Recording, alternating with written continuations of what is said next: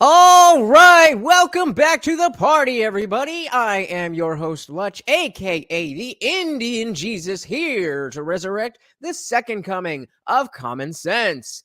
And today we are going to be watching the UFC. So no huge entrance or anything. The fights are about to start in about 15 minutes. So I figure I was just getting antsy sitting here. So I figured let's get this party started. I have a video here that comes from the channel MMA on Point. Very good channel. And I'll get on the right thing here. Real quick before we do begin, I would very much love if you could hit the like button. If it's your first time here, please do subscribe. The replays are fun, but it's not really a party unless you are there live. This is going to be a little bit more laid back as far as live, these streams go. The between the fights, we're going to be watching some videos, just some random videos. But obviously during the fights, we will be watching the fights. So we definitely can do suggestions if you have a video that you want to watch. This is pretty much like our weekly wrap up. If there was something that went on throughout the week that we didn't get a chance to talk about in one of our other streams, this is the place to do it. And then, of course, at the end of the night, I will open up the panel, and I'd love to hear what you guys think of the fights and anything else we go over. We got Revilement Gaming. What's going on, man? Yep, we are. Fights start in about 10 minutes. So I just got this MMA on Point video that I figured we'd dive into in the meantime. So without further ado, let's get into it. They say it's the squeaky wheel that gets the oil, and that might not be truer anywhere than it is in mixed martial arts. If you want something So actually, why don't we, real quick, I have a better idea. Since Revilement here is asking specifically about the card, let's look at the actual card. So thanks for hanging out. So it's going to start off in about 10 minutes with Ronnie Lawrence versus, there's no way I'm going to be able to pronounce that. We got and Juku, I think his name is. He's always relatively entertaining. Not familiar with Carl Robertson or these guys. We got a Shevchenko fighting tonight. Oh, versus Courtney Casey. Interesting. That'll be good. And then topping off the prelims, Trayshawn Gore is taking on Cody Brundage. So not too familiar with Cody Brundage, but that's where the prelims will end. And then we go, of course, to the main card. Opened. We had 2 canceled fights this week. Nina Nunes, not Ansaroff anymore after she got married to Amanda Nunes. And then Jamie Pickett fight also canceled. So I guess they'll be starting here. The Michael Johnson and Jamie Malarkey. Michael Johnson's been very interesting lately. And by that, I mean, I'm not very good at getting a read on him. He was always very promising, but he seems to have dropped the ball. I mean, with a record of 21-17. I mean, I don't know exactly. We could look up his record as the fight's coming up and see, how much does he really need this this fight. But yeah, I don't remember him doing too well at all lately. Then we got Ricky Tercios fighting. Again, not too familiar with Zahabi, but Ricky was on the last season of Tough, and he is an interesting dude. So that's the kind of dude that you want to look at when his sorry, the wrong thing here. When his walkout, we definitely want to take a look at what his energy is like. I think that'll be really telling as he's coming out. Then we go to the heavyweights, and we got Jason Vanderhoff versus Chase Sherman. That should definitely be interesting. Chase Sherman has really been on a run He doesn't have the best record. Hey, we got Tyler Smith in the house. What's going on, buddy? He says, I got Lawrence, Kennedy, Shevchenko, Obama, Gore, Johnson, Tercios, Vandera, Chow, and Fiziev. Interesting. So we'll keep this up as we're going through the rest of the card. Then we've got a Nurmagomedov. Of course, everybody's going to go for the Nurmagomedov. I don't know either of these guys. Chow. Oh, I think I do know Chow Burrell. Maybe not. I don't know. Seems somewhat familiar, but I'm not recognizing. And then, of course, the main event: Rafael dos Anjos versus Rafael Fiziev. I definitely got RDA in this one, and the reason for that is I think that yeah. Exactly. You never watched Ricky. Oh, you've never watched Ricky before. Yeah, he's definitely an interesting character. And like I said, his walkout is going to be very telling as to what his energy is going to be like. Yeah, so very, very interesting lineup. It has the potential to be pretty decent, but with all those names that I'm not too familiar with, we could be in for a hell of a show. So before we get into that, let's just start the party off with something fun here from MMA on Point. Better say it. Nobody's going to give you that fight you want when you finish your interview with, I'll take whoever the UFC gives me. That dream is now gone. You get nothing. Good day, sir. But that doesn't mean all demands and requests are good ones. In fact, they're sometimes downright ridiculous and even laughable, which is the type of fighter demands we're going to be looking at today. Get ready for some silly and strange requests. I'm Tommy from MMA on Point, and these are the 10 most hilarious demands fighters have ever made. Number 10. Overeem requests a rematch for his opponent. I want you to... Are you guys familiar with this channel at all? It's a pretty good one. I'm not usually one for top 10 list type things, but they always do a really good job. Take your mind back to the heavyweight division in early 2014. Cain Velasquez was champion. Alistair Overeem, after making a huge splash in his promotional debut by demolishing Brock Lesnar in under 3 minutes, took 2 years off for a suspension and then returned only to suffer 2 shocking KO losses in a row to Bigfoot Silva and Travis Brown. The Demolition Man needed a win badly, and at UFC 169, he got it against former champion Frank Mir, playing it safer than he had in his 2 previous losses, earning 30-27s across the board for a UD win. Post-fight, Reem explained to Joe that he really needed to get back in the win column and had to show Mir a ton of respect as he was dangerous with the submission at all times. As the interview... Yeah, definitely a great channel, and it's cool that they're expanding. They do a lot of fighter interviews as well. They do predictions, and for the pay-per-view fights, they do a series called The Unfamiliars, where they go over some of the fighters from the undercard, which is a great idea, and just a good crew of dudes. Just down to the pacing of the videos and the editing. Obviously you can't show fight footage in YouTube videos. So what they do is, like, let's say they're trying to talk about a moment where somebody just had a straight right. So they obviously that's the video, but they'll have it like freeze framed here, and then they'll edit it on like different layers so that it looks like the photo itself is moving, and it looks like it's an actual video. So, what do I think about Pat Barry and Rose? I tend to agree with Jesse on this one. Whether they met when she was younger is, up for debate, and it was a little bit shady. But the fact is, she's 30 years old now. So if he was grooming her, then obviously when she was 18, she would have been being. I'm trying to dance around this. It would have been Morty, shut up. It would have been, that's where the abuse would have occurred. But, 10 years after that, they're still together. So I just don't have an issue with it. I mean, what, obviously she's fine.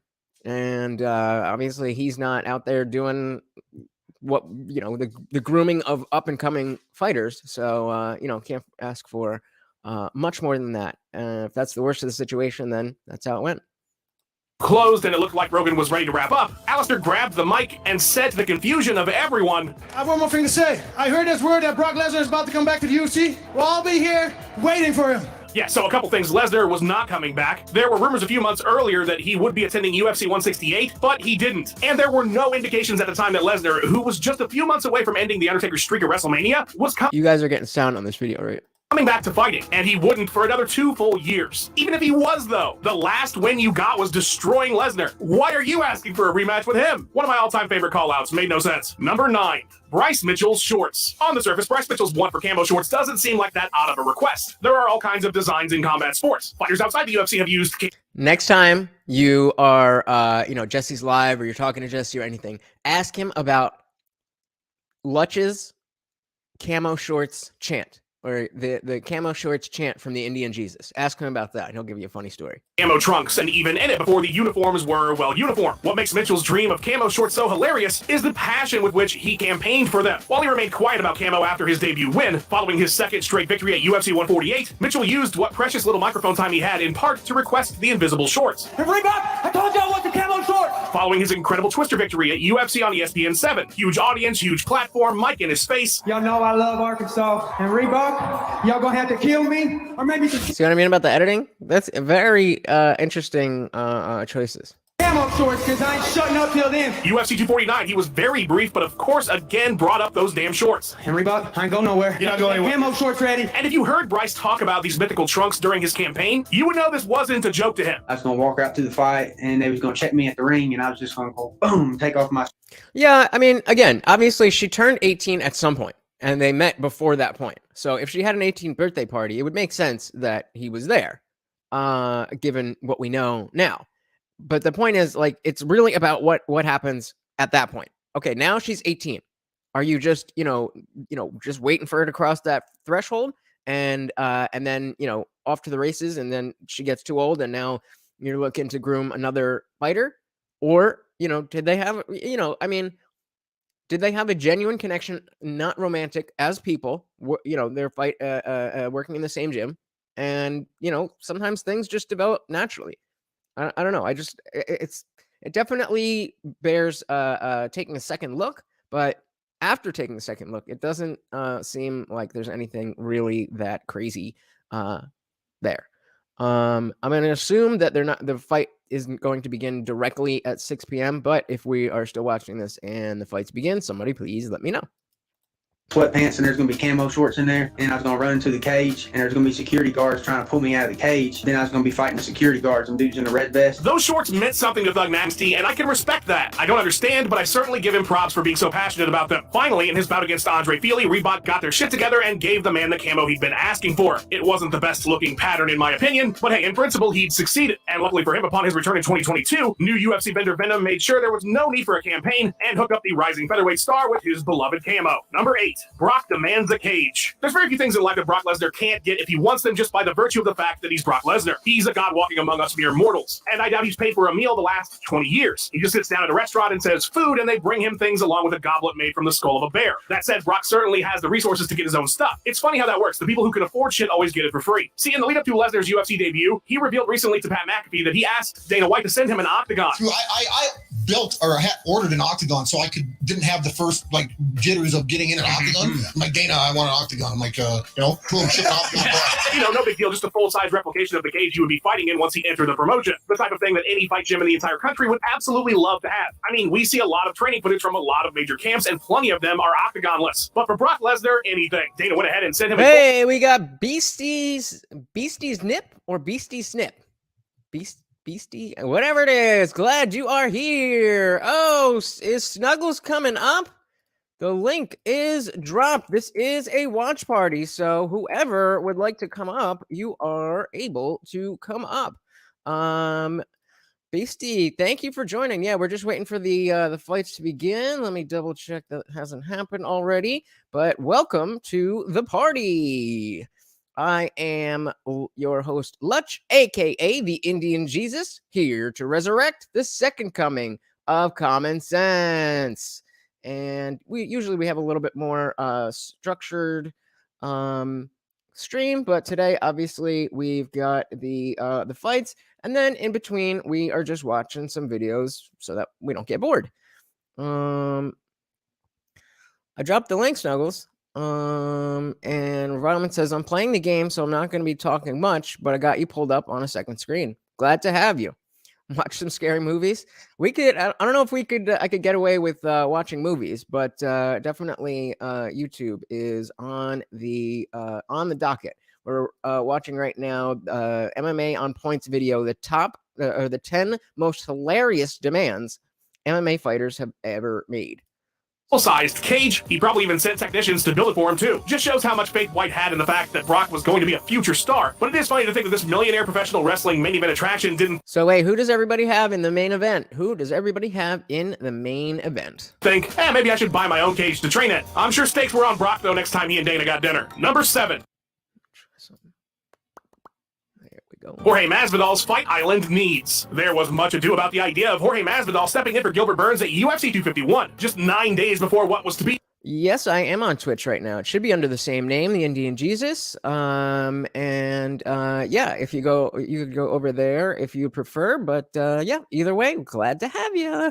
The UFC's debut on Fight Island. Torino tested positive for an obscure and largely unknown virus called, I believe, COVID-19. Given the magnitude of the event, it was vital that the headliner remained intact somehow. And truth be told, if the UFC could get Masvidal on board, it was an upgrade. That was the original plan, after all, as the superstar was coming off his white-hot 2019. But the two parties couldn't come to terms, and so old Gil was given his shot. On such short notice, Gamebred essentially had the UFC by the balls, could have probably requested anything, but when asked by MMA Junkie what was the one thing he would need if he were to agree to fight on the island, Masvidal bafflingly said to the laughter of the interviewers, Nutella and white rice. They don't have Nutella and white rice. They keep that fucking island to themselves. Clarifying that this was an actual requirement. Does anybody actually know the true story behind that? Is it just something he likes, or is there is there a joke about it, or what is with the Nutella and white rice? White rice alchemy that Masvidal claimed aside, it's interesting that Nutella was also brought up. I guess he just really likes it, or maybe he uses it in combination with the rice to create the various new. No, Beastie, feel free. This is a party. We are hanging out just like if I invited you guys over and we had the fights on, the videos on. No, you are more than welcome to add to the conversation, and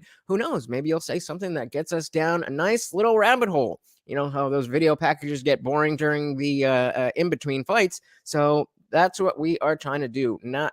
Of course, we're enjoying the fights while they're on, but there is, I don't know if you know this, but only 1/3 of the UFC broadcast from, the time that, it's already started with all of this stuff and the video packages and commercials, only 1/3 of that is actual fight time. So I'm here to help fill in that time. Yeah, it's a party. So I did drop the link. If anybody wants to come up and hang out on the panel, you are welcome to do that as well.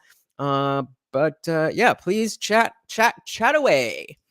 Tyler Smith says I wouldn't be surprised if the event start like 15 to 20 minutes later. One of the fights got canceled this morning. Yeah, second fight got canceled. We had which one was it?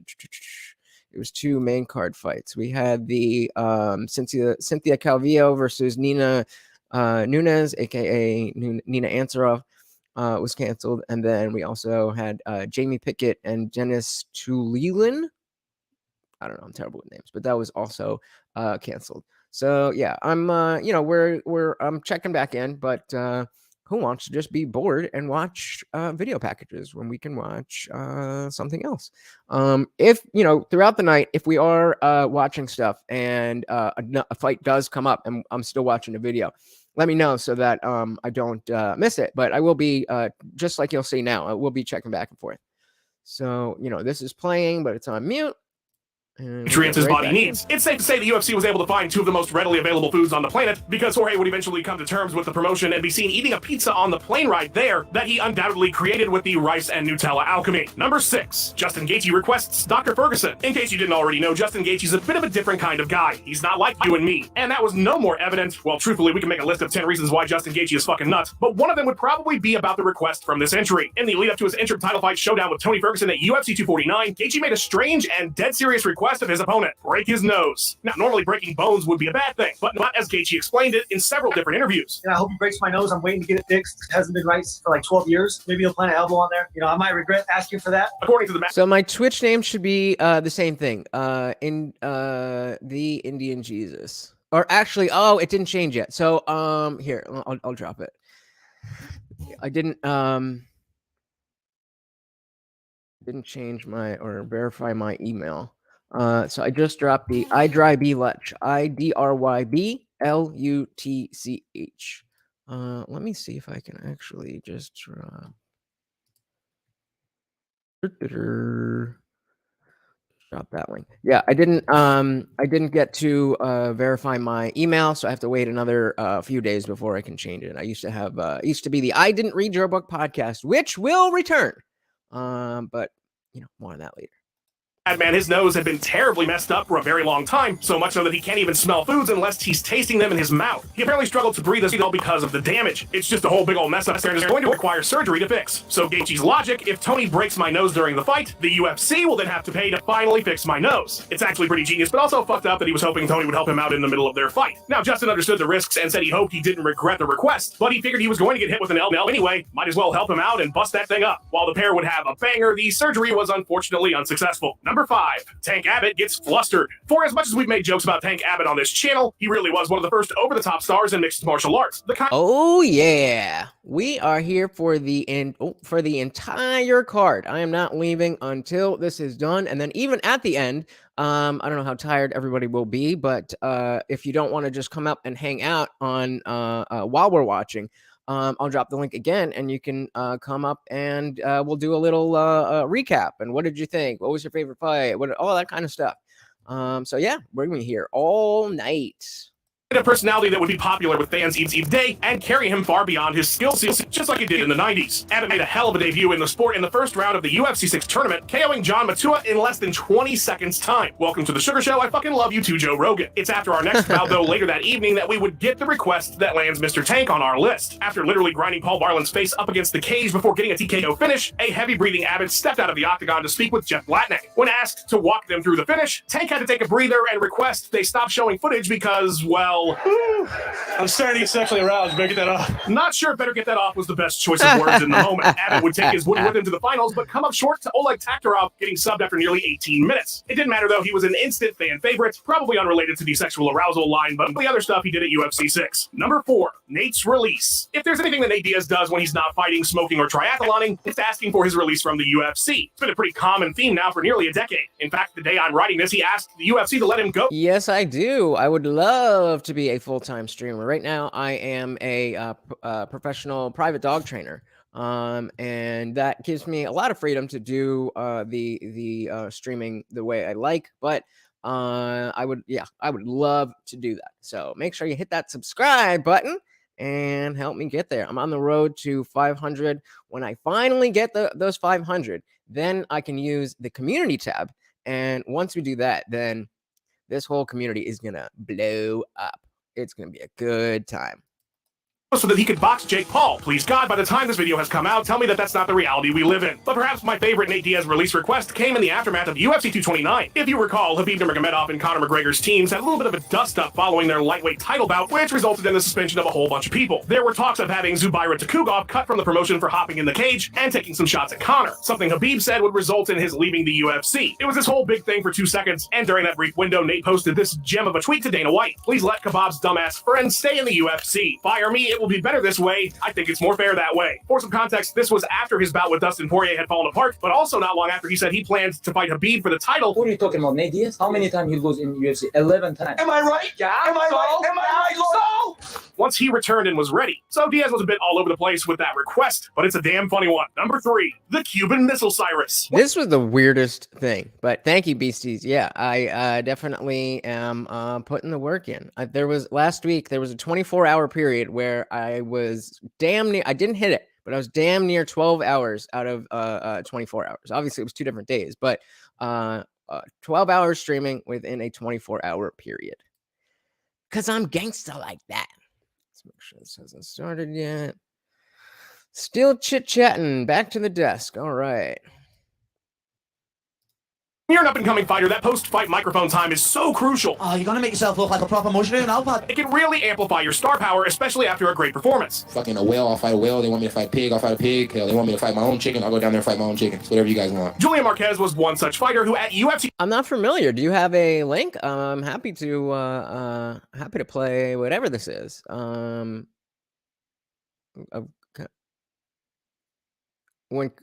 At the press conference? Is that what you're talking about? I think if that's the one you're talking about, I think I can find that one. 258 had just defeated Maki Pitolo with a Hail Mary final minute anaconda choke in a fight he was absolutely going to lose on the cards. It was incredible. It earned him a performance bonus, and when he got to talk with Joe Rogan afterwards, he did two things that surprised everyone. First, he tried to start some Twitter campaign about the loudest UFC fans. We want to know which arena, the UFC arena, is the loudest. I need you to hashtag your city, hashtag your state, hashtag UFC get loud. Let's get it, boys. Julian Marquez angling for a job for the Kansas City Board of Tourism. Which was confusing and hilarious. And then we finally got a chance to make a call out. He requested that Miley Cyrus be his Valentine. Oh, Miley Cyrus! You be my Valentine? As the holiday was coming up just the next day. I can't say it was the best of microphone times I've ever seen, but certainly was memorable. Even more so because Miley decided to respond to ESPN's posting of the interview segment saying, "Shave an MC into your chest hair and I'm yours. Happy B-Day and congrats, my love. You did it. You crazy son of a bitch, you did it." Well, at least conditionally. There was the matter of the chest hair. It's free real estate. Just kidding, Marquez fumbled the ball hard by replying, "If you get a henna tattoo that says Cuban Missile Crisis above your belly button like Tupac, I'm in." Hashtag Thug Life smirking face emoji. Got Julian, you. no. Come on. First of all, no kink shaming, but that's a weird request. So was hers, but like all you needed was a razor. She would have to go to pretty great lengths to get such a tattoo. Also, your nickname isn't the I got something even better for you. event that almost ended the world. I don't know how you fumbled this so bad. I'm so sorry for your loss. Number 2, Conor versus Diego. When Diego Sanchez mentioned wanting to fight Conor McGregor in his final professional bout while he did press for his Jake Matthews fight at UFC 253, most took his words with very little enthusiasm or expectation that would ever happen. As beloved as Sanchez is, the fight just didn't make a ton of sense given Conor's star status in the sport, and I mean, this was 2020 we're talking about here. But in response to the interview, McGregor posted Instagram DMs he had with Dana White following Diego's Michelle Pajeda bout, the weird one where he took the crafty veteran DQ victory. In the messages, Conor asked that the Nightmare fight him in Dublin. Yeah, he writes, "A fight late May in LA. Me and Diego in Dublin, August. Rematch end of the year." Boom. Me and Diego in Dublin is a cracker. Dana's response is amazing. "Bro, we should lose a promoter's license if we make that fight." God damn, that is ice cold. Conor's response tries to justify the pick, and then he just moves on to some other stuff. The fight, of course, never materialized, but the fact that Conor requested it is pretty incredible. Makes you wonder what other fights he's come up with over the years that got shut down. The funniest part of this to me, though, is why the fuck are Conor and Dana, two titans of MMA, discussing this shit via Instagram DMs? Like, what? Those are for shout-out requests and trading nudes. I never thought fights were getting made there. Incredible. Number 1,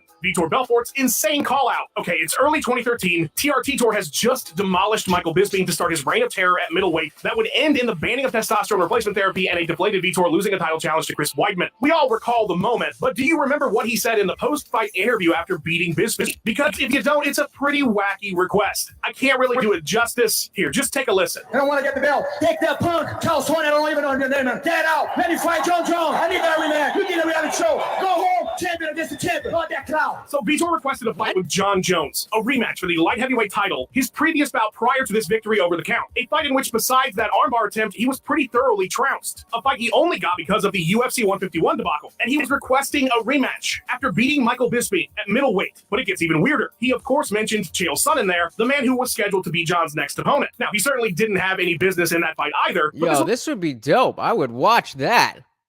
That would be dope. So wait, who's fighting Holyfield?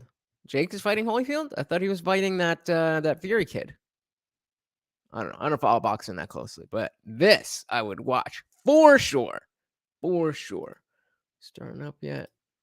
Whoever said they're starting late because of the canceled fights, you are correct. It was all well established by this time that the two would coach a season of Tough together and then fight. As a matter of fact, the season was set to debut 2 days after Vitor's fight with Bisping. Oh, that's right. I forgot about the Holyfield fight with Vitor. Yeah, I would love to see that. I don't follow boxing like that, but that is something I would pay to watch. I think that would be a grand old time. And that was already filmed. So Belfort, who called this rematch champion versus champion, which makes absolutely no sense even if you consider the fluke reign he had in 2004, wanted the UFC to replace one of their most popular fighters, Chael Sonnen, after spending who knows how much on a season of Tough because he beat Michael Bisping at middleweight. His first win in that division in over a year. An incredibly baffling use of microphone time. But I came back for the love of this, to come and shut this man up. A little rat, a little... So what I've got for you, beasties, is not just that one moment, but we've got a 16-minute video of the best moments from the Khabib McGregor pressers. Weasel, a little hard man in groups. I've met many of them through my years. A man who grows in numbers, but on his own, and when confronted in a similar situation, cowers away. And that's what you saw with that little shite on the bus over there. He shit his jocks after doing something to his own countryman. That had nothing got to do with anything. And that's it. I came back for the love of fighting and the love of war. And this, I am going to truly, truly love putting a bad beating on this little glass jaw rat. Fanboy. The man was a fanboy. He bought t-shirts of mine. He fucking supported the cause. You remember that? You little fanboy. Fanboy. He says, I just like that one line. I'm not gonna be the biggest Conor fanboy, but this should be fun. I agree. I mean, Conor's how I got into the sport. There, like a lot of people, I wasn't really into UFC before Conor's come up, and then he brought my eyeballs into the sport. And then over time I started watching, I got a Fight Pass subscription, and I went back. I was watching all the old fights and watching the old season of Tough, and now I feel like I'm, aside from the fact that I don't actually practice mixed martial arts, I did do like a month of jiu-jitsu before like the lockdowns and everything. But I was living somewhere else, and of course the gym was locked down, and then I had to move. I haven't found another gym in my new place yet, but that's the extent of my my actual training. But outside of people who do actually train, I feel like I pretty much understand the the game as well as anyone really can, including the the aspects outside of just the X's and O's. I'm really into Chael's videos, and of course big fan of Jesse on Fire because of how they talk about why the sport is more than just a sport, and that there's so much there to sink your teeth into. And you really come to love these fighters and care about these stories. BC likes my camera. Thank you. It's actually just the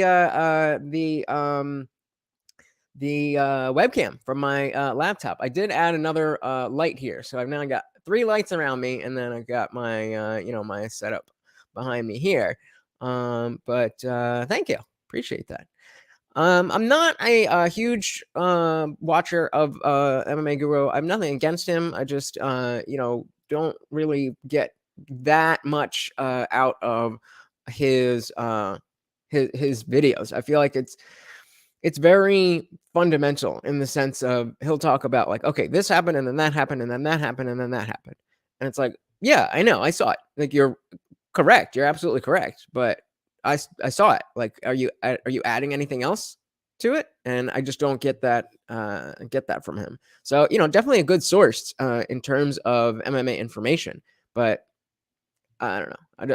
I don't feel like I get much out of him than what I could otherwise get just watching the fights. I'm assuming you're a fan. So we still got some video package. You little fanboy bitch. He bought t-shirts to support the cause, nothing but respect. And then over on his neck of the woods, a man involved in something who's now in prison. Vladimir Putin locked him up for embezzling 150 million worth of money from the Russian people. Started to invest and pump money into his gym, so he started to grow in power. Started gaining. So I don't know that this is actually how it really went down. Remember that Khamzat and Hermansson already trained together. They're both out of Sweden. I don't know how much, I mean, I actually haven't heard much about drama between, Khamzat and Darren Till recently. I know that they're boys, they're the Smash Bros and all that stuff.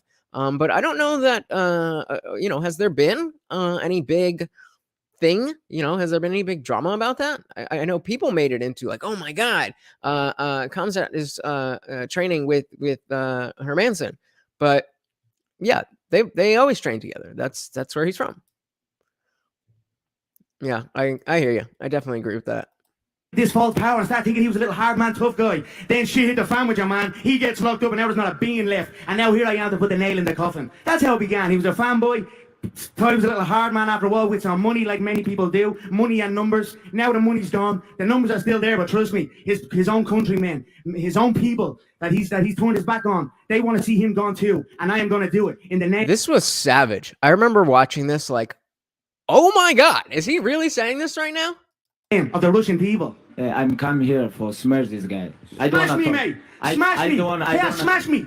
You say send location. Here he is, right here in front of you. I'm right in front of you. Did you not see me outside the bus? No. Did you not see me right in front of you outside the fucking bus? I showed you my hands, no weapons. The first thing when I showed up at that bus, I showed him my hands to let him know I come here unarmed, no weapons. Step off the bus. You talk the big game, now I'm here. He done fucking nothing. He sat and took a shit on that bus. Hid and cowered behind fucking women and caused what happened to happen. So that's fucking that. Whew. Here's my location, you little fool. Right in front of you. You little fool. Still at the desk. Still at the desk. He's kicking with his wonky leg now. He's eating horse or something. Maybe so. Maybe so. Not gonna play. Do something about it. Do something. That was another one of my favorites. Do something about it. Yeah, you'll do nothing. You'll do fucking nothing. Why weren't there fans? Why wasn't this open to the public today? This press conference. What's that? Why we got problems in New York. I don't want any problems in New York today. You know, it's shooting the buses. Does anyone? Oh no. I was gonna ask if this was before or actually. Yeah. Like I said, give me. If there is a link to my Discord in the description, or my social media is in the scrolling banner. If you just want to DM me a link or whatever, send me a URL and we will get it going. Again, we're just waiting. We're just waiting for the actual fights to begin. So just watching some stuff in between. But yeah, Discord's the best place to send stuff. But either way, let me make sure I am in my messages. Yeah, so if you sent it, I should see it. That's cool. I'm not understanding. Here's a goggle for you, Dana. Proper 12. I'm not understanding. Hands and when I go to the cage, I'm gonna go like my last fight. Happy birthday, like, I don't drink. Why don't you drink? I don't drink. Why don't you drink? I never drink. I'll tell you some booze at parties. I never drink. You mad backwards cunt. I never drink. I never drink. Oh, drink. Me and the Irish Boston animal, Dana, with the OG of the fight game. He'll suck this bad boy. I think it's gonna be a long night for him. It's gonna be a long night. Yes. Oh Lord, save me that. He know this. Connor, question for you. He was so shit-faced at this conference. On the blank. Opening his. Conor McGregor is going to blank Khabib when you guys meet each other. Stomp on his head as he's unconscious. This has been a war zone. We are coming for war. This fool is saying it's going to be a long night. Trust me, mate. I'm ready for a long night. You hold on to legs for dear life. That's how you fight. You talk chicken this, chicken that. You shit your jokes when shit came on top. But you actually fight like a little shitty junkie black. Anyway, you die for the legs and hold on to them for dear life. Like what kind of fighting is that? What kind of way of fighting is that? Your little fake belt over there to be a guy, number 11 ranked, real This did not age well for Connor. estate agent, and you bring that belt up on this part at least on stage like it's a real belt. You're a phony, a fake, and I'm gonna expose you. Now you're up on the real shit, kid. You're with the real dogs now, brother, yeah, and you're gonna be smoked October 6th, live on pay-per-view, and I am gonna love every fucking second of it. I hope it's a long night. I stay relaxed. I don't feel nothing. I know I have location. I stay on bus. 6 I stay on bus. 6 October. Shoot in the bus. Like we talked before, like direct in Twitter. You remember this? When we talk? You remember this? You bought me t-shirt, you're a little fat yeah, kid. Don't be like talking about Twitter in 2012. No, I have a question. Give me an answer. What's wrong with it? Ask my bollocks. No. I send you a message. We talk with you. Fuck your message. Yes, like I don't type the blokes, mate. It's not my thing. Okay. It's not my thing. Why you don't send me a message? Like without everybody. Why you don't send? We're gonna fight. We're gonna fight 6 October. Yeah. I hope so. I hope so, because if you pull out like you always do pull out, may God have mercy on your soul. You little pull out mercy. No, sit down. We're gonna talk. We're gonna talk. Okay. We don't want to talk. Okay. When I slip your teammates, why you don't send me a message? If you want to fix this, why you don't send a message? What? You come with 40 people and you think you can change something? If you would have got off that bus, you'd be dead now. You'd be dead, not in a cell. Damn. If you want to fucking Okay. messages, No, what, if you block want, the message? I can't believe again. I know I just said this, but like I can't believe that this was the most hyped up fight. It's crazy that this was all real. Can you imagine if Conor had actually won this fight? How, I mean, he's already, still, despite losing this fight, he's already still Conor. Can you imagine if after all this buildup, he actually won? That would be crazy. That would be crazy. I'm out, Like a bloke but that why makes you come? jokes. Hey, Fuck you. Everybody knows in media days, a lot of security. Of course, I'm gonna sit in bus with all red corners. Shit in bus. He come with I 40 people. shit in bus. And you think he can change something? Okay, we talked with him before. Why you don't send message? Why? He can send me, hey, you have problem with my brother or teammate, something like this. You give him slap. Now you have to give answer. Okay, I'm gonna come. He gonna send me, okay, 1 guy, 2 guys, 10 guys, or alone. Doesn't matter. But why you come with 40 people?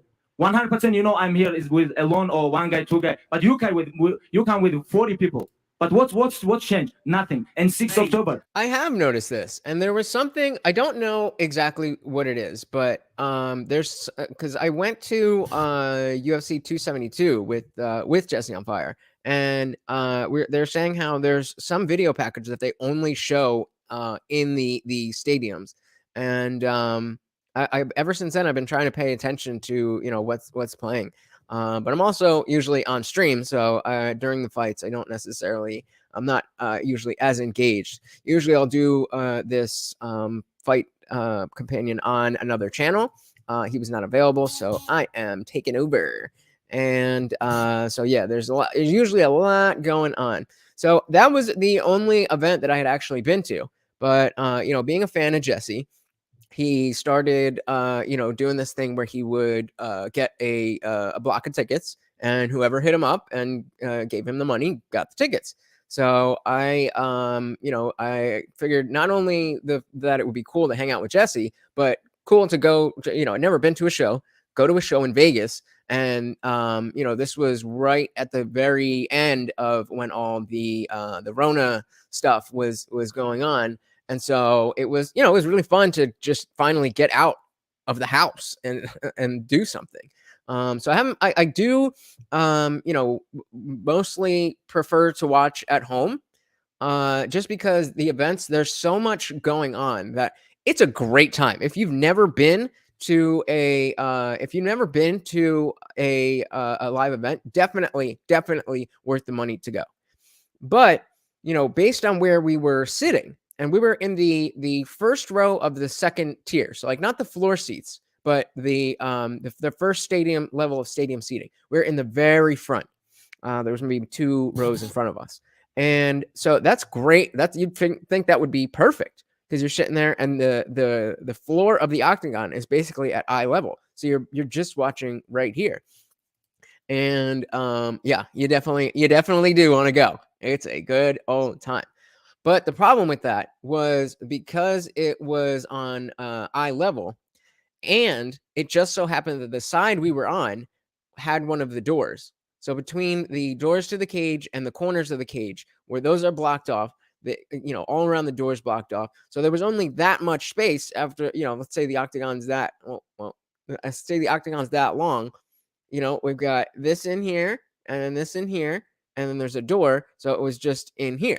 So the top of the cage would go. So if based on where I was looking, the top of the cage was over their heads. If they were at the very back, opposite to where I was, then the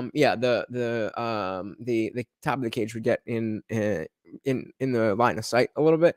But for the most part, you could see everything, but it was just through the actual cage.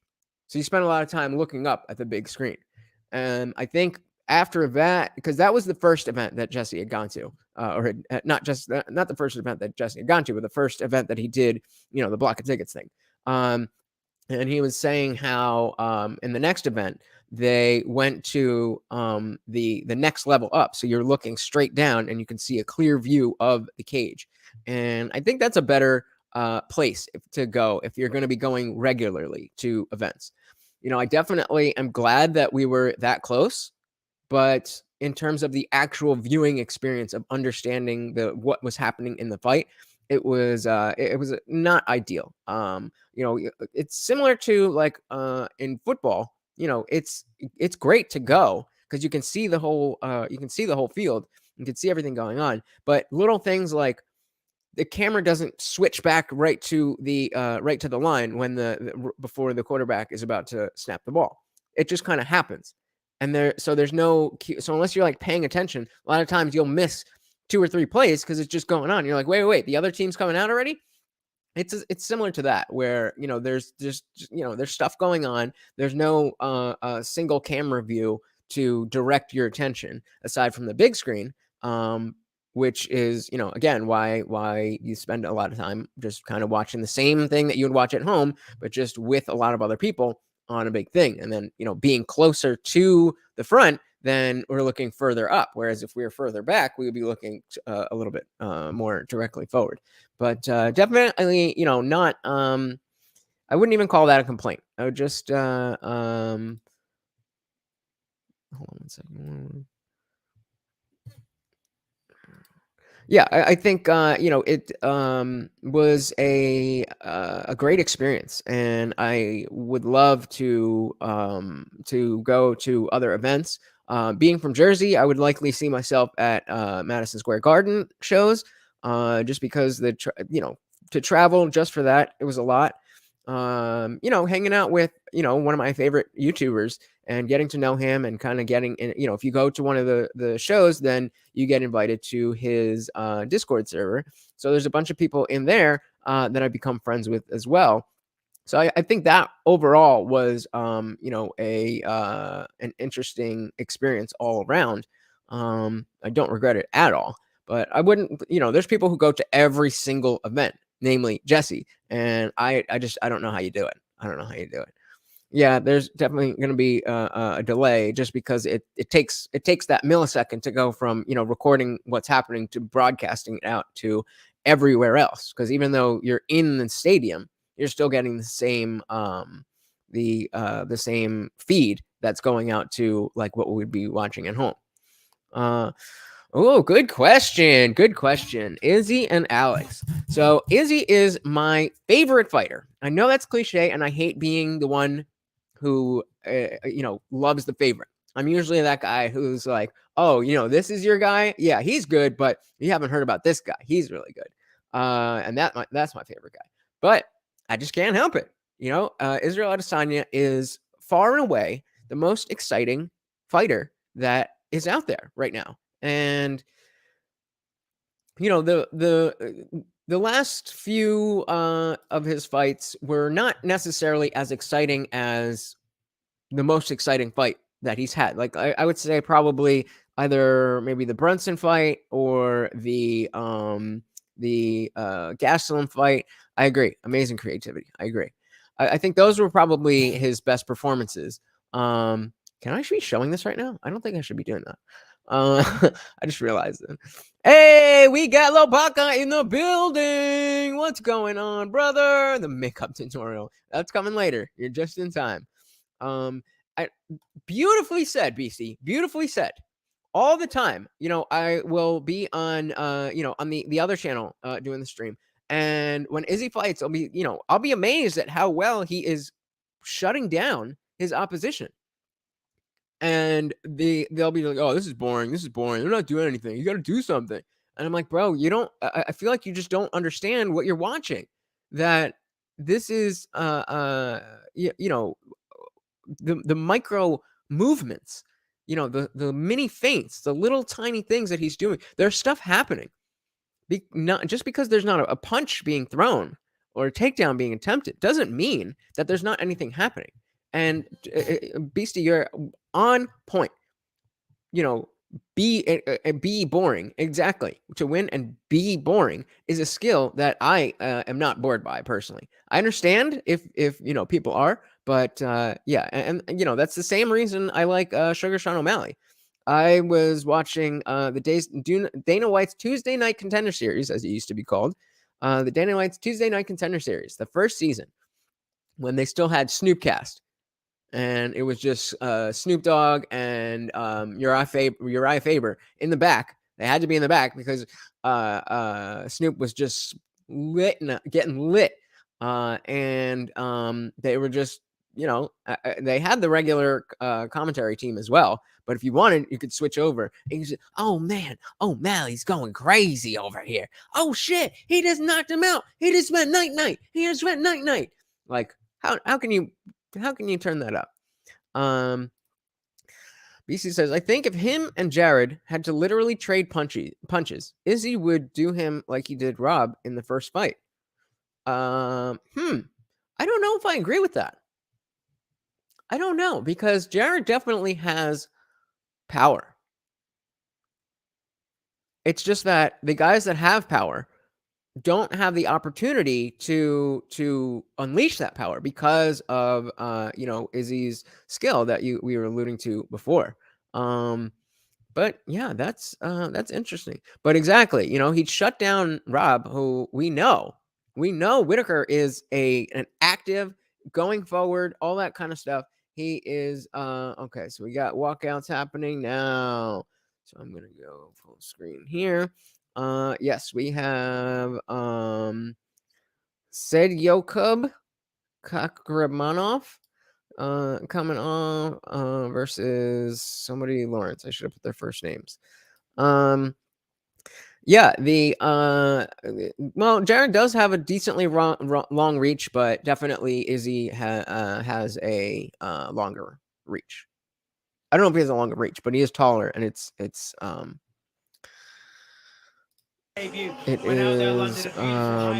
proportionate. All right, so let's get this going. So what I'll do is, when the fight starts, I'll do a count for each round.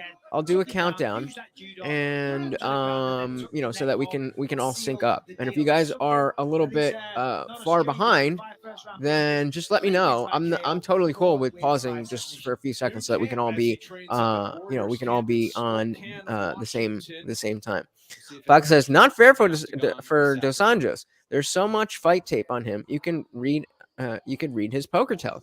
Interesting." His opponent, Ronnie Lawrence, who turned 30 Bisbing and Brian Fitzgerald. UFC, Ronnie Lawrence, that's his name. Including a UFC Ronnie debut Lawrence. that got a performance of the night bonus Out of the third round at knockout. In Indiana. There we go. I was like, what state is IN? Indiana.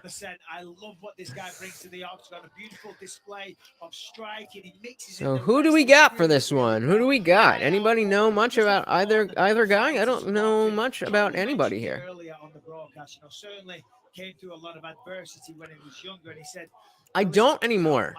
Beastie asked, "Do I watch Bisping's podcast?" I used to, but I am a huge fan of Luis J. Gomez, and when he left, it was just, well, at first, before Anthony Smith came in, it was just Bisping and Harrington, and I was just like, this isn't enough. This isn't enough. I do really enjoy Anthony Smith, and I think he does a great job on the show. But I just kind of,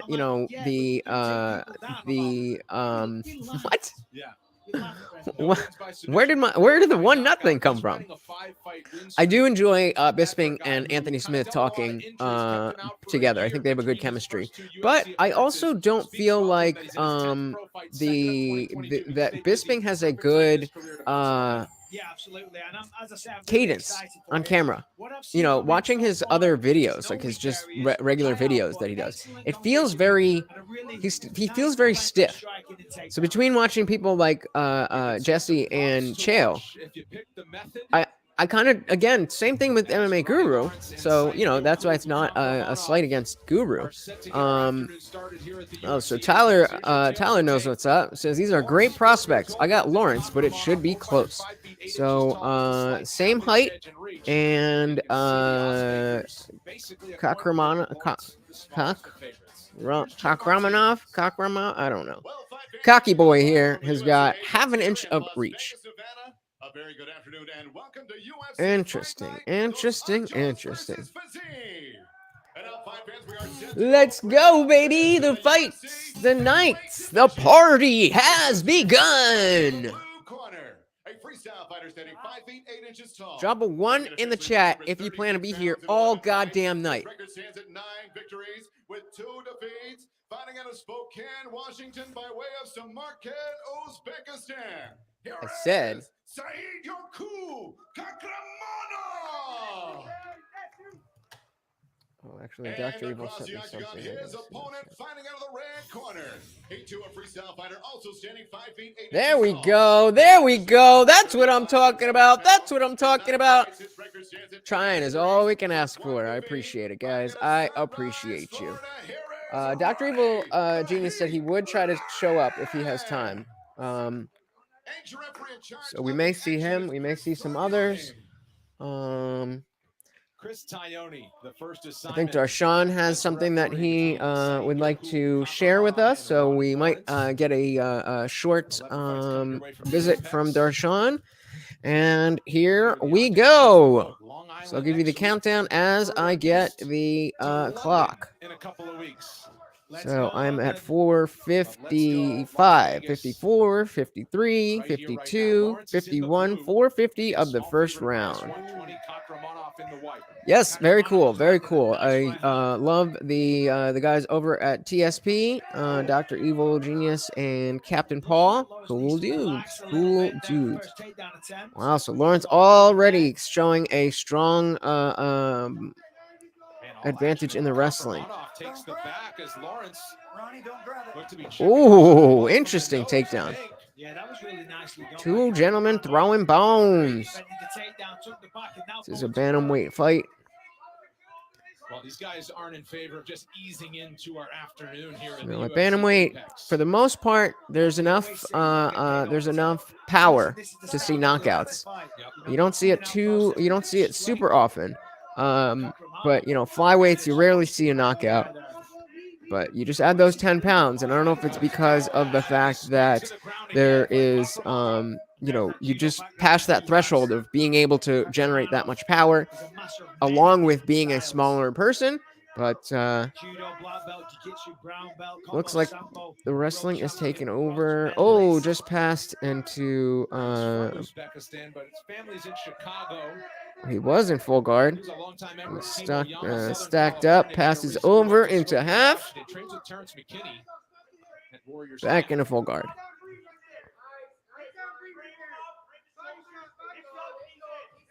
Ooh, heavy punch. Bouncing his head off the canvas. Lawrence that went for that takedown early on. To your point, not a wrestler in his eyes, but he went for the takedown, and Kakramanov reversed, and he's really been controlling things. Yeah, and he's got solid Kakramanov. There we go.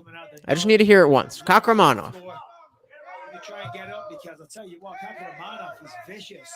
Landing big shots, elbows, lots of work, high output.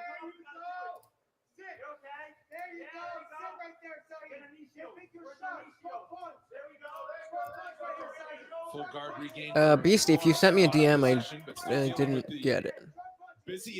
So here, I'm gonna do this. Not giving him a break. He's very busy on top, and that's a big shot. You hear the power of that hammer fist. Lawrence scrambles back to his feet. Cack boy. Kakramanov. So yeah, if in between fights, I encourage you to submit videos. I just dropped the Discord link for the IndianJesus Discord, where I will be looking for videos. So if you have a video, an article, just anything for us to do between fights, join the server where the party always is raging, and let us know. Final 2 minutes, round one. Are you a Twitcher, Brendan? I'm not a Twitcher. I'm a TikToker. One at a time. You know what I mean? I'm a Twitcher. Love a good TikTok. I can't bite them all off at the same time. Lawrence back to his feet, now applying some pressure here after dealing with a submission attempt from Kakramanov. More wrestling. Wrestle. They're just jockeying for position. Lawrence had never suffered a takedown in his previous fights here at the Apex. You know, one thing for Kakramanov, he is He's using a lot of energy, a lot of takedowns. And listen, it's a fight. That's what you got to do. But can he sustain this kind of output? Yeah, Bisping's asking about his output. It is exhausting, especially the With this style much that he's output, using. one wonders, Using a lot can of he keep strength, this up? technique as well, but a tremendously, well, it's a furious pace. Kakramanov got himself on top. Nice elbow. Dropped a heavy elbow. Of Ronnie Lawrence trying to walk him out of danger here as he has just a little more than 40 seconds to last until the horn. Yeah, they're telling him to grab his hands together and kick his legs straight, meaning his right leg, I believe. He's trying to build the base. He's trying to get back to Nobody's trying to join the Discord? Come on, guys. It's fun. As we get more people, it's going to become more, obviously more active. But even now, I'm starting to use it as I intend it to be when we have a lot of people. So I'm posting over there.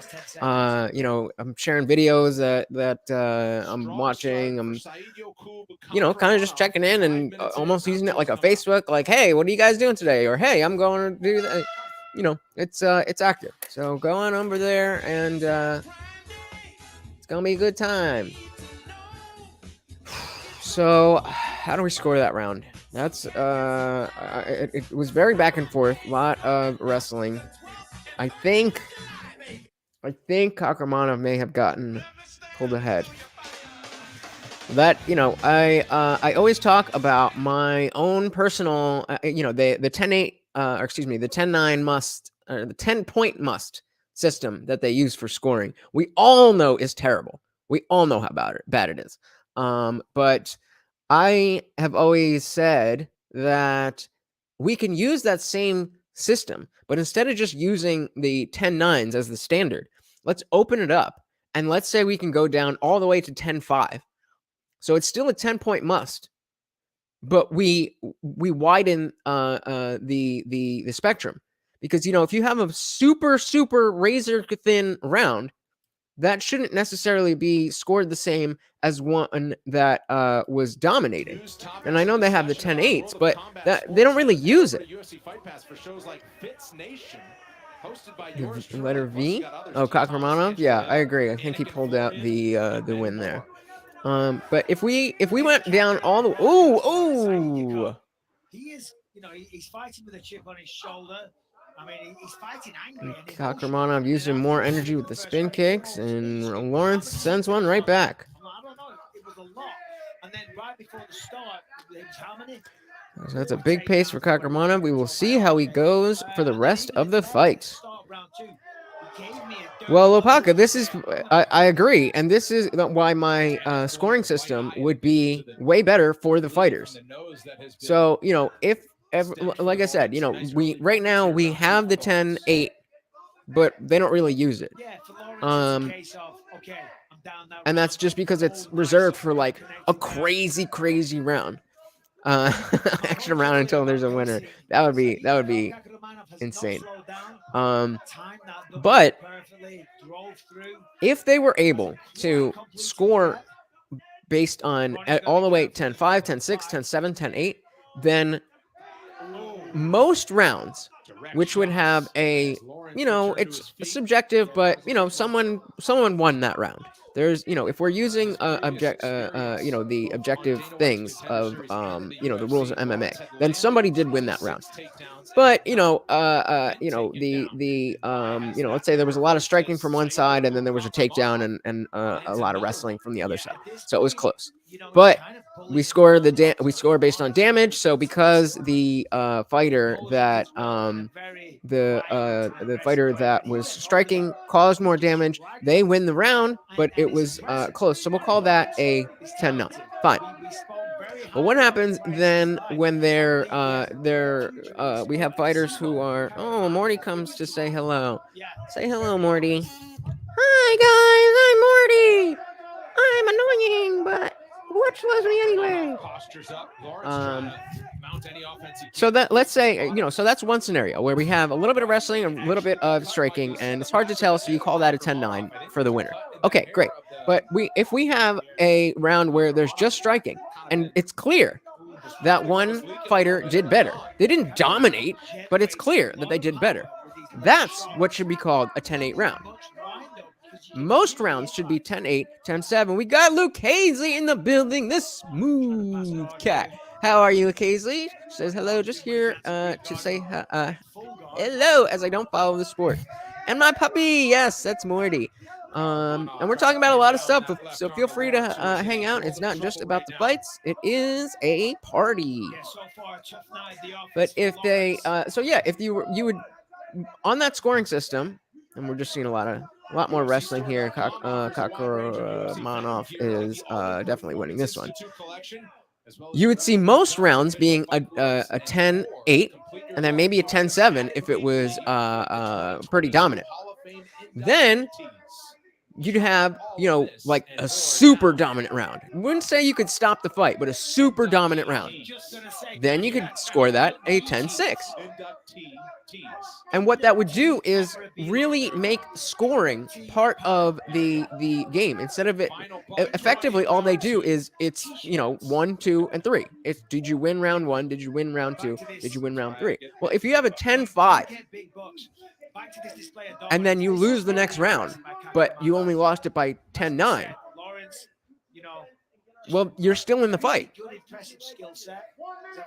We'll talk about it as the night goes on. And you guys tell me if you agree that we should open up the scoring to all the way down to 10-5, or if I am crazy and 10-9s are working just fine. Cheers to anybody who's drinking. Lawrence trying for his own takedown. He gets one. There it is. What can he do? Oh, Lawrence gets a takedown, but Kakramanov gets right up. I mean, that is just wild. And it's absolutely demoralizing for Lawrence. He finally gets her. I hate when the cameraman doesn't have the camera straight. They'll have it crooked a little bit. The only thing that's worse than the camera being a little bit crooked is when the camera is shaky, when they're like moving around. Like, I'm trying to watch the fight, dude. Hold the camera straight. You have one job. Not to mention, after playing so much defense through the first 10 minutes, to finally score something like that and not have any offense come of it. Ooh. Hey, nice little kick from Kakramanov. So I think that's definitely Kakramanov's round. But see, that was a much closer round than, or rather, the last round. Round 1 was much closer than this round was. So why should they be scored the same? The last round should have been a 10-8, and this round could have been a 10-9. So Tyler says, I like the 10-9, 10-8, the 10-point mouse system. Judges don't even know how to score anyways. We don't need to complicate it for them. Well, this isn't actually complicating it. It's just giving them more options. And so, which I guess is inherently more complicated. But the principle of how they're scoring the fights doesn't change at all. It's just they get a little bit more wiggle room. So if somebody gets it wrong, they're only getting 1 point wrong instead of one entire round wrong. BC says, I don't think anyone named Lawrence has won anything against Russia. Russian. That's funny. That's funny because I have a acquaintance, let's say, named Lawrence, who is a weird guy. All right, going into the third round. Ooh. Okay, we are 450, 49, 48, 47, 46, 45, 43. Ah, that's not what comes next. Let's try it again. 440, 39, 38, 37, 36, 435 of the third round. What a weird. Oh, he's looking for the omoplata. The arms in the incorrect. See the way Kakramanov's hand was on the inside. It doesn't matter. As usual. Well, this is essentially what that would do, Beastie, is adding more, instead of having, just a 1 point differential. You're either giving, with the 10-9, you're saying either that guy won or that guy won. if you add decimals or you just open it up to down 5, then you're not only saying, okay, that guy won, but this guy won by this many points. So a more dominant round would show as more dominant in the scoring instead of just you won. If we have a fight where the first round somebody dominates, and the second round the other guy kind of edges out the round, then it shouldn't be even going into the third. Still some heat coming on these strikes. It should be reflective of the entire fight. Because then what's the point of the first 2 rounds? Beast says, how do you feel about making bonuses more? Yeah, absolutely. Anything to get the fighters more money. Absolutely. Russian fighters eat puppies for snacks as part of their training. Says Lapaka. Challenge says, makes it more subjective than it needs. It makes it more subjective than it needs to be. B. You missed the word B. Well, it is subjective. I mean, the fact is that, again, the by making it just one, you're giving the round to one guy or the other. That's subjective. But you're giving away a whole round each time. If we were to say, okay, it's subjective, but you could say by how much did this guy win, then you're hedging against bad subjectivity. Why won't this go away? Okay, you're hedging against bad subjective views by adding a layer of, okay, your subjectivity. They are their mistake. The margin of error goes down. Boxing does have the scoring. That's where MMA got it from, which is not the big problem is because they're similar, but boxing and MMA are not the same thing. So bringing the scoring system from boxing in, where there's only 2 weapons, you have a left and a right.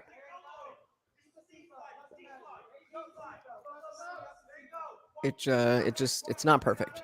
And I understand. I'm not like blaming anybody. Obviously, it's a new sport. We're in the first, we're in the 27th year of the sport.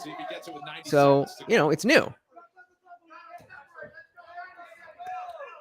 There's another, actually, we'll play that one after this fight. There's another MMA on Point video that was talking about rule changes and things like that, which I think is quite relevant.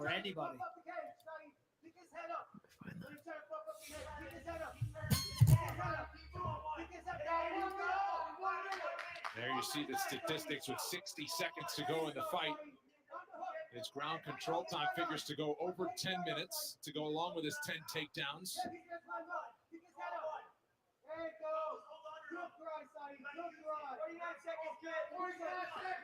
And Lawrence just trying to dig deep to give himself a chance. Now you see frustrated that Kakramanov not really offering a lot of output on the ground.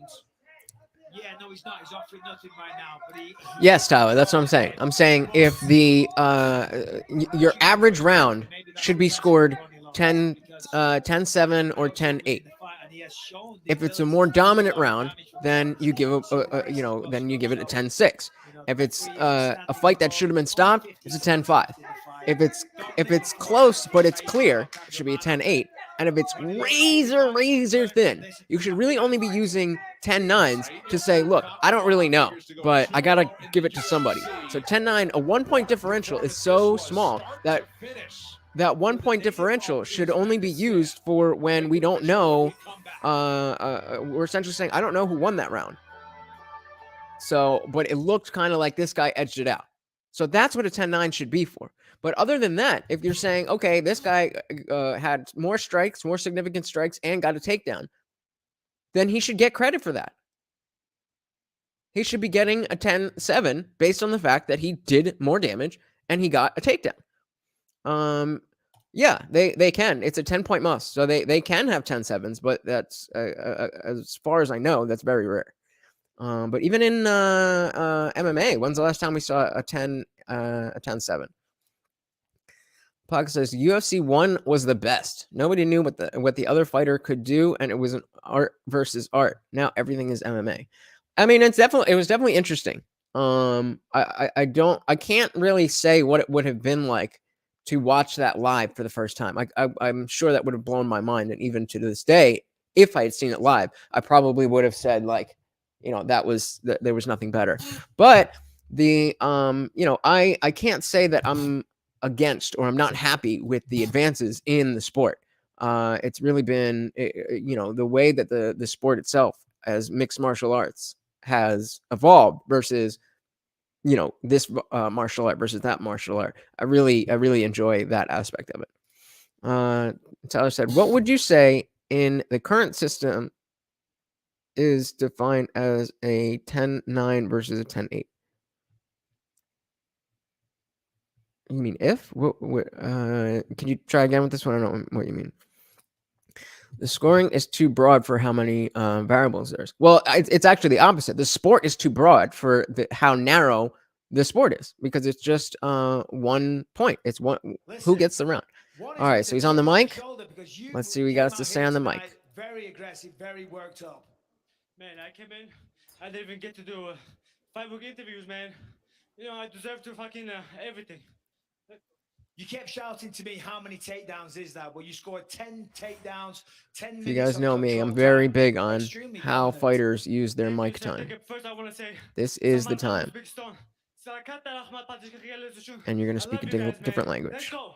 Congratulations on a dominant win. Saeed Yakub Kakramanov, ladies and gentlemen. Big victory. It was smart. You got a little mixed up, but it was definitely smart. See, that's what happens. You just didn't. He went on the mic and demanded, "Oh, I deserve this. I deserve that," and then spoke a different language. Who is listening to that? Who's going to remember that? Especially as the first fight of the night. Then you have to understand that this is your time. If you want to make a headline as the first fight, you got to do something. I deserve everything. I deserve everything. This fucking bullshit. I deserve everything. And blah, blah, blah, blah, blah, blah, blah, blah. Nobody understands me except my own, my hometown. It's like always an awkward moment in a Bisping interview. Yeah, the way Jared called out Izzy was cool. And I am 100% in line with Chael Sonnen saying that, you don't need to be this. You don't need this fake, you don't need this fake WWE style shit talking. You just need to have something. Give us something. We care about fighters when they give us something to care about. So if you just say, "Oh, I don't care who's next, I'll take on anybody," like, okay, certain fight, there was a time and there was a place where you had your Neil Magny's, your Cowboy Cerrone, where you could you could do that, and that was your thing. But now that's not really a personality. That's not really a character. That's not really a gimmick. You have to give people something to latch onto, because, that guy just fought, but now there's another 15 fights ahead of us. Ask me at the end of this if I remember his name. I'm not going to remember. Tyler says, if you were scoring a fight in the unified rules of MMA right now, what would you classify a round as a 10-9 and a 10-8? So as they are right now, I think we should see a lot more 10-8s. I think a 10-9 is winning the round, and a 10-8 is when it is a clear domination. And then I was told that 10-7 is reserved for rounds that could and should have been stopped but weren't. But I think even if we were to use the 10-8 more, then you're incentivizing more damage. You're incentivizing a better fight, because if I can do really well in this round, that gives me more of an edge than just pitter-pattering my way through this round. We need to open it up so that there's more that you can do, that you can be on point and then just get clipped once. And that doesn't mean that you lose the whole round, or maybe you lose the whole round, but you only lost it by 1 point. So then you come back and you dominate the next round and you get a 10-7. So now it's 29-27 going into the third instead of just even. That's a big thing, is that it the idea of just we're scoring by like, we don't really have a 10-point. It's not about points. It's round by round. That's really what 10-9 does. Pucka says, have you seen blah, blah, blah, I don't know names. I wish he came to the UFC and snapped some legs with his kicks. Not familiar. Not familiar. Yes, people like Lawler, and he never talks, but he was one of those anytime, anywhere guys. And then he had the Rory McDonald fight. Not to mention he was a champion. But who, like, what was the what was the tag for what was the hook for casual fans to be fans of Robbie Lawler before he was that savage guy who split that guy's had his lips split open? Exactly. He's an OG. He's not he's not subject to, Morty, what are you doing? He's not subject to the rules of the guys that are up and coming right now. So open scoring. I think, when it comes to open scoring, I very much have tried to find a way for it to make sense to be against open scoring. And the big thing is that moment when there's a close title fight and it goes the distance and we're waiting and each fighter is there, the belt's on the line, Bruce Buffer's reading the scores, and you don't know if he's going to say and now or and still. You don't know. That goes away. With open scoring, that goes away. So the question is, does that, it's sports entertainment. So we have to have, competitive architecture, and we have to have entertainment. And so the question is taking away that moment in the interest of being more fair to the fighters and all of that, is that worth it? And I personally would hate to lose that moment where we don't know. It's like, oh, who is it? Who won? Now, we would still have close fights, especially with 3-round fights. If it's 1-1, then we're still not going to know. But it's just tough. That's such a big part of the sport. Outside of that, though, there doesn't really seem to be a good argument against open scoring. Why wouldn't you have open scoring except for that? But I think the UFC knows that and wants to keep that. And I think that's their big thing. It keeps the drama alive. It keeps the discussion of, oh, what was this round? What was that round? Keeps it open. I think that goes for opening up the scoring system as well. So BC says, so what is a default round score if it was a 10-8 as we see it now? So what is a default round score? I don't understand the question. So you mean what would be a 10-8 according to my rules? I think that's what you're. If correct me if I'm misunderstanding your question. But if I understand you to be asking under my rules, what does a 10-8 round look like? Then it looks like a round where most people would agree that the winner won. Oh, please don't apologize. Glad to have you here. You type better than some of the other people here. But yeah, so a 10-8 round would be most rounds. Most rounds would be 10-8 or 10-7. Again, if you just it's 10-9 would be super razor thin close. 10-8 would be the winner was a little bit more dominant. 10-7 would be, oh, okay, there's no way you could say that the other guy won the round. But we didn't stop the fight and nothing crazy happened, but it was just very clearly for this fighter. That's a 10-7. Now you go into 10-6, and it's like domination, like Khabib style domination rounds. Those would be your 10-6 rounds. Then the 10-5 would be reserved for like, okay, that was so crazy. That fight should have been stopped. Why is this it's yeah, it would be reserved to why wasn't that fight stopped? Somebody should throw in the towel. That was crazy. That was clearly a domination and fight-ending sequence that we saw. But since it wasn't, then the judges can use that for a 10-5.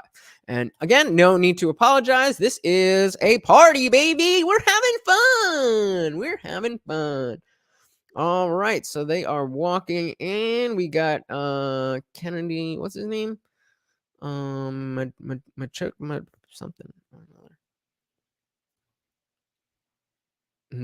Zachuki? I don't fucking know. Come on, what am I supposed to do with this? All right, gotta take this off. I wish I could just show the fight. Like that would really be will go the distance. Ideal. Let's get to the tail of the tape for this light heavyweight matchup between Carl Robertson and Kennedy Zachuku. Robertson, 1 year old, 31 years old. We highlight the height of Kennedy Zachuku, 4 inches taller than Robertson. Also, their reach, giant at 83 inches. That is a 9-inch advantage for the native of Nigeria. Here's Joe Martinez. And now, fight fans, we are set to go with the next fight, 3 rounds. This in the UFC light heavyweight division. Introducing to you first, fighting out of the blue corner, a kickboxer standing 6 feet 1 inch tall, weighing in officially 202 and 1/2 pounds. In 14 fights, his record stands at 9 victories with 5 defeats. Fighting out of Neptune, New Jersey, here is Hey, NJ. All right, I know who I'm rooting for. And across the octagon, I know who I'm rooting for. he's a wrestler standing 6 feet. Not a gamer. No, I would like to get into some type of gaming. Maybe start another channel with that. But I don't even have a console right now. I would love to. I've been waiting for. When I was growing up, I was never allowed. Like my parents, I have immigrant parents, and we had money. My dad's a doctor, but my parents didn't want to spoil me. So we were never allowed to get a console until the next console had come out, and so the price had gone down. So after Super Nintendo, I couldn't get an. Oof, that was a nut shot. After Super Nintendo, I couldn't get like a Nintendo 64 until the next, until GameCube came out. I couldn't get a PlayStation 2 until PlayStation 3 came out. So I've always been a little bit behind there. Obviously, I'd go to friends' houses and stuff. Oh, sorry. So the count on the clock, I'm in round 1. We're 440, 39, 38, 37, 36, 435 of round 1. Yeah, right. This was I spent money on this PC or this laptop knowing that I was going to be doing video streaming and stuff. I think it was like $600, but not close to 10K. Hey, we got Bruce Bob Trotter in the building. What's going on, buddy? Good to see you. It says Jessica Rose Clark should become a ring girl now because she cannot win fights, but she's hot and has a rack. Well said. Well said. The face, the nose of your opponent. Yeah, right. Oh wait, sorry. Use the head as like a third arm. What did I miss? Yeah, Dana's coming out. Control. There's a good takedown with authority. You see the right arm of Zachuku round the back trying to. Bisping trying to say this dude's name. Oh, we got it, Jamie Dean in the building. What's going on, brother, sister, whatever? Glad to have you here because I've held my Bloody Mary for your stream. Well, cheers. Oh, Njuku, I can't say his name. Zachukwu has never had a win by submission. Zenjuku. Wow, could this be his first? Robertson He's got the arm under. Take the back. He's squeezing, but he doesn't have a good position. And Roberson's out of there. Jimmy Dean thinks he should be a ring girl. I don't know about that. Bruce said there should be a transition from hot women on losing streaks into ring girl system. That's not a bad idea. Like a smooth funnel delivery system to keep them on the UFC payroll. You feel me? I feel you. Indeed, I do. Hot dog person. I need you guys to help me in the fight to get back Jimmy Dean and not Jamie Dean, because I don't know what a Jamie Dean sausage is. That's not a thing. If you're going to be a troll, then you got to be a legitimate troll and be the sausage.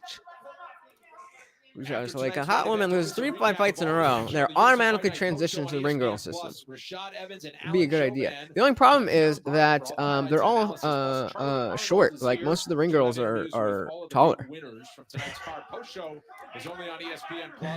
So this is precisely why.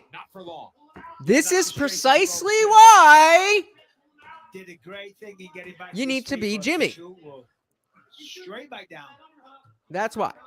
And it was Robertson who because people don't get it. Early in the first Jamie round. Dean is not a thing. Says, I'll play in close all you Beastie, want. thank you for demonstrating my point exactly as I wanted to. He used to be called Jimmy Dean, and he has the Jimmy Dean sausage thing, and he'd make a bunch of hot dog and sausage jokes. That's a good troll. And then one day he just decided, nah. That's the number one thing in these situations. I agree with you, Bruce. But the whole model thing is based on proportions. So they can be short, but they would have to have the proportions of a tall girl. And especially sitting next to the other ring girls, they want to have uniformity there. They're not pretty. Still, then they wouldn't qualify for the ring girl delivery system. Well, Brooklyn's up there. She's not much of a looker. Yep. Welcome to the party, Beastie. Welcome to the party. They have just been riding the fence this entire round. Now he's going to turn back in. And Mr. Kennedy here, I can't pronounce his last name, has been dominating as far as I can see. There it is. So again, I would give this a I would give this 10-8 for Kennedy. Second round coming up. Because he won. An argument could be made the other way, but I disagree with that argument. Wasn't super clear, wasn't super dominant. So that would be 10-8. So now he goes into the second round 2 points up instead of 1 point up. Yeah, they could just use the sign to cover their face. You can help who you are. Misha's the next one. Oh, poor Misha. She was who was she scheduled to fight last week? She was scheduled to fight somebody last week, and that fight fell out. And I think she was gonna win that one. Lauren. Who's Lauren? And the show-stopping action isn't confined to the court. So be more than a witness to the spectacular. 5'8". 5'8". I mean, she was the tallest. Do you want the tallest or the hottest? Because she wasn't the hottest, but she was the tallest. I'm 5'4", and she was 5'8". And it was hilarious because she was on top of me, and we're doing our thing, and we're trying to make out. Oh, Roberson's coming out swinging. But she was on top of me. We were trying to hook up, but like when she was on top of me, her face was up here, so she had to like contort her body to find my face. Oh, and Kennedy comes right back down. Again. Straight back down 30 seconds into the round. Okay, so everybody's saying 10-9. So we all agree that Kennedy won. So if we all agree, then why? Get in and out. Exactly. Bang, bang, bang. Get out again. You can't stay. in Yeah, this I agree. close range where Oh, they are Zachuku's fighting gonna next week? grab a hold of you and Nice. look to put you down. And yeah, I agree. If Misha loses, it's time to retire. Even though Lauren Murphy is, I think she's number 1 or number 2, but And you see there, safe side. that's just because of how few people 2 feet away. there are. Casually. It's just not. Nice and calm. She's just not top tier when it comes to skills. Am I the same height? Exactly, Jamie Dean. Perfect motorboat height. Am I the same height laying down? Maybe. You gotta. That's for the Patreon. I don't have a Patreon yet, so that's for the Discord. So make sure you hit the Discord. Robinson's going to have some more wrinkles on his face at the end of this one. They were nice shots on the little short rabbit punches, but Still just this grinding, grappling on the fence. And for Zachuku, he won 3 of his first 4 in the UFC, and the only one he lost was when he got caught by Paul Craig, who obviously has risen the ranks. Paul Craig. Well done. Nice bit of Scottish there. I mean, how do you feel about Scotland? Isn't Northern England and Scotland, they're kind of rivals, right? Not at all. No? They're part of the UK. I'm not going to read that out loud, but Indeed. That's right. The motherland. you already know. And Zachuku now softening up the body here of Robertson as he has. Yeah, guys, we really appreciate, help this in the algorithm if you give that a like. And if you really care, I know you guys have other UFC fan friends. Just like, yo, what are you watching? Where are you watching at? Check this out. Bring him to the party. It is a party. Let's have fun. Cut that out. Give your back up. Cut that arm too and give up your back to get up. Why do you want mud in the ring? If there were lady fighters. That's what James is saying there, essentially, because typically you never want to give up your back. But the position he was in there. What's it? Oh, no. No. If you mean trans, then no. I have not banged a trans girl. No. The position. Robinson here, though, I mean, the biggest thing right now for him is. What do you want, Morty? Go lay down. A dominant performance. Where's your bed? I bought you a bed just for down here. The problem is for Robinson is that he gives up on himself. You just want to stand there and stare at me instead. I'm trying to watch the fights, and I've got people on the internet that are watching this. So when you do this, you're interrupting the show. Not only am I not talking to them, I can't read their comments, and I'm supposed to be commenting on the fight that's happening right now. But you're not letting me do that. You understand? So why don't you go lay down? Go lay down. Go lay down. This motherfucker.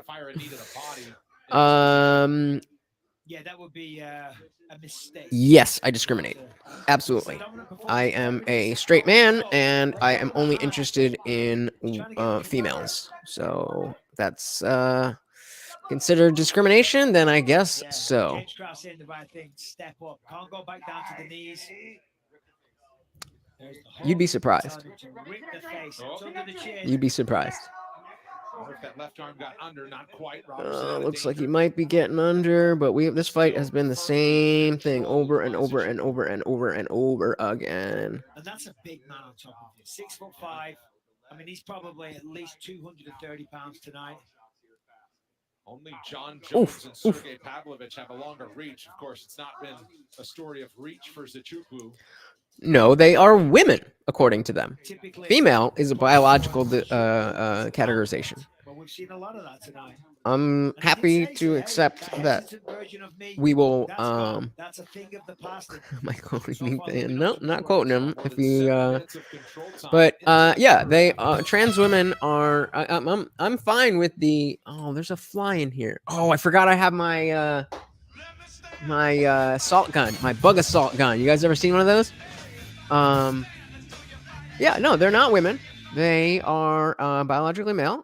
Or they're not females. They can be women, but they I don't necessarily agree with that whole thing, but I'm far from caring enough to say no, you can't be a woman. But if you want to separate gender and sex, fine, but you are not a male. Thanks, bro. All right, before we start the next round, I'm gonna grab my bug assault gun. Give me 1 sec. I'll put this on for you. 2 seconds. 6 October. 6 October, we're gonna see. You cornered. He's in his thing. He can't chase him around like that. Like he can get worms, but flies, he could barely get the worms, to be honest with you. He's not a very bright or accurate lizard. A friend of mine who had nothing got to do with it, and another Islam, a Chechen man who had nothing got to do with anything, slapped him and abused him on foreign soil. Your own people, you little rat. It's like me going over Okay, you talk with him. You talk with him. and seeing an Irish man over in England, let's say, and he would, what are you talking about with numbers? Okay. You were surrounded by about 40 of your teammates. Many of them hooded. Many of them had the hoods up. They had to be chased out of the hotel. You can ask him. Why you don't ask him? Okay, why you don't ask him? Whatever, kid. I couldn't give a bollocks. When the person you were looking for showed up, you took your shit on the back of a bus. So shut your fucking mouth. Okay, but why you don't ask your friend? Hey, when someone gives you a slap, you have to give him back. What happened? If we guys, that's what he should have done. No. Stitch you alone. Listen. Doesn't matter. That doesn't matter. 10 people. All good. Two guys. If someone slaps you, it's you not have got to to give do him with him. It's not got to do with This is your own teammates. It's got to do with me and you. It's got to do with me and you, kid. It's got to do with me and you. This guy have to give you answer. Why? You have to ask him. Okay. Let's have a knock, if my friend you're afraid of ever eats slap, I'm gonna ask him. Hey, why you don't give him back? You have to fight. If you lose, we're gonna come. What's wrong with it? What's wrong with your team? Everybody eat same night. One night everybody eat slap. And next day, like when we have to go to press conference, you have to come to me. He say, hey, you can go with only one guy. You can go with only one guy. Okay, I'm gonna go, but I don't expect 10 people, 40 people, 30 people gonna come. If they come all week. Oh yeah, it's time to get rid of some flies. I don't know where he went, but when he comes back, I'm ready. I'm strapped. You guys ever seen those? The assault guns. Unable to play video. No. Sorry, I'll get back to the comments in just a second. My thing's not working.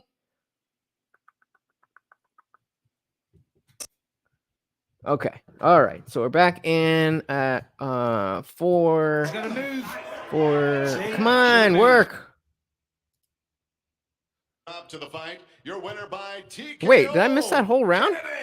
African Sevens. Or was that the third round?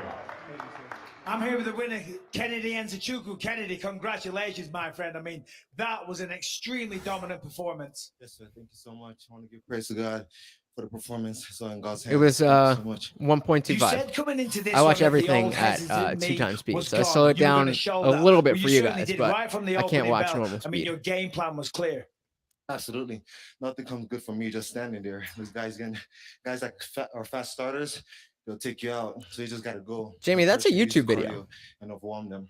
And on top of that, you showed. Yeah, I did. I didn't realize that I'd been behind. So I went upstairs in between rounds. But when I came back, I didn't realize that Charles Bird and Zumar. The round had started. Simon at home, and they helped me. They pushed me. So my team I'm watching the replay now, thank them so much. I'm also listening. Certainly one of the best teams. It looked like you were trying to go for the rear naked choke. Well, you were constantly, but then of course in the third round near the end, you just like screw this. Of course, it's a boring fight the whole way through, and I get up for 2 seconds. I was kind of hesitant, thinking, what else is my next move from there? But coach was like, elbows. I just went with elbows. Well, you went with elbows for a good reason. Congratulations, my friend. Decent on the mic, not great. So Bruce Bob Trotter says, bro, if you shave that beard, you could pick up some straight dudes, I bet. I know I could. You can be a pretty Indian woman. Thank you, I guess. And yeah, assault pew pew. Exactly. So who do we have up next? We have got Garrett Armfield here versus David Onama. Get those in the thing. Anybody? Oh, come on. Anybody got any? I'm not familiar with either gentleman. So yeah, if I'm, oh, is he walking out already? Gang. All right, word. Oh, I thought he was walking out already. Yeah, if if you hear me talking and I'm obviously not synced up with the live stream, sometimes because I'm doing a bunch of things, it'll like, I don't know, just get delayed and it'll pause for a second. Let me know. Let me be talking about, oh, this happened and then that happened. Like, dude, that was half a round ago. What are you talking about? Well, I didn't know that.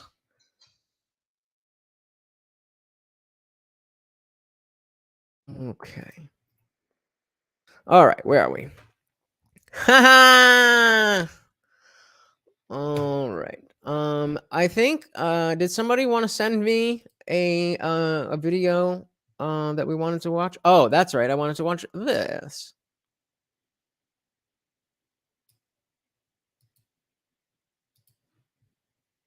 Oh no. Oh god damn it. Give me 1 sec. Yeah, I'll just pull that back up. History. Boom. Okay. All right. Okay. Okay. All right. Okay. Yeah, so we got after, so right now coming up is these guys, and then it will be the Shevchenko fight. Where were we? Okay. All right. Okay, we're back in action.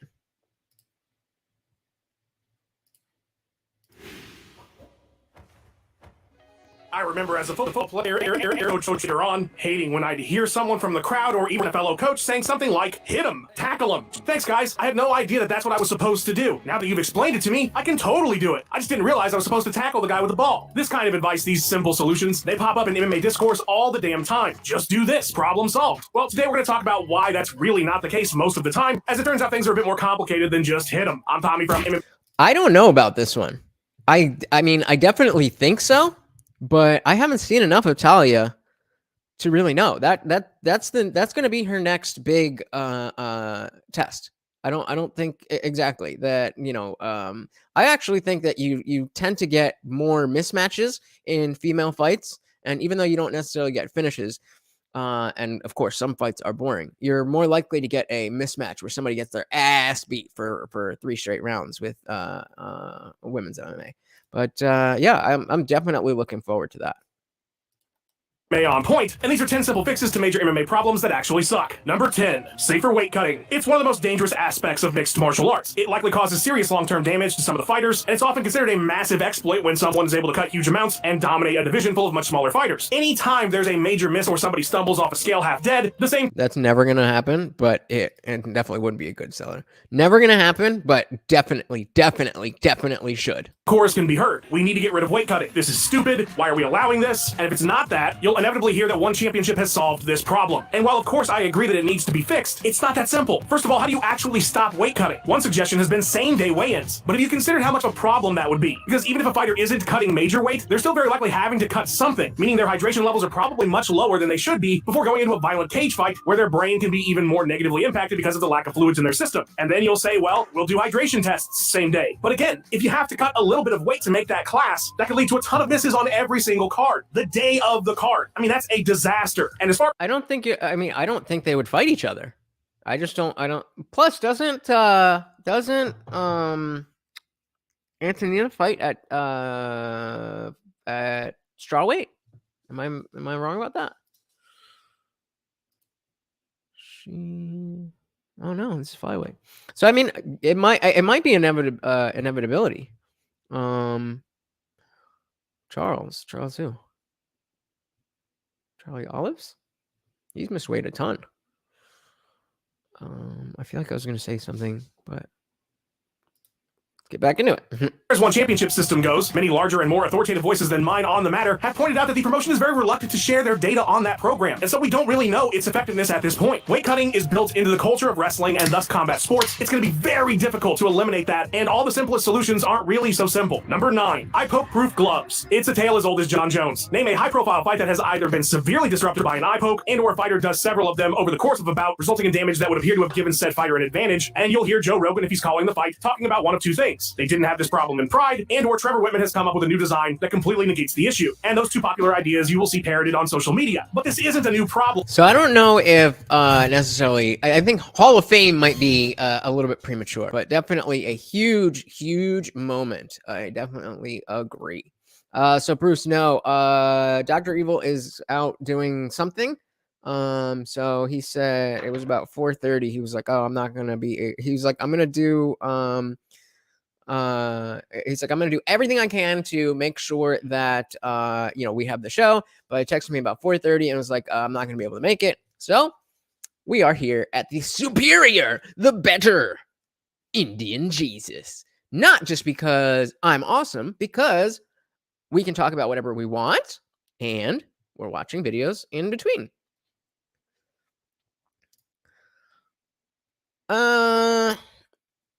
Again, I say premature. And these aren't new solutions. As far back as over a decade ago, White has been on the record about the UFC looking into new glove designs. Hold on, let me make sure we're just... Good. Gloves were even brought to White & Company to look at, a design that apparently everybody was very impressed by, as it curves the fingers inward but isn't too limiting on grappling, which of course is a major concern. And it said that these gloves might also help prevent handbrakes. The problem came after the meeting. The truth is, this is never going to change if the UFC doesn't change, and as a brand, those gloves, the UFC glove, that's a major part of their identity. So in order to change that to something new, Whitman explained that the promotion's legal representation wanted to own the patent, a sticking point that they apparently could not come to terms on. Then there's the matter of the commissions, who would all have to approve of this new glove across the board in any location the UFC fought. And while it's true that the UFC presenting a glove for competition would go a long way to sway Nevada and others, if you've ever seen any equipment changes or modifications brought up at a commission hearing in the past, it's not exactly an easy process to convince them. And that's not even to mention that we haven't seen these gloves tested on a large scale and don't know what issues would arise during live fights at the highest level. I'm not saying there isn't a solution. I'm saying this whole process is a lot more involved than let's just use the good gloves. Number 8, truly unified rules. This is never ever going to happen. Not anymore. Now that there's a rift, that there's issues about what a downed opponent is, and a few other minor changes, that's it. We will never have truly unified rules ever again. In fact, they're only going to get further from each other until we break off into new sports like the Great Schism of the Church in 1054. I'm maybe being a little bit dramatic there. But the point is, all of these separate sanctioning bodies would have to agree to the exact same guidelines all across the board to get the rules all back to the same. And good luck getting that to happen. How could it even happen? They're not all meeting together. Sure, there might be representatives at the ABC, but that's not the same. The states aren't having these dialogues together. They have their own bodies. And so the inevitable idea of a federal or national commission does come up in this conversation. But how does that work? Are we saying that the federal government would need to do something like the Ali Act? Even that didn't mandate a federal association, but suggested a centralized entity. The ABC is a not-for-profit that formed on its own. It's not a U.S. government organization. So getting a centralized body together that would supersede the rulings of each individual state's commissions would not be easy. And that's the kind of authority that would be needed to unify the rules again, meaning the simple solution to this problem is probably never coming, and it's not all that simple. Number 7, better matchmaking. Whenever Conor McGregor comes off a 4-year hiatus and ends up competing for a title, or the UFC just makes up a belt, be it an interim one or a themed championship, only for a champion or top contender to get screwed over in some way, we all say the same thing. Well, that's bullshit. They just made that title because they needed something to sell this pay-per-view, and how the hell does that guy deserve that fight? This should be fairer. This should be better. The UFC shouldn't just be able to make whatever fights they want on a whim. What good are the official rankings if they don't use them? Which is all true and all fine, but what is the actual solution? The Ali Act in boxing essentially forced So we are getting back into this one. See, where was y'all saying, hey, the fight's on? First assignment for the veteran referee. All right. Okay, so we got David Onama versus Garrett and only fighter native of Armfield, Uganda, who made it to the UFC. Did so in 2021. Beginning. Scored a huge knockout victory over Gabriel Benitez in his last appearance right here at the Apex in February. So we're at 455, 54, 53, 52, 51, 450 of the first round. In the octagon for his UFC debut this afternoon. Would you like to keep a few goats, Brendan? I don't have any goats. No goats. I am a goat, so I yes, leave it there. You know what I mean? Come on, high five. What's up, Sean Shelby? High five. Oh, high five. Geez, My leave bad. me hanging. Leave Not a me goat hanging. for that. Armfield, though, lives and trains down in Florida at the newly branded Kill Cliff FC. You may know it as Sanford MMA, rebranded recently. Back and forth. I did not know that. Armfield puts him on the cage. This is really good for Armfield. Of course, you want to close the distance and then explode. Ooh, Onama spins it around. Looking for the trip. Gets him down on his back. Can he lock it? One hook in.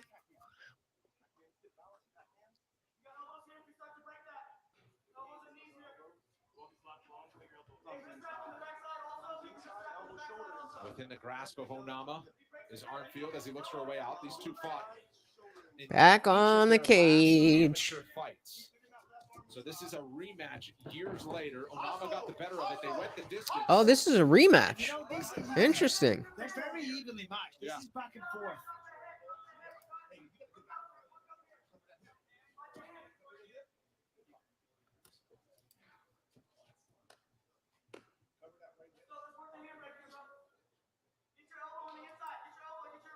Takashi Sato with a call out to his roommate Garrett Armfield. All right. Oh. Beautifully rolled out. So, that was weird. Armfield just got some kind of takedown, but Onama had, it looks like he had a Kimura grip, and he didn't let go. He still got the arm. Oh, now he's out of it. That's really nice work by Garrett Armfield. A lot of back and forth. Armfield and Onama's guard. Ultimately, at the end of it, he's the one with top position. So let's try to do this. Let's say if we implement the IndianJesus rules of MMA. It's the same exact criteria, but you can go 10-5 all the way up to 10-10 if it's a draw. So you've got a 5-point differential. And let's see how we each score this. And for the ones that go to decision, I bet you that even if we disagree, that we end up, we disagree on the points per round. I bet you we end up picking the same winner of the fight more often than the judges. So like now I see a lot going on, but Onama was very active on the ground, but Armfield's really kind of pulling away with the striking right now.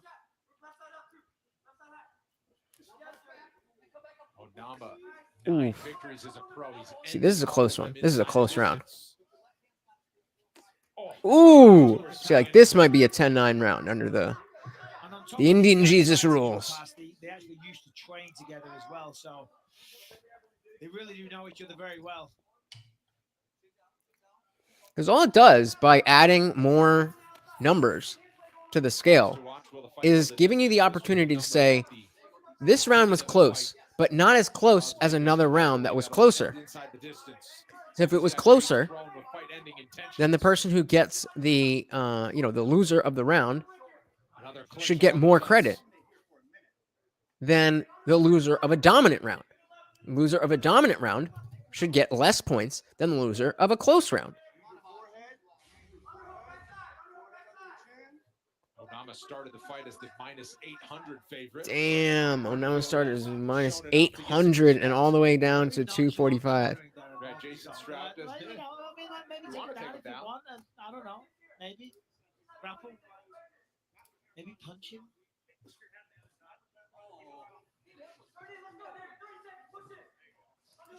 It's a lot of energy, though.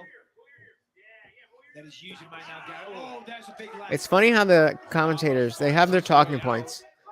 It's like, if it gets boring on the cage, this is very, it's very tiring. It takes out so much of his cardio. We'll see if, he can keep this up, all that kind of stuff. They say the same exact shit. Oh, he's smiling. Onama's smiling. All right. Interesting. So, based on 10-5, all the way down to 10-5, what do you score that round?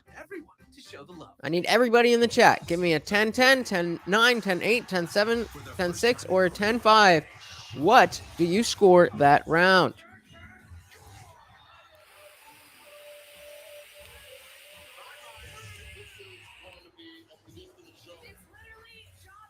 Nobody knows how to score a round. Come on. You know what you were watching.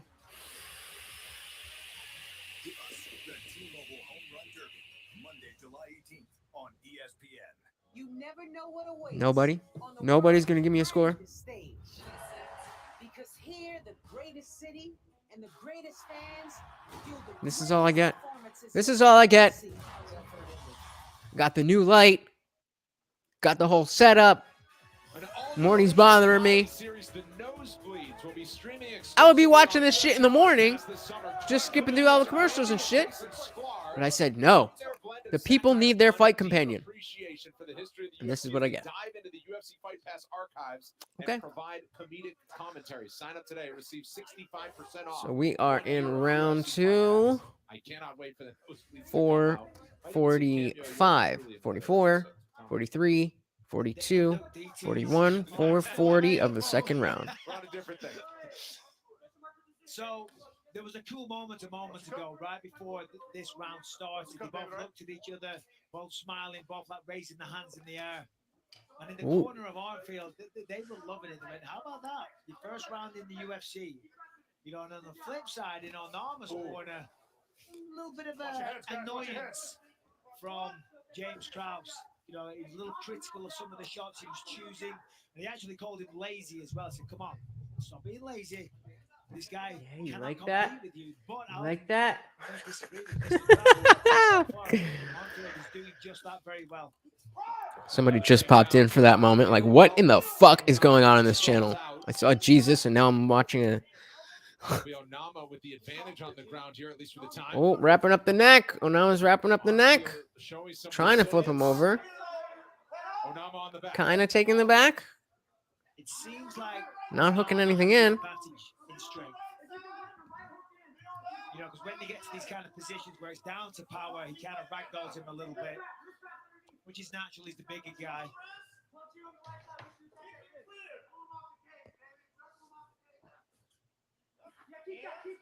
And Onama, full training camp for this outing. They figured to have the better gas tank the further this fight goes.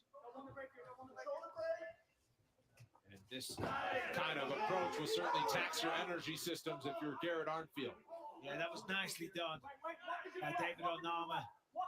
And this is the first time we've seen Arnfield kind of really pinned down, but already trying to work back to his feet. Ooh, steps over, takes the back. Good position. Got a wrist under control. Got a hook. Does he have two? Two hooks are... Both hooks are in. Flattens him out. Flips him over. Takes the back.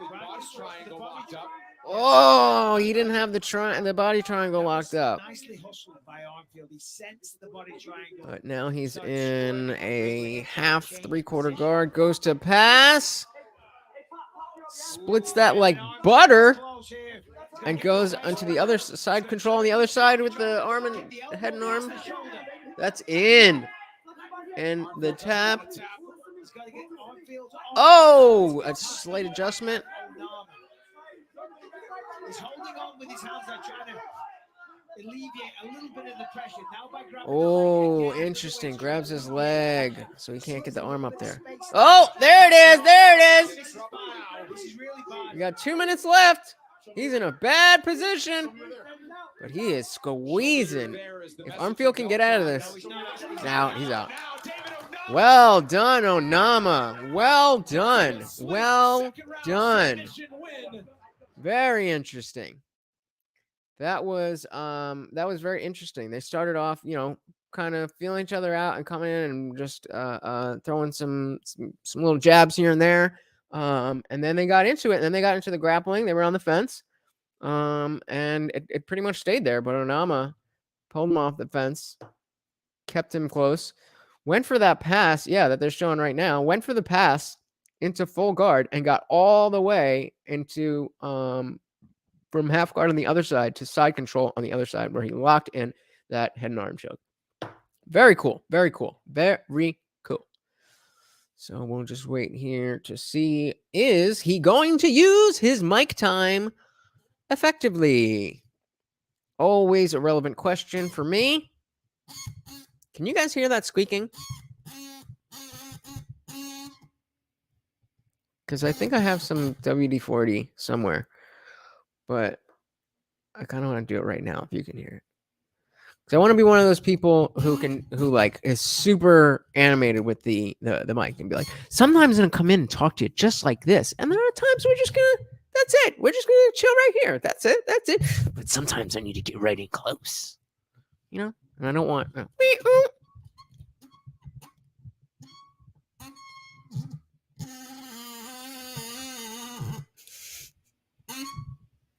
All right. Tough break for Armfield. It is rough. That is rough. So let's do this and that. Oh, look. Yes, it does. Indeed, it does. When I go, there's at some point I'm gonna have to walk the dog, and when I do that, I'll get up and I won't leave you guys. Not even for that. Not even for my ride or die 13-year-old dog will I leave you guys. I'm gonna bring you with me because I'm gangster like that, and I love you that much. All right, the official decision. Gentlemen, the end comes officially 3 minutes, 13 seconds. Round number 2. Technical submission by arm triangle for your winner, David Onama. I'm here with David Onama. David, congratulations. Great performance. All right. For people that don't know, this was a rematch from when you fought as That's an right. amateurs. That's right. Yep, a rematch. So let's see. Can you? Hey, first of all, I want to give a big shout out to Stake.com, best place to bet, and shout out to my guy Skinny Best on IG. All right, now back to the question and the fight. Did anything surprise you from the last time that you fought to this time? And considering that he took it on Tuesday.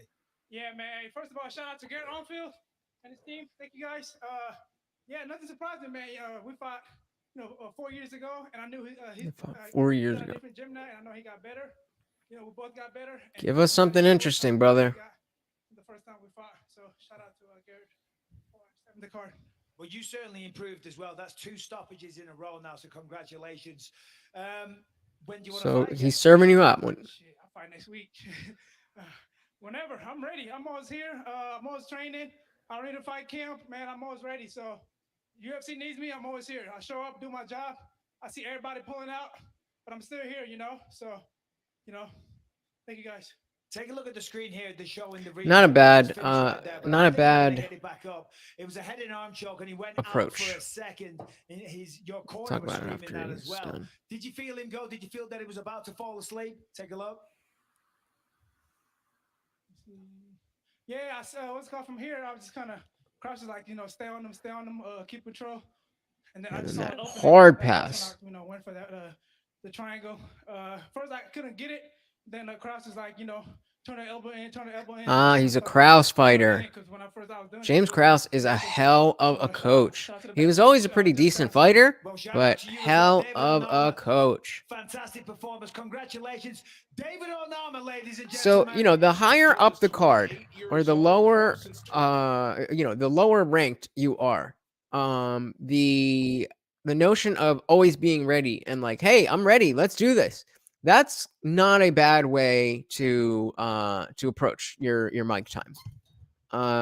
You have to do something, and you're likely not just by virtue of the fact that there's 10 other fights about to happen. You're likely not going to say anything that's going to make headlines that far up the card. But people are watching. Dana's listening. So you do something. Give your, advertise yourself. And so, I would have liked, if he's going to say, oh, there's the fly. If I can see him, I'm going to bust out my pew pew. But if you can say something that gives either the fans and or Dana a reason to want to put you in next week, that's much better than saying, I'm ready, just, whatever. It's not as, it doesn't have as much, effect. It doesn't have as much, well,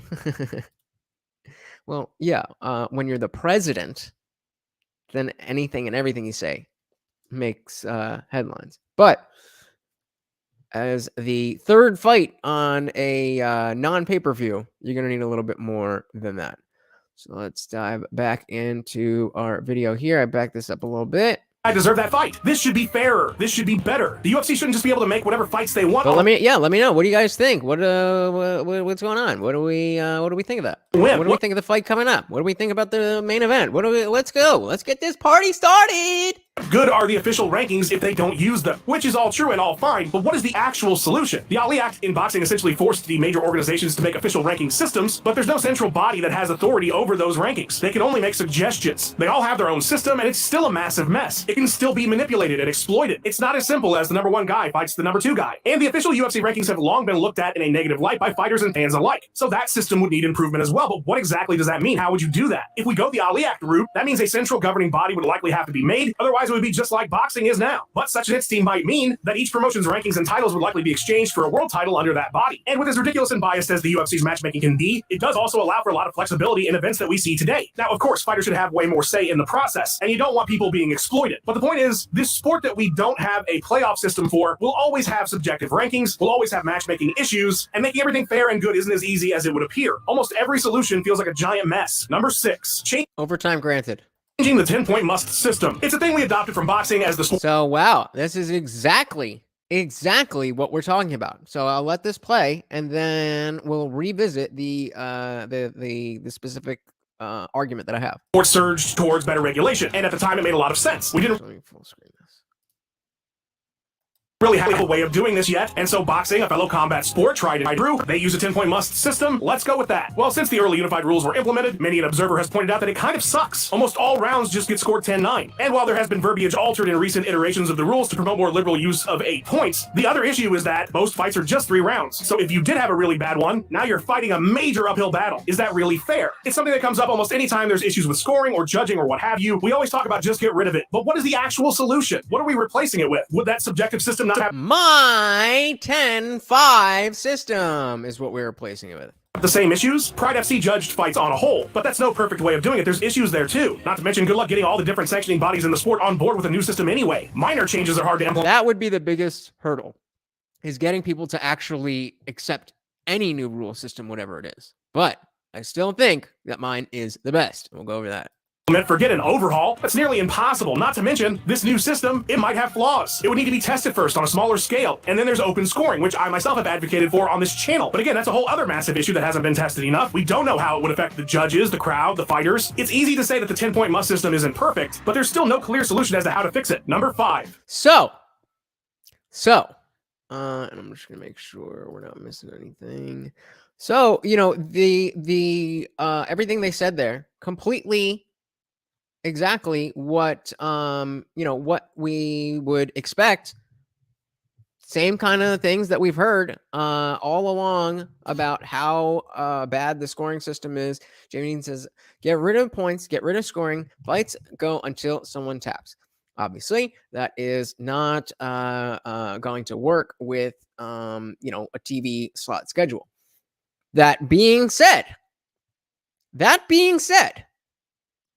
given that all of this is now happening online, and that it's a rarity for any of these fights to even be on the ESPN TV channel, I think that if we did want to, I don't think, you know, there's plenty of other reasons why we don't want to do this.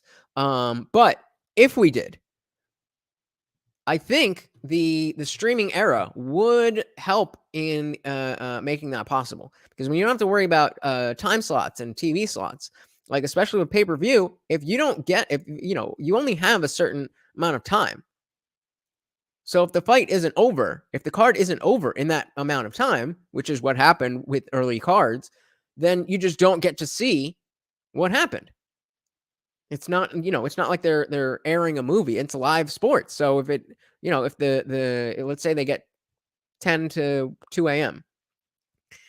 If the fights go past 2 a.m., whatever happens after 2 a.m., you don't get that on TV. So it wouldn't work for that. But you know, I think the real solution is using the same system that we have, the same criteria, and all we're changing is the numbers. All we're changing is how we use the numbers. We're not even changing the numbers. So the winner gets 10 points, and then the loser gets anywhere from 10 to 5 points. That way we can broaden the differential. And just like we said, somebody who wins a dominant round and then loses slightly in the second round, it doesn't make sense for the fight to be even going into the third. why even have the first 2 rounds then? Why not just fight 1 round?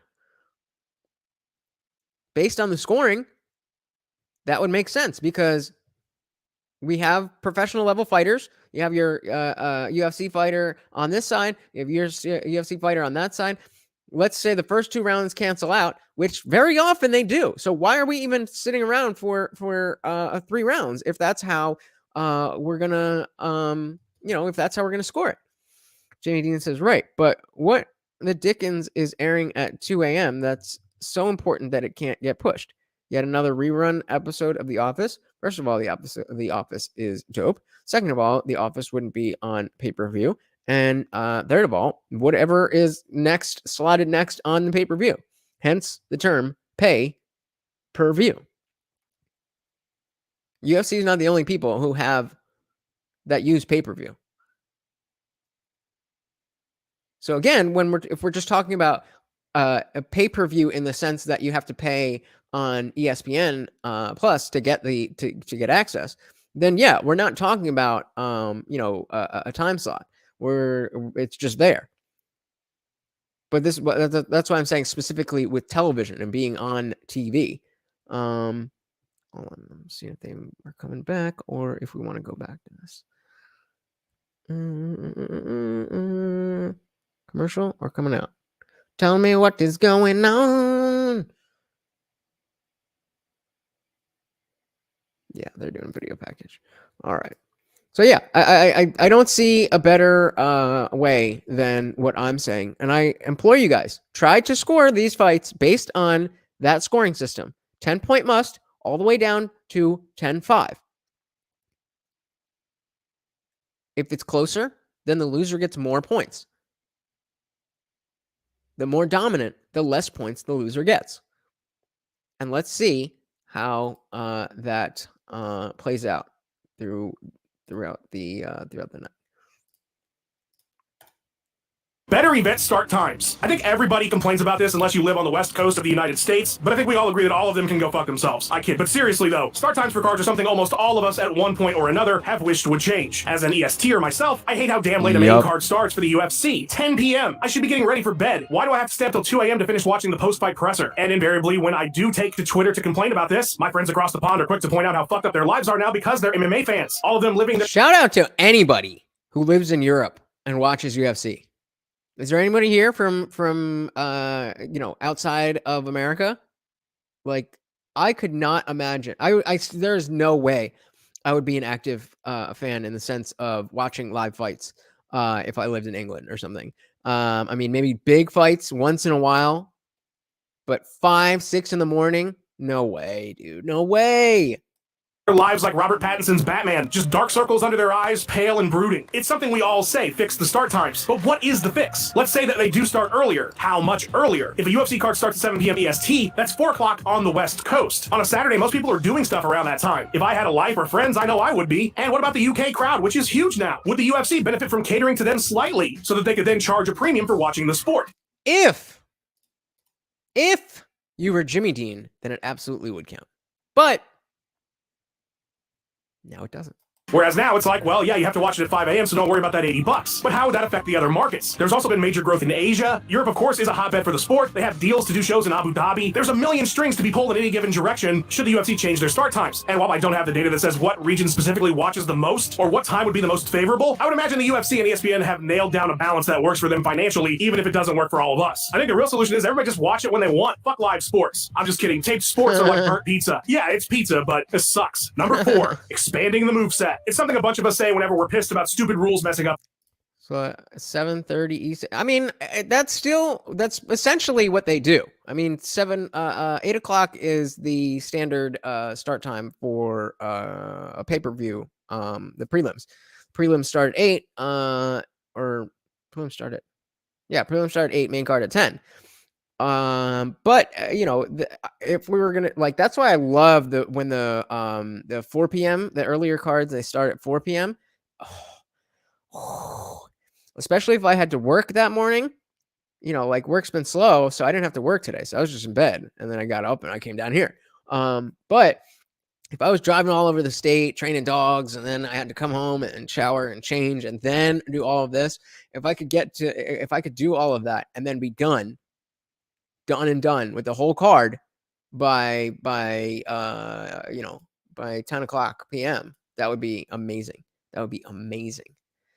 But I mean, another part of it is the fact that the cards are so goddamn long. It's 7-8 hours per card. Why? I don't understand why they don't just charge more for advertising and advertise less. Like I was saying earlier, only 1/3 of the entire runtime of the card is actual fighting. So get rid of some of the bullshit. Get it down to 4 hours. 4 hours, and it's go, go, go, go, go. And of course, because everything is happening, people aren't walking away. People aren't watching videos in between. So people are actually watching the advertisements and video packages, so you can charge more for them. So Jamie Dean says, Bruce, of course I don't have a girlfriend. Do you think I would have this much time to spend with you fuckers if I had a girlfriend? Jamie Dean says, okay, so do the main card first. Then everyone can leave. ESPN has their money already, so why do they care if anyone stays till the end? It doesn't not make sense. But obviously that doesn't help them build their stars. They need you to watch the prelims so that when the Conor McGregors of the sport retire, then they have somebody else there to replace them. But I would certainly, oh my God, I would love that if even if even if they were starting at 7:30, if they were going right into the main card, that'd be dope. That would be dope. No, not gonna play for me. Thanks. Fights. They should just let them do knees to downed opponents. It's too complicated. 12-6 elbows. They thought of this because of board-breaking nonsense. Why is it still part of the rules? Pride had soccer kicks. Why can't we? Well, like all the topics on our list today, it's super easy to just say allow this stuff without considering how difficult that would actually be to implement. First, as we've discussed with the unified rules, good luck getting everybody on board for any of that stuff. Even if you did get a body's major attitude. Guys, I would super appreciate if you could get me to 10 likes. I don't think that's too much to ask. If you haven't, please hit that like button. Thank you. To agree to expanding these moves back into the sport, there would be so many commissions that were just not okay with it. So you didn't really solve the problem. You only made things more complicated. See, where are you guys? Have to remember in what state they're allowed to punch somebody in the face mid-fight when they're just running on training and instinct. I need y'all to make sure I'm not missing this shit. I'm giving you entertainment in between, but I might miss a little. All right. So we are at 4:35, 34, 33, 32, 31. 4:30 of the first round. Antonina Shevchenko versus Courtney Casey. All there on the striking for Shevchenko. Look out if she gets you in the tie clinch and fires those knees to the body. Oh, and of course, Courtney Casey, as gritty as it gets. Like, do me a favor. When they're walking out, let me know. In the next fight. Or in subsequent fights. Similar styles, but they both like to fight kind of at this range. For Courtney, though, she did mention takedowns. And thanks, Bruce. Suggest to be a part of her game plan. There's Valentina. Hey! She's like a dying seal.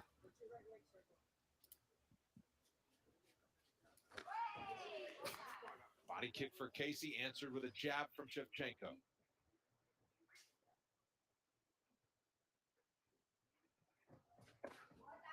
Every one of Shevchenko's strikes will come with a soundtrack for Valentina in the corner. Well, it had its own soundtrack as well. You know, that kick to the liver connected, made a nice sound. And this is one of the advantages as well that Antonina has, is she's fighting out of southpaw. And whilst Courtney Casey... Nope, I'm chilling. I'm good. I am not looking for that kind of drama in my life right now. I am working on getting my money up. Eventually got to get into the gym, get my shit up. Not making any effort at all. I am thoroughly enjoying the simplicity of my life. And that's it. So there's a lot going on. That's it. I implore you to decide if that's maybe something that you would want to do. Are you attracting the type of girls that you want to attract? Are you the type of dude that the girls that you want actually want? If not, then take a step back, figure your shit out, get on top of whatever you need to do, and then get back out there. The world's premier combat sports streaming service will offer more than 200 live events. I'm sure about every day, but you know, 25 MMA Pamela works just fine. around the globe. Step into our world, the world of global combat sports with UFC Fight Pass. Download the UFC app today and start streaming.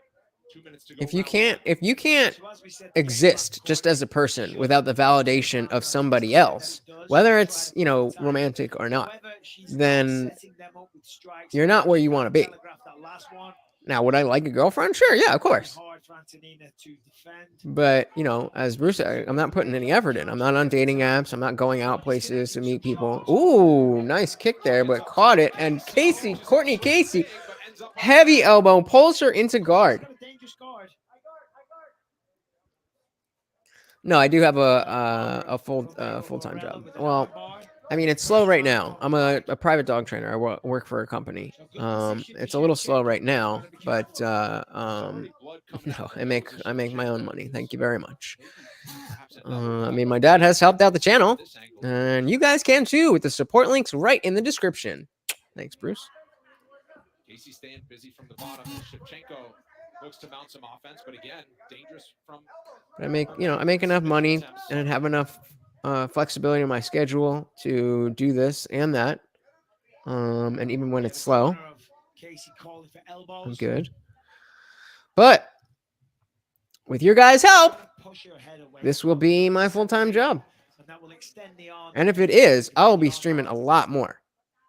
Like, this is what I'm doing while I'm working. If I could do this full-time, I'll show up every day on time. Bruce is fucking on one tonight. Jesus Christ, bro. Yeah, they do, but that's some beta shit. That's some beta shit. My height is not the reason why I'm not getting laid. I can guarantee you that. Shevchenko back to her feet. Wearing some damage after the first 5 minutes. Round number 2 coming up. All right, how do we score that one? That's a tough one.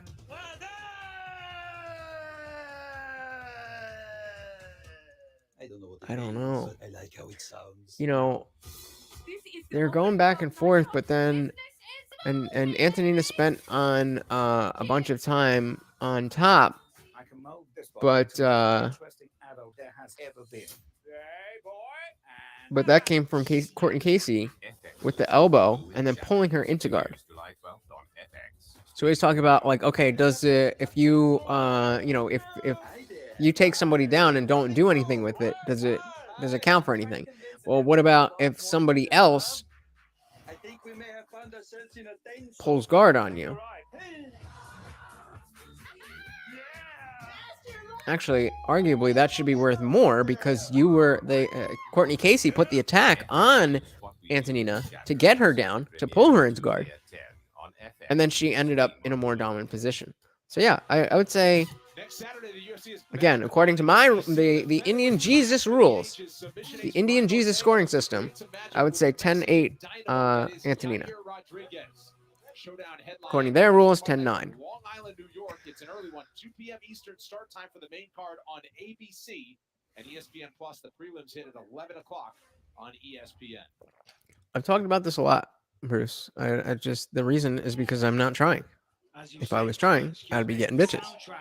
But they're not really the type of women that I am interested in. We get the judges' scorecards. That is why Courtney Casey is in so many close fights. She was on So if you feel like, even though you ain't shit and all you can bag is a bunch of 4s, but you have to do that, then more power to you. But I'm quite comfortable with not banging 4s and just kind of doing my thing. Of course, positions and takedowns come into it, but if you don't work, if you don't make it work for you, then you're gonna lean towards the person actually doing some damage. I'm fucking beautiful. Look at this shit. She's looking for the hook kick repeatedly, Shevchenko. Still my face, of course not. Ladies love my face. There it is again. And Shevchenko going first a little bit more often already in this second round. She can just whip that kick out there. Leg hook kick so well. I mean, you can see the skill that she possesses. And it's interesting because that whole round was based off of Courtney catching one of Antonina's kicks. For the first time in nearly But 4 she years, still, the UFC returns to Dallas, because she ended up in a dominant position, it doesn't matter. She's throwing him out there. Ready to shock the world once again in her rematch with the GOAT Amanda Nunes. Oof. UFC 277 Maybe is like a Saturday, little clash of July heads 30th, there. live and exclusively on ESPN. Nice jab. So Casey doing a good job. Casey's swinging. She's loading up. She's trying to get the takedown, but Shevchenko's aware of it.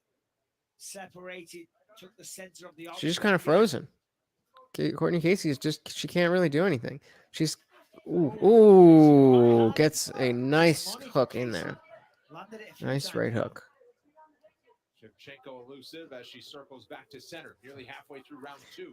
And I was saying, Courtney Casey is commanding the center of the octagon more, but it's not like she is, I wouldn't call it octagon control.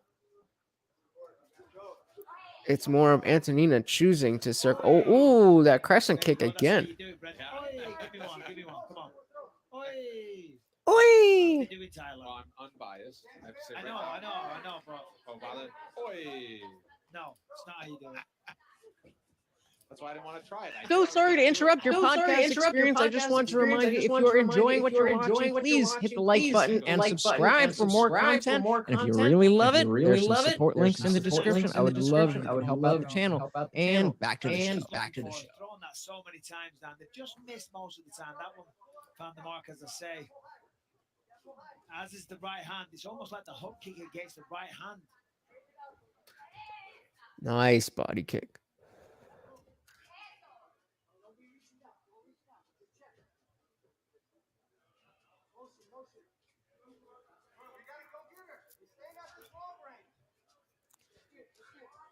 Casey, her corner. She's all legs. She's thrown like 3 punches and then like 50 kicks.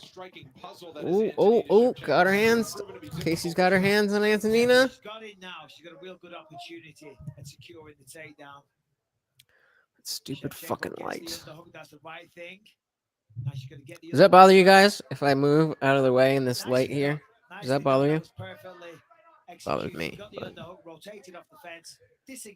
Significant strikes. 18-3 in this round with 1 minute to go.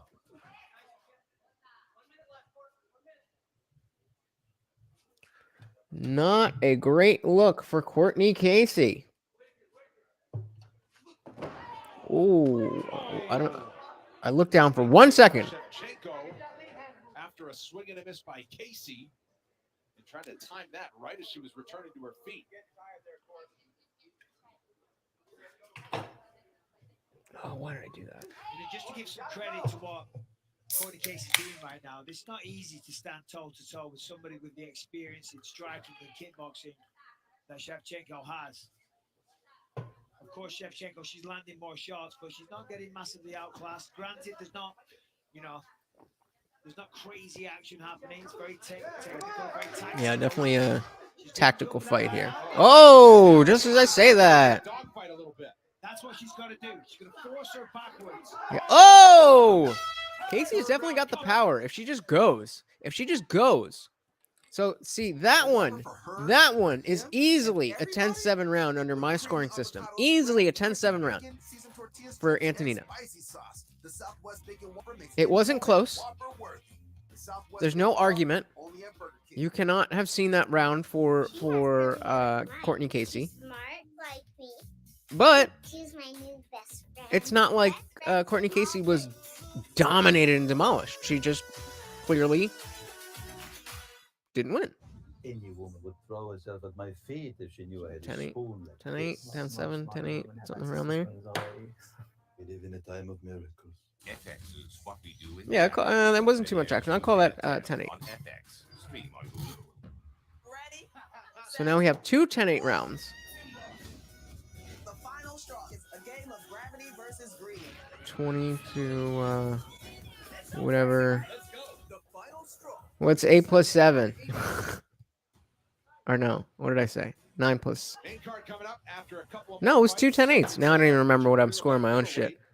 This is why I need you guys. This one as we enter the third and final round. Where you guys at? Until our 6-fight main card, wall to wall on ESPN tonight. Am I by myself? Ooh, again with the kicks. Antonina Shevchenko with the hook kick to start the action, but Courtney Casey found her success by pressing Yeah, the action if she, and throwing punches and bunches at the end of round 2. if Courtney goes in and just tries to get, weather the storm, because Anthony's keeping her on the outside, but if she will take one to give one, she has way more power. That's going to favor Shevchenko all day long. So what Casey needs to do is wait for one of those kicks, and then as she's bringing the leg back, that's when she needs to rush her. Shevchenko times the jab a little bit more. Casey takes one to give one that time.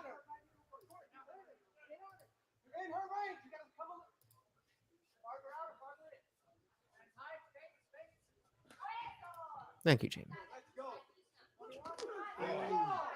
Casey with a hop, skip, and loads up, and Tyone checking for a clash of heads there. He said, "Are you guys okay?" He said, "No, somebody's trying to knock me out." Are you okay? Yeah. Oh, that kick just barely landed. Morty, where are you going? Oh, big shot there. Big swing, and Casey takes advantage of that. No, I need that hand, Bumba. So Casey's in deep. She's got a real opportunity here. Can she finish it, though? Shevchenko doing the right thing. She's got that deep position with the left arm. She's going to get the other hook with the right arm. On the fence. See, at least Casey's gotten inside. She's got her hands on her. This is a dominant position.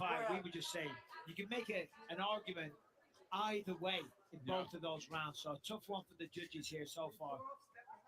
We're told judges look for damage first. Damage. And also, an exclamation point at the end of the round can go a long way. Yes. Which Courtney Casey has done. Well, it's the certainly did in the second round. Oh, there she goes. Takes her down. Damage, duration. I never know who I'm rooting for until the fight is happening. If I know both fighters and I don't love one of them, I would have expected myself to want Antonina to win just because I love Valentina. But apparently I want Casey to win here. And she's doing well. She's doing well.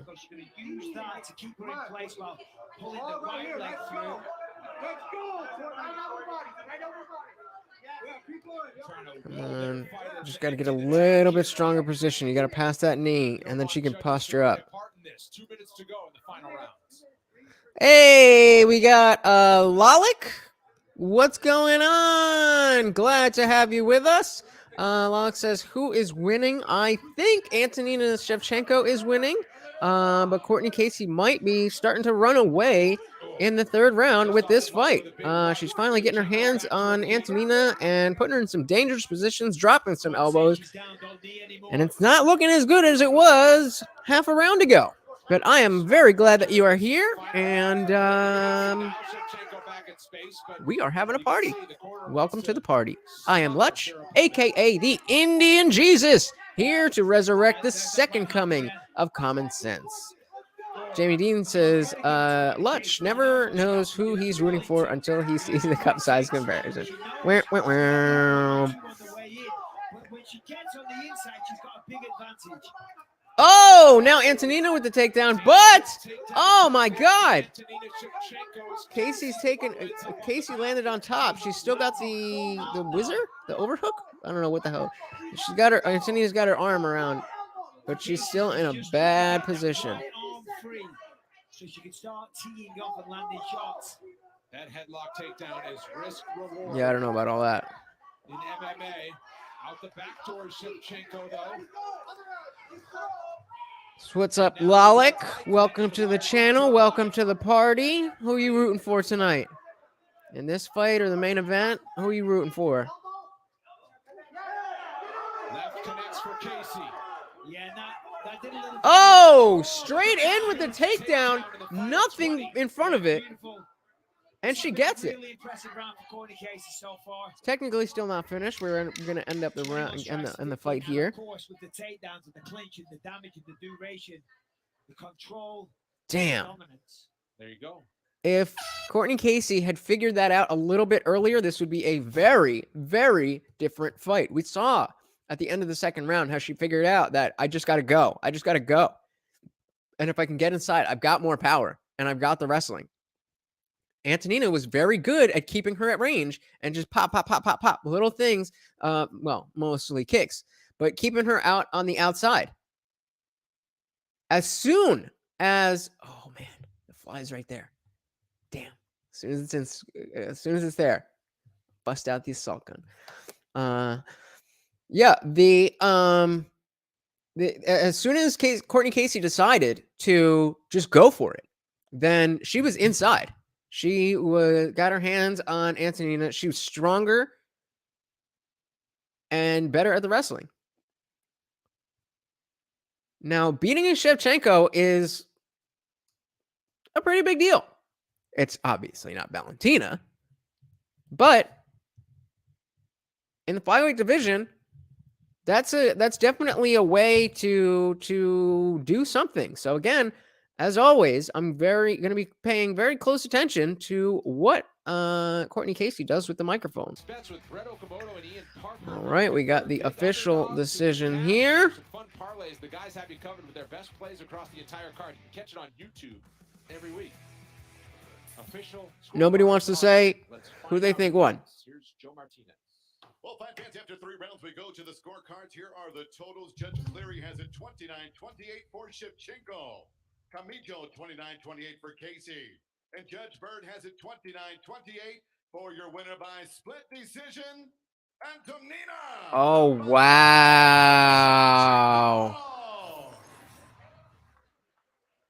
Yeah. I'm here with the winner, Antonina Shevchenko. Antonina, makes sense. Congratulations on winning a very, very close fight. How confident were you that you were going to get your hand raised there?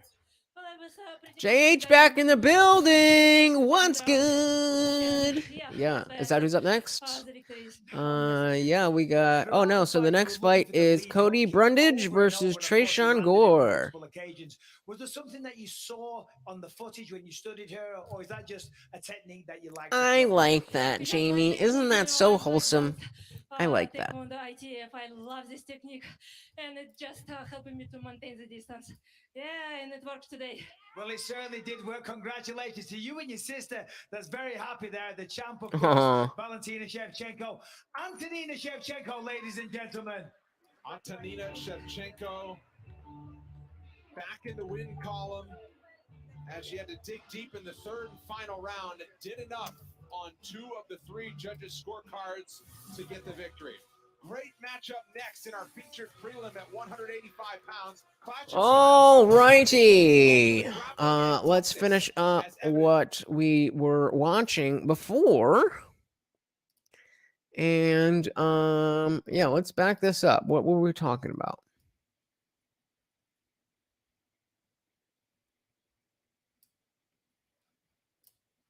Pissed about stupid rules messing up fights. That you just let them do knees to downed opponents. It's too complicated. 12-6 elbows. They thought of this because of board breaking nonsense. Why is it still part of the rules? Pride had soccer kicks. Why can't we? Well, like all the topics on our list today, it's super easy to just say allow this stuff without considering how difficult that would actually be to implement. First, as we've discussed with the unified rules, good luck getting everybody on board for any of that stuff. Even if you did get a body as major as Nevada to agree to So, yeah, we did already watch this stuff. I just backed it up a little bit. Ending these moves a little bit too much, maybe, but back into the sport, there would be so many commissions that were just not okay with it. So you didn't really solve the problem, you only made things more complicated, as fighters are going to have to remember in what state they're allowed to punch somebody in the face mid-fight when they're just running on training and instinct. The other issue, and I get that 12-6 elbows are dumb, but all these things we want back in the sport, they were regulated out because somebody thought they were too violent, too dangerous. And so the commissions, polite society, they weren't on board with it, which means if you brought them back, there would be controversy, something these sanctioning bodies do not want, and so a lot of them would just say, nah, we're good. It would be great to say, yeah, just let all this stuff happen again. But the actual implementation of it at this point would be a nightmare nightmare worse than what we currently have. Number 3, better officials. Oh man, this is a huge one. We see this all the damn time. That ref sucks, get rid of them. These judges are garbage. Why don't we have better judges? Just get new ones that don't suck. That's great advice, sounds fantastic. How do we do that? First of all, judging, it takes time to learn, it takes time to do, it takes time to get good at, and there's not a lot of money in it. According to CSAC, judges make $550 when they judge fights at shows that have a net gate of 100,000 or more, and $300 if the show is a smaller one. So you're getting $600 from the state per fight. That's not per fight. I was gonna say $600 per night. That's crazy. No wonder they suck. But 600 per fight, 15 fights. What is that? exactly rolling in the dough. And that's the other thing. The people you think are more qualified to do this, former fighters, coaches, analysts, whatever, they're all very likely doing something else in MMA right now that pays them better cash, or they've moved on from the sport. So why in the world would they want to become a judge, get paid less, and everybody hates them for everything they do? If there's a close fight, it doesn't matter how you score it, everybody hates you. And that's not even factoring in, if we did have these former fighters and coaches and such, the MMA world is one big fucking high school. Everybody knows everybody. It would be damn near impossible to get judges without a ton of built-in bias. How do you train them to be better? If the judges suck today, and they've been doing this for forever, what makes you think the new judges could do a better job, and who is it that's teaching them? Same thing goes with referees. Exactly. If only they would listen. If, aside from, what was it? Yamasaki? What was that his name? Mario Yamasaki? Yeah, aside from that, there was one other guy, too. And, I don't know. Rogan is very open about how biased he can be a lot of times. And that's part of why we love him, that he doesn't hold back, and he's a fan just like us. And speaking of which, that's a big reason why I want to see, what's her face? Laura Sanko do commentate a fight, because she's very, very good at at commentating, and she's very fun when she talks, very much along the lines of a Joe Rogan, but she's a little bit more technical in the way that she commentates fights, because she's been doing it for Contender Series. And yeah, she's just it's fun, and she does really well. And I really enjoy, like when DC first became a commentator, he brought a level of that, like, oh snap, oh my god. And then of course everyone knows the Doug Rose, that whole thing. Just the fan experience of being like, oh snap, that was crazy, like not having to necessarily break down technically what just happened, but just demonstrating the excitement. That's something that Laura Sanko, just like DC, brings to the commentary team. And like I said, being a little bit more technical than Joe Rogan's commentary, I would love to see Laura Sanko do a fight night. I think that'd be really cool. Why is this doing that? It takes a ton of time and effort to get to the level of a Herb Dean. There's not a huge market out there willing and able to get to that level. It's super easy to say judges suck, refs suck, replace them. But the reality is that it's going to be a lot harder to do that than just putting new bodies in. Number 2, better fighter pay. We hear Jake Paul. Of course, the grand old fighter pay argument. I'll talk about it all the time. It's one of the hot topics of our day. Pay the fighters more. It's simple, right? The fighters deserve more money. Give them more cash. Well, as journalist John Nash once said in an interview with Jimmy Smith on this exact topic, the MMA fans, they love easy solutions and they love charismatic people. It's great to say that the fighters need to be paid more, but so many people just gloss right over how difficult that is to actually implement. Yeah, sure, it would be wonderful if Ari Emanuel held a press conference tomorrow and was like, you know what? We've decided that we're just going to start giving all the fighters more money now. We did it, guys. We helped the fighters by just saying that they need more money. And let's talk about Jake Paul for a second. Apparently the savior of our sport. He's always talking fighters unions. He's coming up with all these schemes. He made a diss track about Dana White where he was just on the Flagrant podcast with Andrew Schultz, and he was talking about the same kind of stuff, how he offered to fight Nate Diaz in the octagon in MMA for free if Dana White raised the minimum fighter pay to $50K. I don't know what it is now. It's got to be somewhere in, I feel like I've seen, under 20K. But I don't know. I don't know what it is. But he said that, he raised it up to 50K. And that's definitely something that the UFC could, they could handle that. They could definitely handle that. And then they also get all the eyeballs from the actual pay-per-view of Nate Diaz versus Jake Paul. And I don't think that I think the main thing is that Dana just doesn't want to give any extra shine to Jake Paul.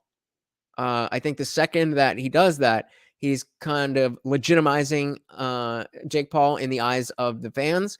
And then, of course, that makes it look less legit when he does, or more legit when he goes and knocks out people like Tyron Woodley.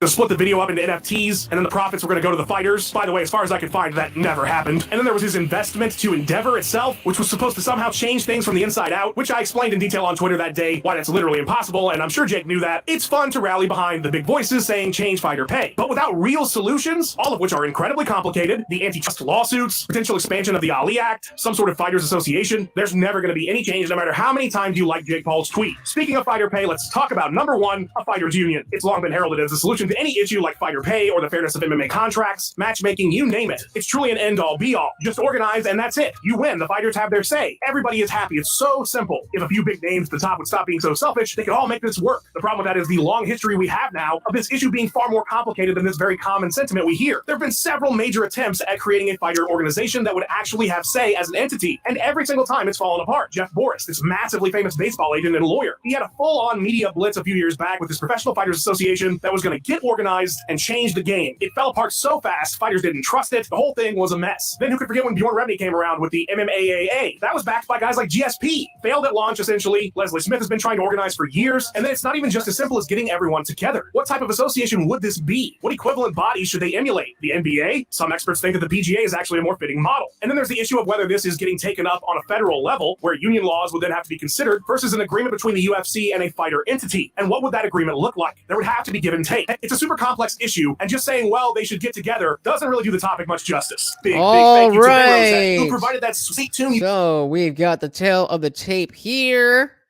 Virtually identical, but Trayshawn Gore is going to have a reach advantage. Making sure I'm live, and I wasn't, but we are starting. So, let me just fix this. Amanda Bobby Brundage, former UFC fighter. And we have begun.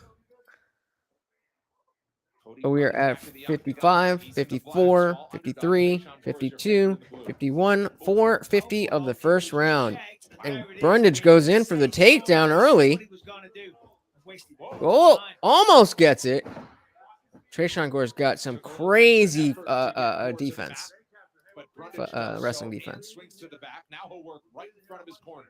I was saying before when we were on break that Brundage says that Gore is absolutely terrified of getting tired, so therefore he's going to push the pace constantly. Good one, Jamie Dean.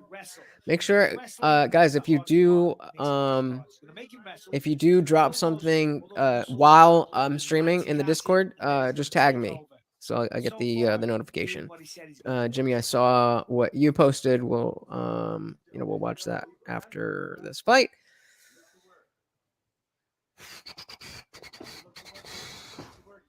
Kind of stuck on the fence here. One more time. Lead the dance. Not a lot of instructions. Not a lot of walking him through what he needs to do. Brundage is known for his grappling.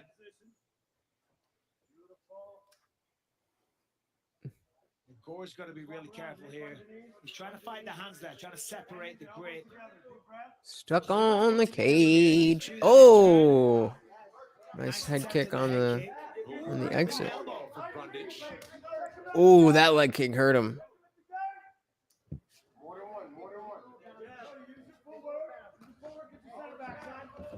Stiff jabs, but he needs to put something behind it.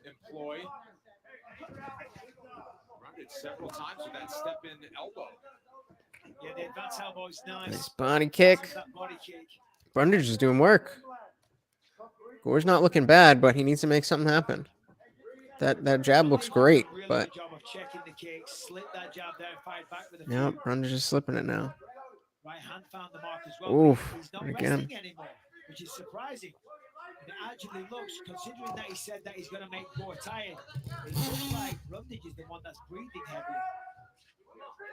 Yeah, that wrestling will take a lot out of you. Why is this all? Finding a home for that lead punch. Brundage from the There we go. outside is finding some shots. Another leg kick from Gore halfway through round one. Big swing and a miss from Gore that time.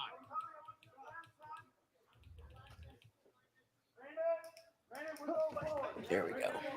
Coming up next, Don't want to look too washed out. Rafael Fiziev looks to extend his winning streak to 6 against the legendary former champion Rafael dos Anjos. The main card is coming up next on ESPN and ESPN. Is this the main event of the? Oh,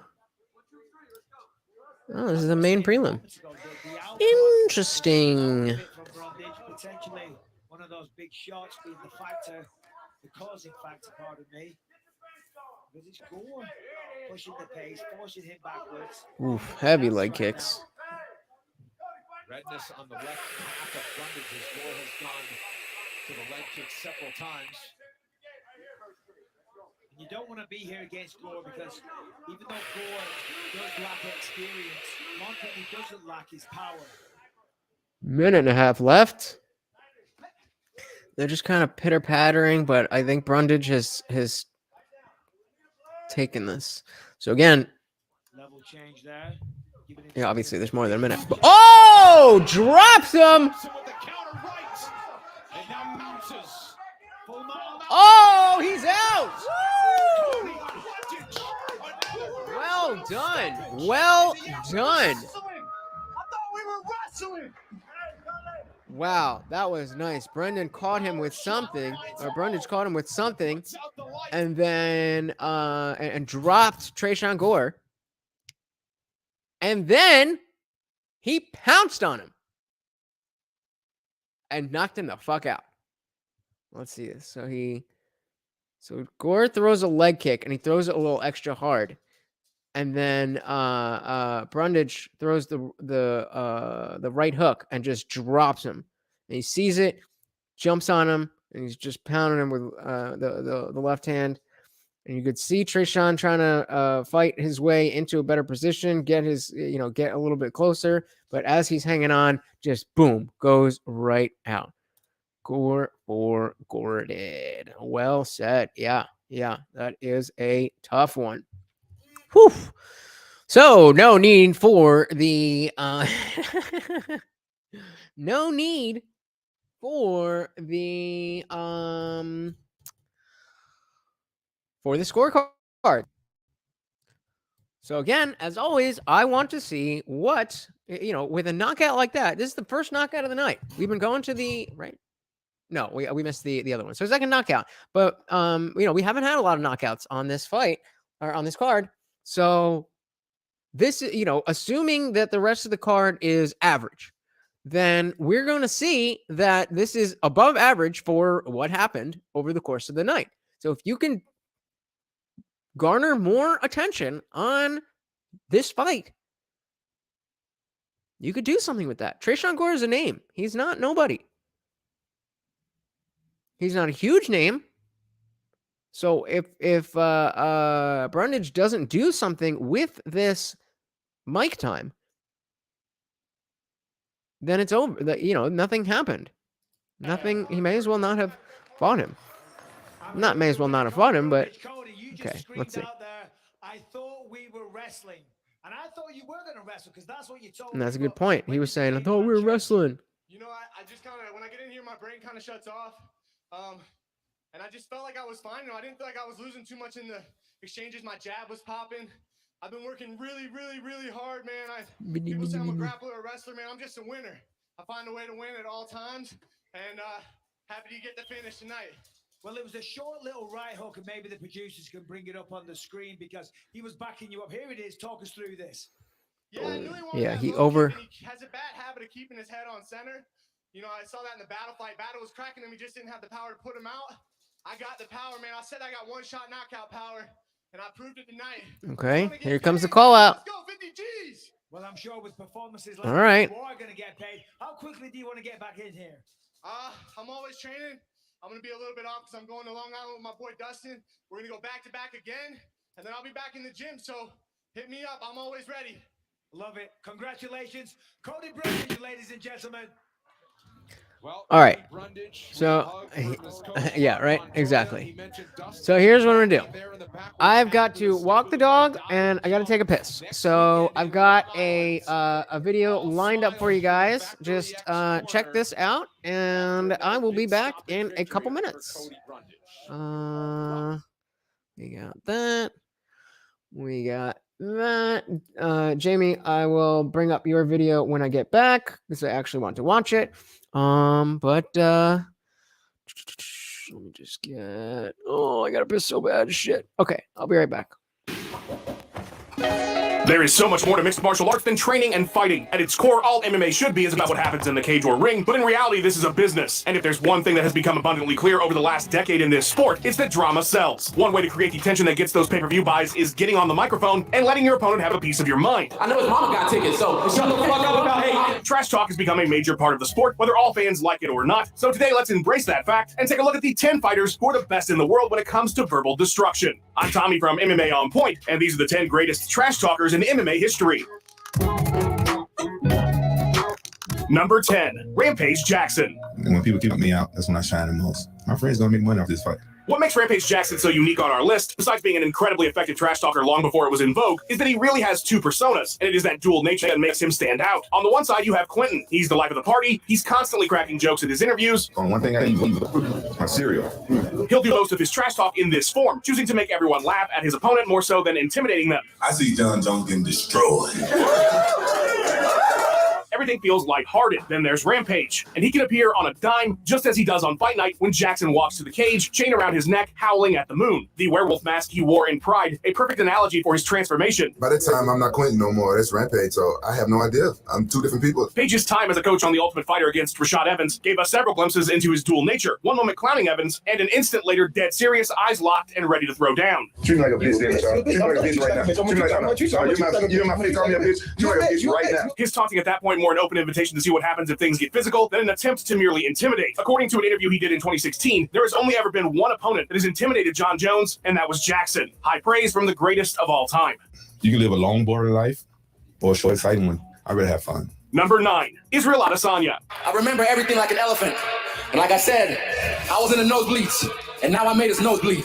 We've seen Israel Adesanya's propensity for trolling since he got into the UFC. That Deadpool tattoo on his side very fitting, as there are few better in the fight game today at absolutely clowning their opponent, especially on social media. Adesanya's use of memes and internet culture is wholly unique on this list. It's as if an edgy teen that spends all day on 4chan suddenly became the best middleweight fighter in the world. I see you guys creeping on my Instagram. Don't think I don't see you watching me, and I've been watching you. With as silly and downright strange as much of his trash talk can be at times, he's a buffoonist ignoramus, so I thought he was gonna like shit in his hand and throw it at the cage. Look no further than his many back and forths with Paulo Costa or John Jones. Mighty Paulson Powell picked a roid head. Fuck that cunt. Simultaneously, there's a confidence about his victories that Adesanya often displays in interviews that, when paired with his incredible in-cage ability, is truly intimidating. You said 10 rounds with your middle. And fucking what?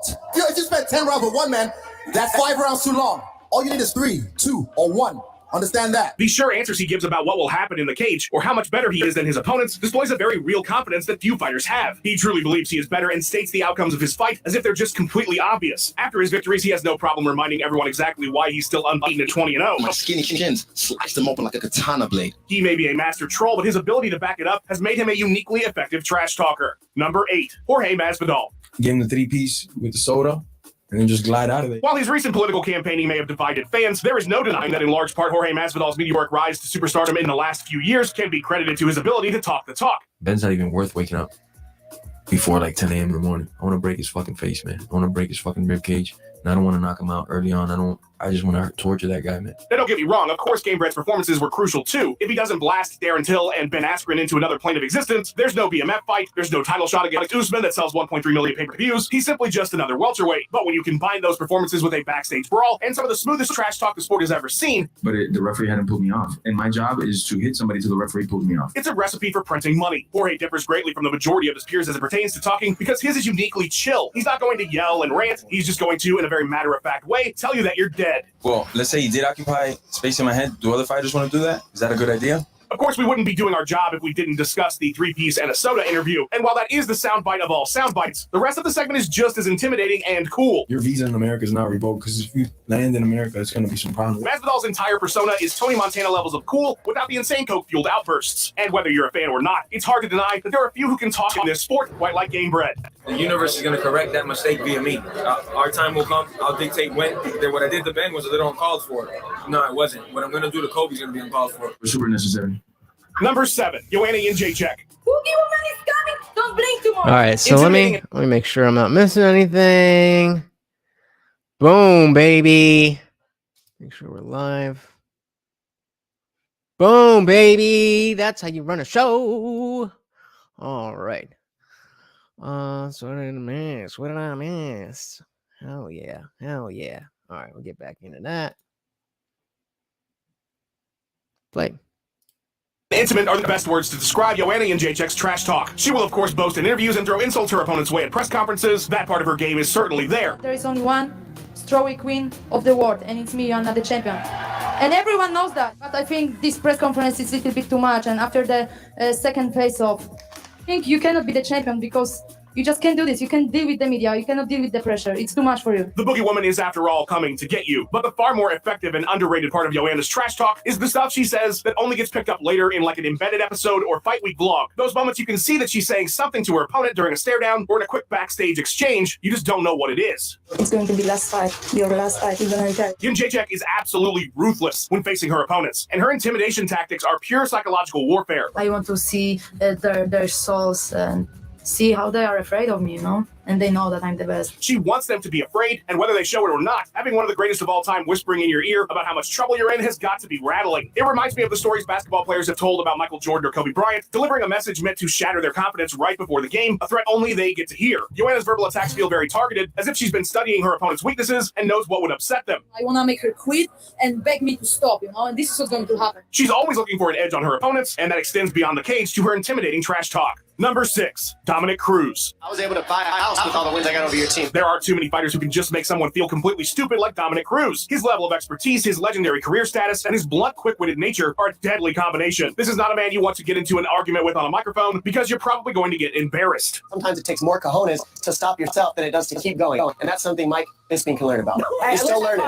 He's still learning. We still have fights to come. 6 fights to come on the card. We're going to preview the action ahead. His trash talk game could be described best as a counterpuncher. Yes, on its own, he can very effectively tear down an opponent verbally, and he has no problem doing so. But it's when his foes attempt to come back at him that he's at his best. I'm done talking to you. You can't be done talking to me. You're right here facing me, dummy.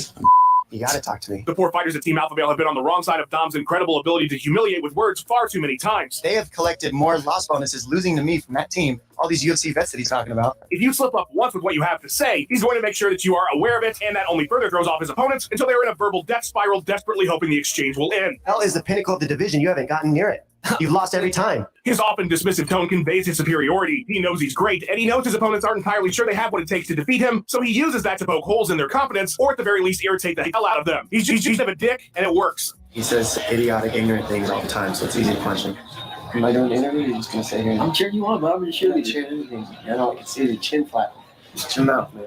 Number 5, Daniel Cormier. They said, Daniel, what do you want? I said, I want the easiest fight in the division. I want Ryan Bader. That clip you just watched was not trash talk. That was a eulogy at a funeral. They might as well have buried Ryan Bader 6 feet under right then and there. Daniel Cormier, more so than most on our list, is a well-known massive fan of professional wrestling. He was even in talks with the WWE to make a move to a commentary role post-MMA career. He's a man that understands the art of selling a fight to get the most pay-per-view buys. I can give two shits about his feelings. So I'm gonna keep talking.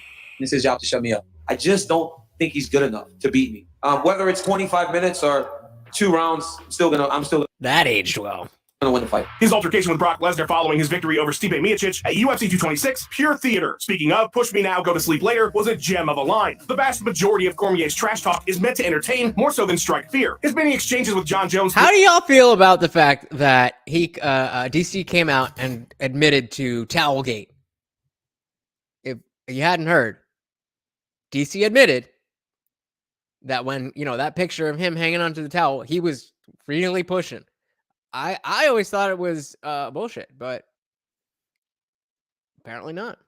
Out their rivalry now legendary and full of laugh-inducing insults. I could look like a crackhead with a suit on, but I've never been a crackhead like you don't. He's as quick as anyone in the heat of the moment, and even if he has planned something, like the brilliant kid always in your wrestling bracket shot at Jones following UFC 173. John Jones, you can't run away from me forever. I'm the kid at the wrestling tournament that is always in your bracket.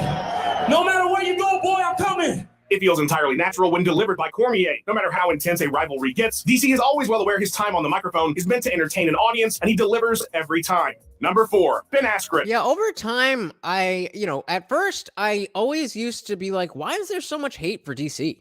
Like, this is, in the midst of the rivalry with John Jones. It's like, he seems like a nice enough guy, and da-da-da-da. But the more time has gone on, I've just kind of been like, about this guy. He's smarmy. He's got an arrogance to him, and he feigns being this humble guy. And just not my favorite person. I don't have any dislike for him. I don't think he's some bad guy, but not my kind of guy. So we'll finish this up, and then Jamie Dean sent something in, so we'll see what Jamie has for us. All I need is opportunity. As long as you don't prevent me opportunity, we're great. With making yourself infinitely more punchable. Oops.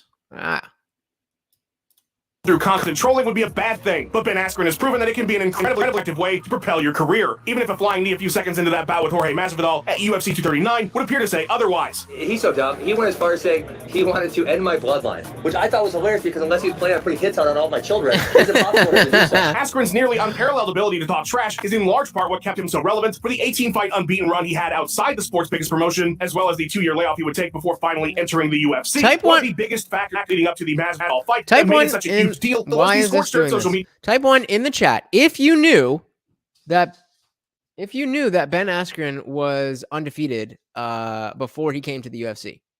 I feel like a lot of people forget about that, and they shouldn't. Yeah, an interview campaign Askren went on against every top 10 welterweight the second he signed his contract. I put a whole list of them. There's so many bums in this division I want to beat up. Ben was full-on clowning 24/7, roasting everybody. His muscles aren't very big and his beard's pretty ugly. It was like he was everywhere and everyone was at his sights. His Twitter account in early 2019, one of the hottest things in the sport, MMA media outlets couldn't get articles out fast enough. Askren's overall intelligence, along with his quick-witted humor, gave him an air of mental superiority that drove his detractors nuts and made plenty of fighters absolute cannon fodder when he took aim in their direction. Once upon a time in Milwaukee. Oh, so we got one. Yeah, JH here. He was in Bellator, and he was undefeated champion in Bellator and in ONE FC.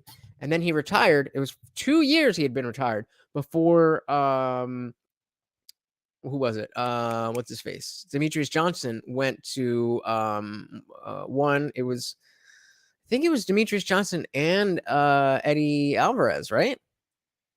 The two of them went over? Am I mixing that up with something to do with Sage Northcutt?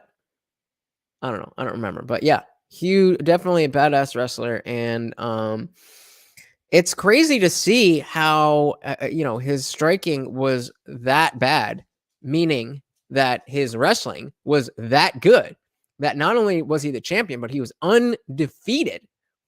I definitely would have loved to see... I mean, you cannot take anything away from Masvidal for that knee. It was, from top to bottom, in terms of the planning, in terms of the execution, all of it. It was perfect. But I would have loved, in the same way that, you talk about Conor McGregor and Jose Aldo. You can't take anything away from Conor for that punch. But Conor knew he was in Jose's head and that, he would come forward, and he knew that was there. But I don't think it is luck. I don't think it is luck. It's perfect timing and preparation. And in both cases, like I said, you can't take away from that. But I would have loved to seen both of those fights play out. I think without that knee, I do think Ben would have won. And the Conor and Aldo fight, that's one of the fights that I wish we actually got to see them fight. Obviously we did, but not really. in both cases, like, yes, they fought, but not really. And I would have loved to see how they played out. But yeah, I don't think there's an ounce of luck there. I think it was preparation, specifically with I mean, yeah, both of them. I don't think there was much luck to do with any of it.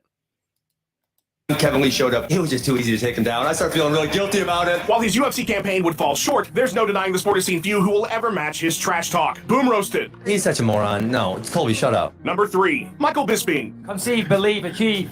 Shut the fuck up. I guess if I were to describe Michael Bisping's style of trash talk as succinctly as I could, it would be to call it, like Tom Cruise, dickish. I am the champion of the world, people. And I mean that in the most endearing way possible. Bisping cuts when he talks. There are razor blades coming out when he speaks into a microphone. Look at the state here, you old fucking midget. He's just so quick and so good at tearing down his opponents. Hell, the man got George St. Pierre fired up backstage. Fuck off, man. I'm telling you right now. If you're insecure about anything, never sign a fight with Michael Bisping, because he's going to eventually hit on whatever that insecurity is in his endless volleys of insults. Old man Henderson. And he will tear you apart. Conceive, believe, achieve. Shut the fuck up. Poor Luke Rockhold. He really got the worst, or I suppose the best, depending on how you look at it, of the count during their rivalry. I'm knocked out, buddy. Sit down, shut up. Lucky. Never one to hold back his thoughts on anyone or anything, Bisping over the course of his career was particularly intolerant of fighters who he believed were PED users. This man is a cheat. This man is a fraud. I make you pay for your mistakes tomorrow night, my friend. He's truly the Don Rickles of mixed martial arts. And again, I say that in an endearing way. It's hard being that fast on the microphone while simultaneously being entertaining and hurtful, and yet Michael seems to naturally balance it perfectly. There's a reason he has a popular podcast and is one of the UFC's top commentators, and that is because few can dish it out like Michael Bisping. I'm not interested in fake belts. I'm interested in the real belt. I'm a fan of Chael Sonnen, but unfortunately, just lately started to look like a court jester as opposed to a fighter. And Saturday night, I'm going to make him look like the fool that he's become. And he can keep his fake belt. Shove it up his ass. This question is for you. Number 2, Chael Sonnen. Anderson Silva, you absolutely suck. Every fighter on our list. Yeah, how crazy. Like, just that whole story, from the Vitor kick or punch, whatever it was, to the fact that he went on to have a career still, to the fact that he, lied to all the doctors and all that stuff. Like, what a crazy story. If you have not read his autobiography, I listened to the audiobook. Quitters Never Win, I think it's called. But very, very interesting story. And it's not even too much that you wouldn't know if you're a big fan of the sport. But just, getting into a little bit deeper of, what he, how he grew up, what it was like in Clitheroe, and his journey all the way to the top. Super interesting. Super, super interesting.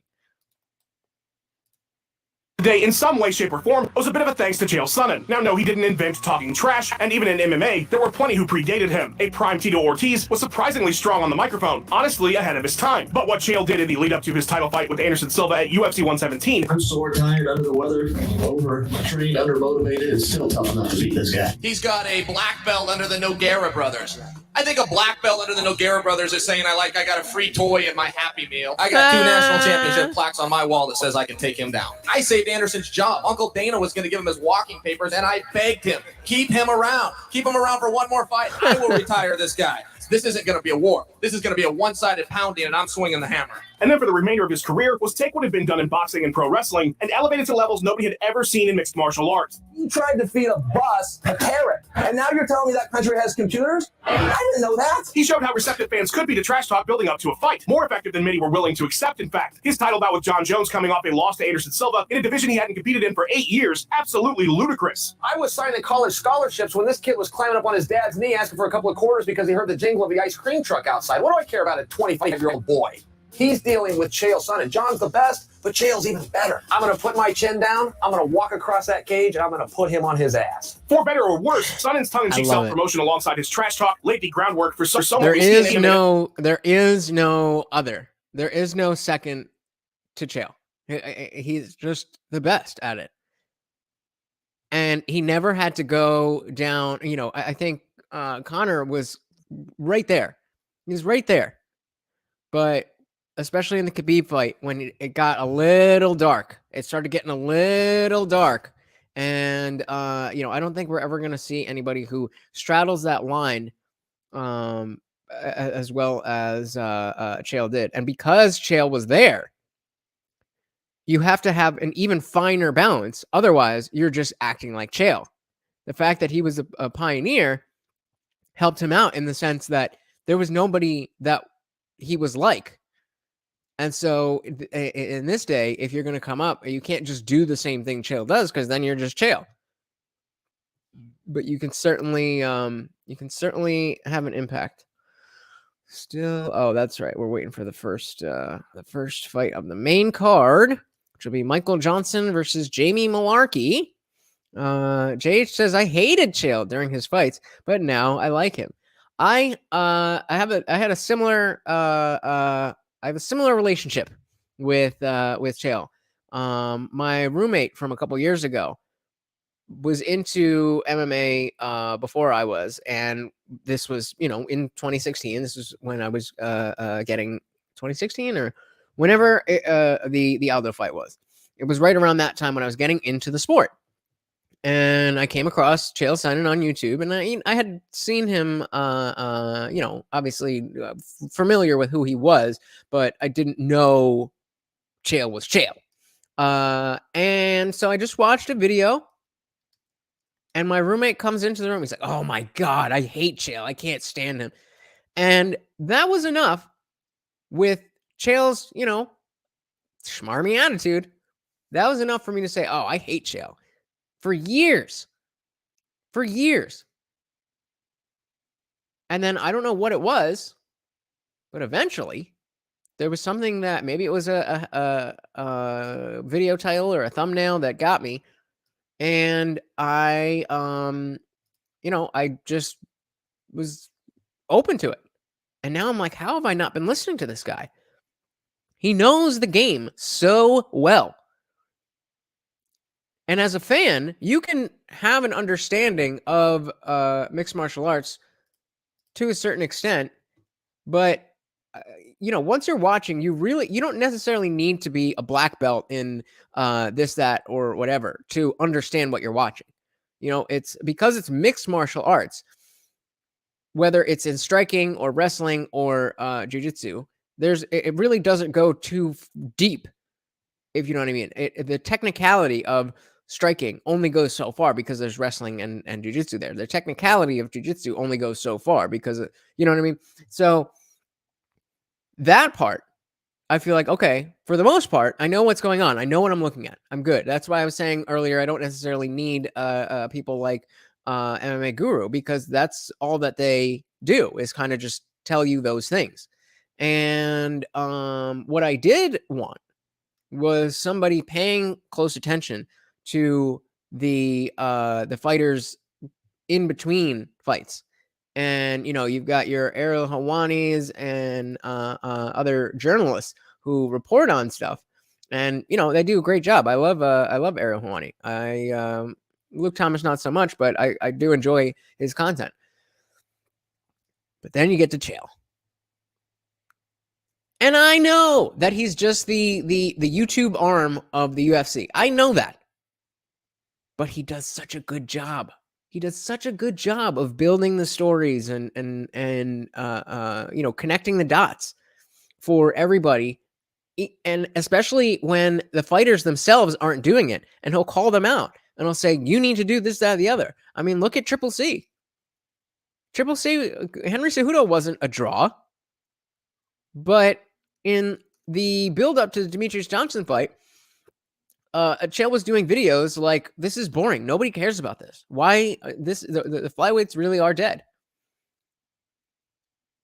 Then in his next fight with TJ, he came out with the crown. He came up with the Triple C and the snake and all that stuff. And look what happened. And it's not to say that every fighter needs to do specifically that. He was the king of cringe. That was his thing. But just have a thing. Have something. And if you already have something about your personality that's interesting inherently, then just share that thing. You don't have to pull a Colby Covington. You don't have to pull a Henry Cejudo. You can just be you, but you have to give us something. Jared Cannonier is a great example. He started talking about how he is, he has been on this spiritual journey for however long. And he talks a lot about, visualizing and meditation and stuff like that.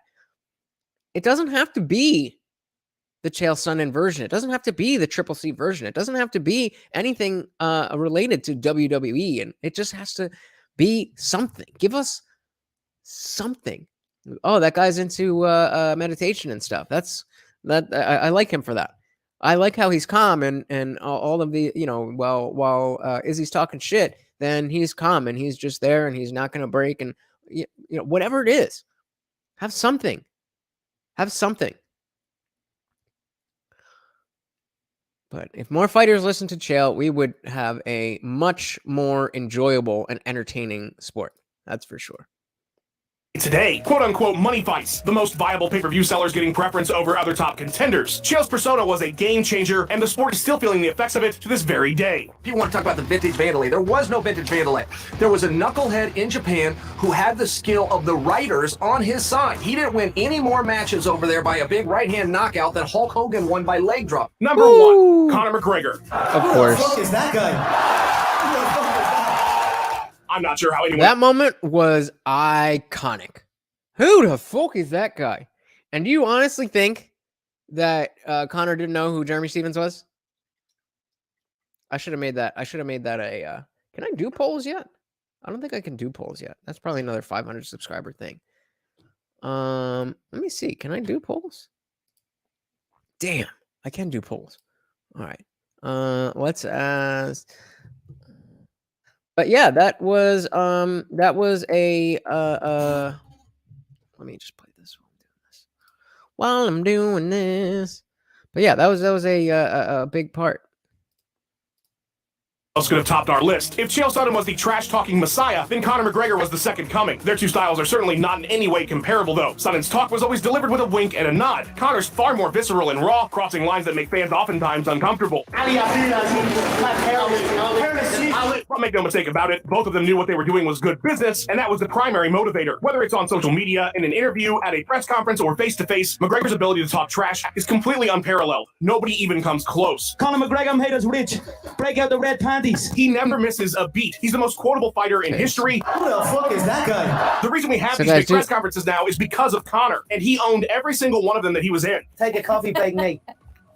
And by coffee break, I mean bring me my coffee. Count to 10, both of you gentlemen, if you don't mind. Just so guys, do me a favor. Just hit that poll. I'm trying to see how they work. Nate can only count to 5. He makes gun signs with the right hand and animal balloons with the left hand. So, you're a credit to the community. What makes McGregor unique is twofold. He sprays venom in all directions, and he does his homework. If there is a potential for you to fight Conor one day, he is going to say something about you or to you. And while much of his trash talk is dismissive in nature because that's the name of the game, how can a fat guy be so skinny at the same time? I wouldn't be shocked if McGregor had file folders with every fighter's name on it, so he could study them and systematically break them down mentally. He always knows the smallest details about his opponents, and that is no coincidence. Dress your fucking age. Carrying a skill bag on stage. What are you doing with a skill bag on stage? You can't even read. While many fans and members of the community have soured on Conor's Nobody's gonna help me out and hit the poll. I know Habib has. It is still impossible to deny that what he's done in the realm of trash talk in this sport is so far beyond anyone else in scope or ability. He will absolutely top this list for the foreseeable future. People are always saying about the talk, and I talk, and I talk, and I talk, but guess fucking what? I back it up! I back it up! There's also media obligations. That is a separate discipline, and fighters can be broke under that spotlight. It can drain them, and they lose the fight before it even begins. A big, big thank you to Ben Rosette, who provided that sweet tune you heard in the intro. Check out his music by clicking the link in the description, and go give him a follow on his Instagram and Twitter page at Ben Rosette. So, thank you, JH. The only one who's willing to help me out. Thank you. If you guys would please, it is one click of the button, just yes or no. So that video is over. So I don't know what the hell this is. Jamie sent this to me, and I'm gonna trust him that it's not something that's gonna get me in trouble. So we'll watch it. Let's see what we got. Oh, Jamie voted. So we got, okay, beautiful. Thank you, Jamie. And playing Jamie's video. Where are we? Oh. Is Dr. Chloe Carmichael. Hi.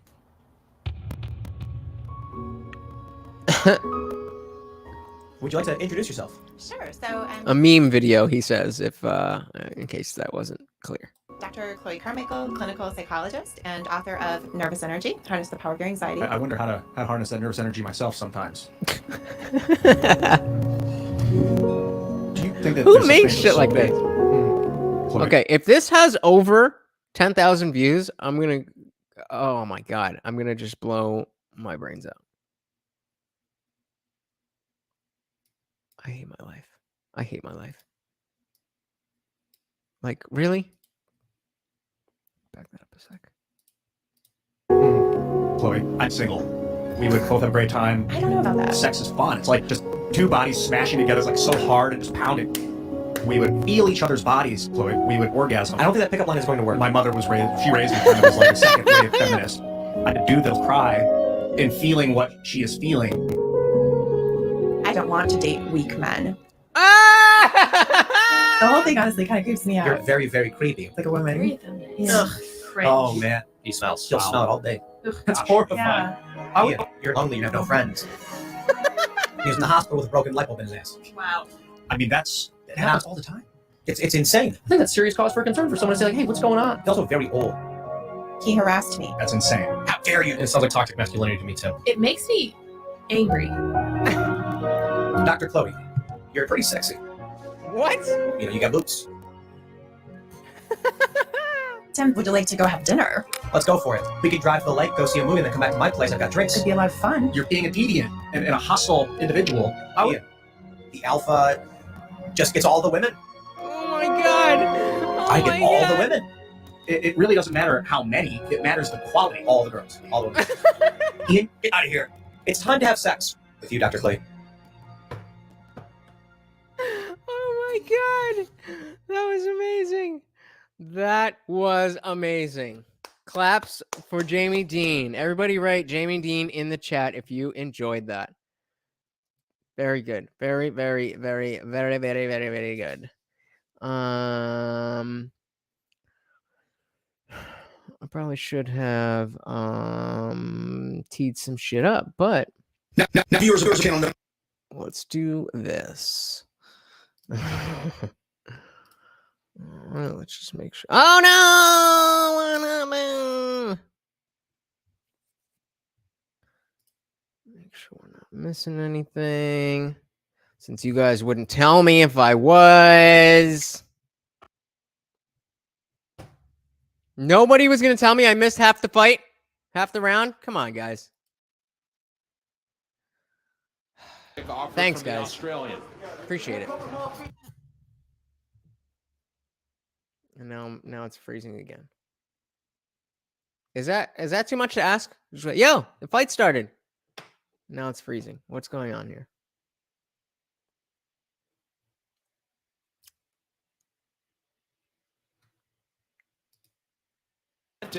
There we go. All right. So I'm at 2:05. 4, 3, 2. 2 minutes of the first round. Finished with the left cross from Johnson. That lead left kick of Malarkey's landed. That could slow down the movement of Johnson as his fight progresses. And again, both guys. Ooh! Johnson coming in hot. Malarkey looking for a way out. He's in big trouble on the ground. Got the neck. Tough because I could have sworn it was going to be over there. He hit the counters hard. The speed of Johnson, that's what's so dangerous. It's not the first one, maybe not the second, but 1, 2, or 3, they'll get you. I can't believe y'all just let me watch that while the fight was on. And the left hook of Johnson, and then he followed up with 2 more. Don't grab inside the glove. Ooh! Johnson with another big shot. How with it is Malarkey at this point? There's a bounce to his step. He appears to have recovered. Yeah, one thing we know about Malarkey, the guy, you know, he's not walking the walk. He's come here to fight. He's come here to win.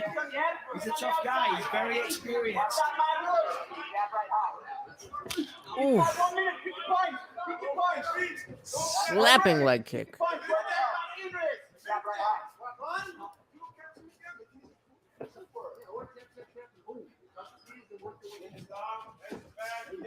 Biggest moment of the first round belongs to Johnson. And now staying measured. 2 That was votes. a nice job. And a good head kick. See how thankless this job is? Oh! Johnson is staggered. Got him on Queer Street, dropping bows. Johnson's got to get out of there. He's got 10 seconds. 10 seconds in the round. Johnson back to his Left, throws a knee. Oh, huge shot is what I'm talking about. Oh, my goodness, we knew we had a good one. Woo! Woo! That was wild. What?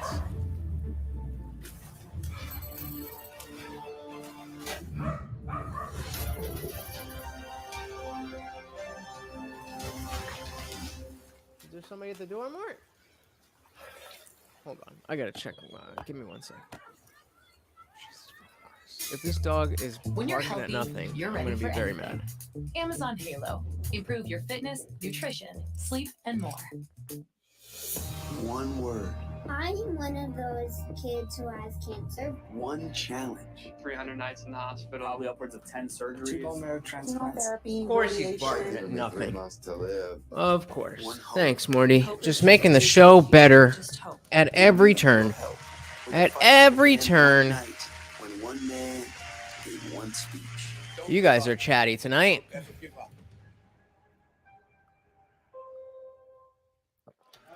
All right, round 2. Talk about high drama in round 1. Let's go. Picture perfect left hook, drops Jamie Malarkey. And then at the end of the round, it's Malarkey, right hand left hook, sits him down. I mean, come on. And this crowd, they were all on their feet. Exploded at the end of the first round. That's as loud as you'll hear the Apex all night. And both men now have got each other's respect. Cannot take anything for granted.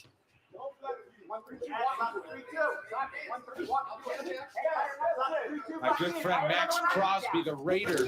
Ooh. They both got power. Malarkey back with it. And they could both take a hit because they both landed. Neck and neck between these two, and each with a big moment in the first rounds.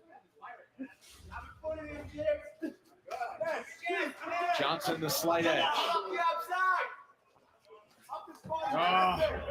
Malarkey working well with that jab. Johnson, every time he comes into range, fires 2 or 3 combinations. Oh, man. Big shot. Through to the body first. And almost caught Johnson sleeping on that one. Johnson just smiles. Back and forth. Just 1 for 1. Nice body shot. Johnson left straight to the body. Ooh. Head kick gets upstairs. It looked like it landed. It sounded like it landed, but it looked like his arm was out. It might have. Malarkey using more kicks than Johnson, Grazed. mixing it up, leg kicks, and he's throwing it up top as well as he goes back to the body with a right. Yeah, and he's a little busier in this round as well. Higher output, nice front kick to the stomach. And he's got Johnson kind of on the We didn't even talk about how we scored that round. Not like I saw the whole thing, guys. But those of you who did, where are you scoring the first round? I don't know where we're at. I definitely am giving this round to Malarkey so far. But we're only halfway through.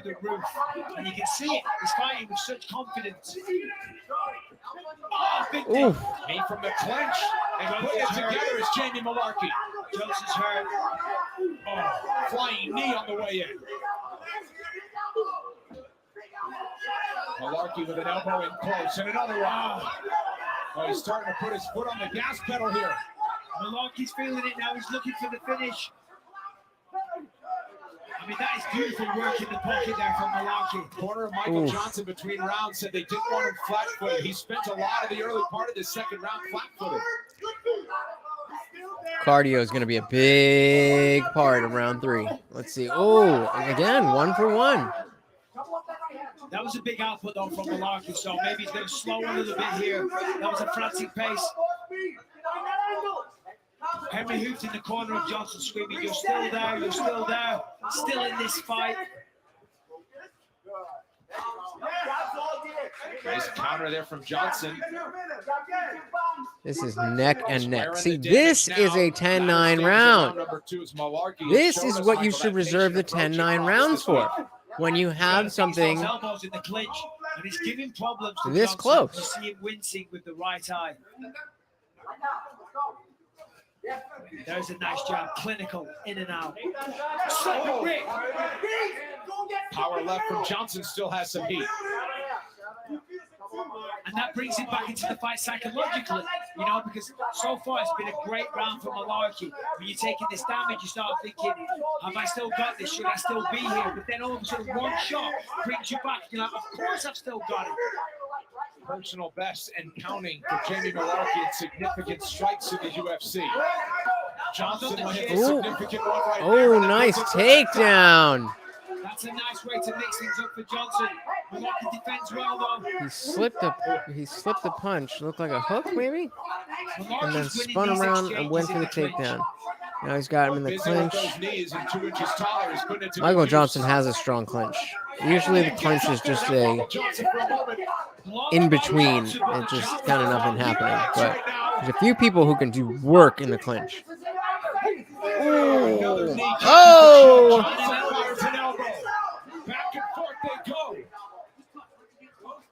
I mean, I said this was going to be a good one. Yeah, this is a 10-9 round. Well, after all this crazy back and forth, perhaps the biggest surprise is it appears we're heading for a third round. But I don't think anyone will complain about it. It's after this. So that is what I would call a 10-9 round. That is where, you know, it's back and forth. It's close. Even the events that happened, you're not really talking about striking versus grappling. You're talking about an even amount of striking and grappling on either side. That is the kind of round that I would give a 10-9 if we were using my system, where we are going all the way down to 10-5. It's crazy that we have like, how can you score that the same way that you're scoring a round where somebody was dominated and arguably could have stopped the round? It's the same thing. It's a 1-point difference. Does that make sense? It's ridiculous. Ridiculous. All right. So I guess I'm just here talking to myself. May as well move that light.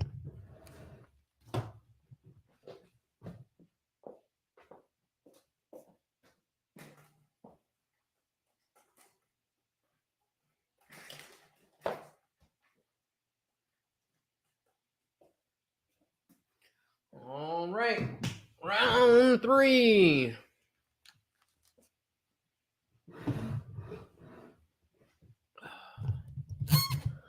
Round 3. All day next Saturday. 8 a.m. out in lovely Southern California. Oh, nice left from Johnson, backs him up. Dustin Poirier believes it's 1-1 heading into 3. And Mad Max with the captain obvious of the weeks. Week there, fight of the night so far. That's a nice job. That's good. Henry Hooper saying, listen, you got to be light on your feet. Every time he's connecting, when he's landing the head kicks, it's when you get flat-footed and you allow him to get on the inside and do damage. Hooper wants him light, he wants him elusive, he wants him moving. People do not think this is going to the cards. Under 4 minutes away from it. But of course, fight-ending artillery has been exchanged for the better part of 11 minutes at this point. Another back and forth round. I'm giving this to Malarkey again. He's pulling ahead.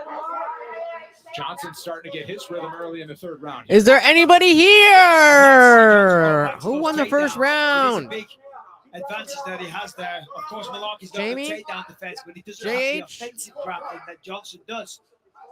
The element of surprise will serve him nicely. Throw combination up top. Shoot. Is there anybody here? Lunging right hook.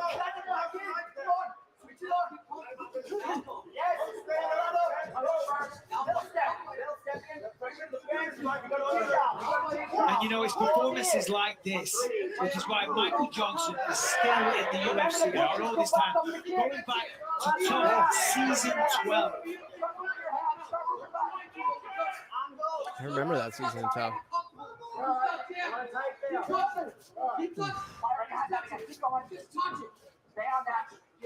Oh, big left. Nice little combo. With a combination of his own. I'm surprised I don't see more combinations in general in this sport. I mean, I think that's the next Very tired, but it's not affecting the output. that's the next frontier is not only being able to manage distance, but to be quick enough and creative enough to put yourself in a position to land more than one shot at a time. Oh, he's hurt, he's hurt. Get on him. If I was Johnson, I would have high five. And high kick. Oh! Heavy left from Johnson. He wobbled the mouth guard of Malarkey a moment ago. See the head movement though, Malarkey. He's fine. He's still with it. Definitely a great fight. Nice job. Much better movement here at round Not two. too much craziness going on. He's avoided a lot of the heavy damage from Or Malarkey I in mean, his final rounds. not too much too much Hits his head a lot on the inside. different. I mean, it's just it's crazy, but they're going back and forth doing the same thing, and it's awesome. Doesn't give me a lot to say. Seems at this point Johnson's a little fresher.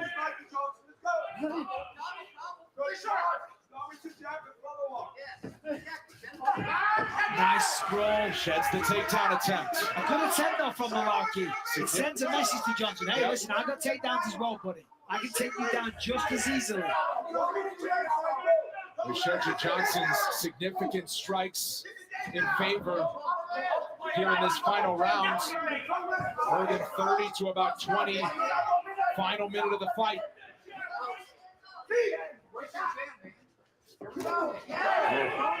Malarkey is skipping into that big right.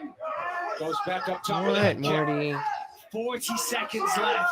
It was been just absolutely epic fight. I don't know what you're bugging out about. Go lay down.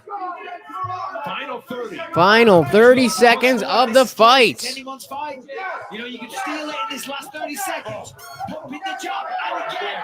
There you go. There you go. There you go. He's got to follow it up with the left. Jab, jab, Oh. 1, 2. Malarkey's firing back as well.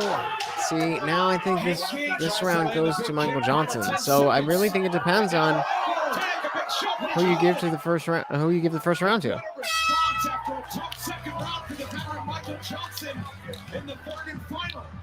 It goes to the judges' scorecards. It's anybody's guess. We'll have the official decision for this epic. Definitely fight of the night contender so far.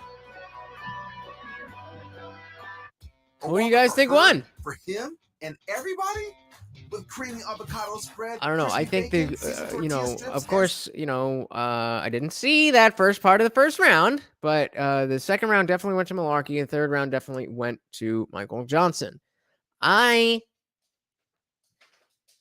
Just based on what I saw, that's Malarkey's fight. Because it looked like Johnson came on strong at the end. But it looked like it came on strong at the end, but the Malarkey looked like he was there a little bit more on top of things. Well, Semper's talking to me, so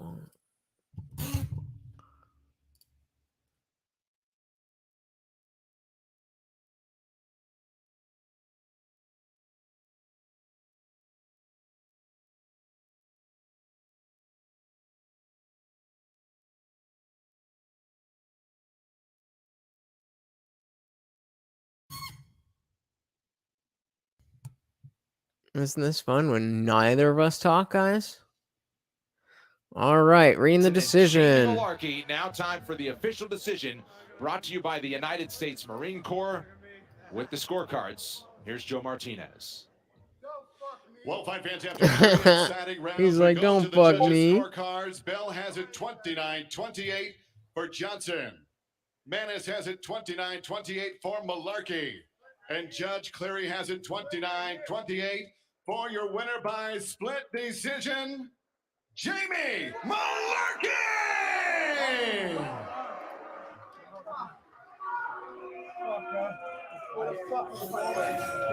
I'm here with the winner, Jamie Malarkey. Fuck, man. You're a fucking beast. You're a savage guy.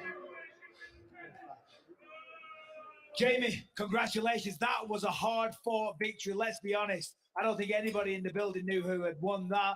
Just an epic fight from back to front. How you feeling? Talk me through the fight. Man, just give it up for Michael Johnson. An OG in the sport, yeah. Man, I had to dig deep for that one. What do you want, dude? I can't do anything from there. Come here. In the trenches. It was a big test for me. Big step up in competition against a guy he's really been around forever. Yeah, he truly is a legendary fighter. In the first round, he dropped you pretty hard, but then you came back and dropped him, or maybe it was the other way around. I forget, there was so much action, but what was going through your mind when you hit the canvas? Mate, just survived. Like, I was hoping he wasn't going to hit me again because I was a bit rocked, and then I hang on to his gloves for dear life. He said I was holding the glove, but I wasn't. But yeah, it was just, he put me in survival mode, and then he made me dig deep in the third. And, mate, I just thank him for that fight. I was just talking to your coach, Ross Pearson. He said the game plan was a lot of wrestling, and he said he hardly wrestled in this fight. Why didn't you wrestle? It's too fun. It's too much fun when you got to go out like looking at each other. It's like a mutual agreement. We're just going, yeah, let's go. So, and the crowd, you guys help so much. Every Raw, we're just going, yeah, let's go. Congratulations, Jamie Malarkey. And nothing. Not using that time. Ladies Morty, and gentlemen, make some noise for Jamie Malarkey.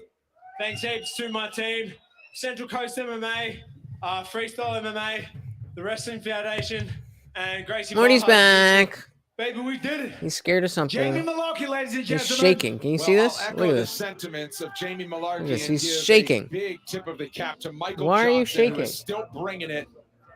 Who knows? But the win Who belongs knows? to Jamie Malarkey. All right. So who do we have next? Next up, we have got Ayman Zahabi versus Ricky Tercios.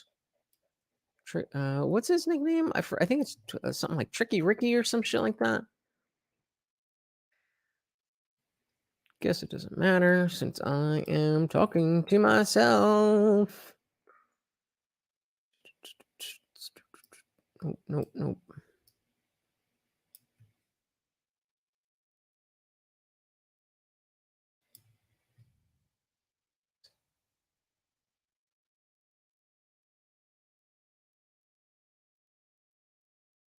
Oh, it's fireworks. That's what he's bugging about.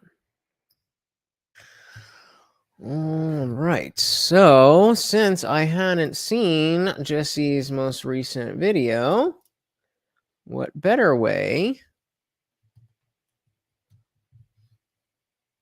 than right now? Now, longtime viewers of my channel know that George Masvidal is one of my all-time favorite fighters. I love that guy. I root for him every single time he fights, no matter what. And so I could say, having paid attention to his career very closely, that he's not a good guy to be disrespectful towards, generally. Like, you know, most guys just kind of like, hey, that guy's blah, oh, this guy, they say whatever, and it's just kind of like, yeah, it's just part of the game. Like with Masvidal, if you say something like, hey, I'll fight you next, he might punch you in the face backstage if you're Leon Edwards. If you say all kinds of things to him, he might drive a flying knee through your entire fighting career if you're Ben Askren. If you're Colby Covington, he might, maybe, attack you at a steakhouse and then end up in litigation. He's not a good guy to talk about. He's just not, dude. There might be actual real-world repercussions for you if you run your mouth about Masvidal. End of story. But someone recently has talked a bunch, like, has actually said one of the most disrespectful things I think I've ever heard anyone say towards him. And I guess the response is TBD.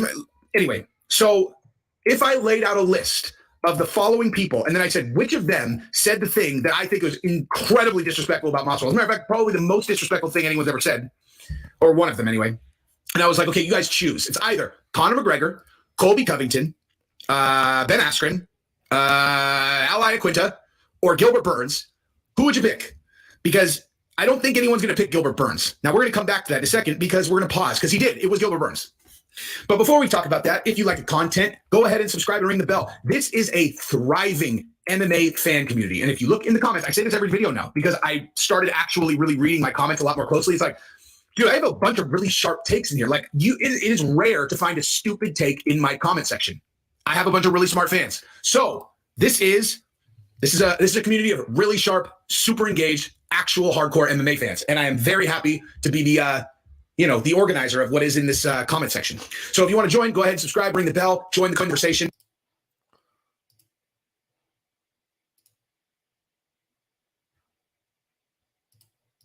Etc. Also, this is the fastest ad of all time. Watch this, the fastest ad. The sponsor of this video is Yo Kratom. Yeah, if you don't know what Kratom is, sorry, bro. Kilogram is compared to, okay? Shop your. So, George Masvidal, like I said, has been the recipient of a lot of disrespect. And generally, in all honesty, he doesn't really give it back verbally, right? Like he really actually doesn't give it, he doesn't really give it back. Like he just, like he'll say like, if you actually think about, okay, so I'm gonna, I'll just take the Ben Askren one as an example, right? Like Ben Askren said all kinds of stuff. All Masvidal said is, I'm gonna break his face. That's it. He said, I'm gonna break his face. To all that, he's like, yeah, I hear a lot of this, I'm gonna break his face. Maybe he said he's goofy looking or something, I don't know, but I can't think of anything specific that he said about that guy. Leon Edwards, he just punched him in the face and then made up a cute moniker for it, 3-piece in the soda, So like people talk, he, attacks them. The Colby Covington situation, even in that situation, he basically just, I can't do that one. Anyway, but like, he's a pretty, so one time when I was like talking to one of my really good friends, he's like this, he's a really, really wealthy guy, self-made, but he's one of these like, I don't know, thinks a lot, like an atheist, like thinks a lot, talks about, he's really into astrology. He's also really into like disproving God for some reason. I used to always talk about all this stuff with him, and every once in a while he has a really interesting day. One of the things that he said to me after I got into some shit with some people downtown San Diego is he's all, people like you are like you're like a fucking amoeba. I was like, how am I like an amoeba? He's all, I don't know, like, so what would you do if someone walked up to you and spit in your face? I was like, I'd break their jaw. He's like, right. I'm like, I don't understand. What's your point? He's all, what would you do if someone, walked up and grabbed Gabrielle's ass? I'm like, I'd shatter their face. He's like, right. I'm like, what are we talking about? He's all, what if someone just walked straight up to you and said, fuck you, pal? I'm like, I mean, it depends. He's like, see, you're like an amoeba. I already know exactly what you're going to do. You're so predictable. It's unbelievable. He's like, there's no nuance. If I do this, you'll do this. If I do this, then you'll do this. If I do this, then you'll do this. You're like a fucking amoeba. I never forgot that. That was legitimately 15 years ago when he said that to me. And I was like an amoeba. What he means to say is enigma. Amoeba is a single-celled organism. An enigma is something uncommon. Can you hear this?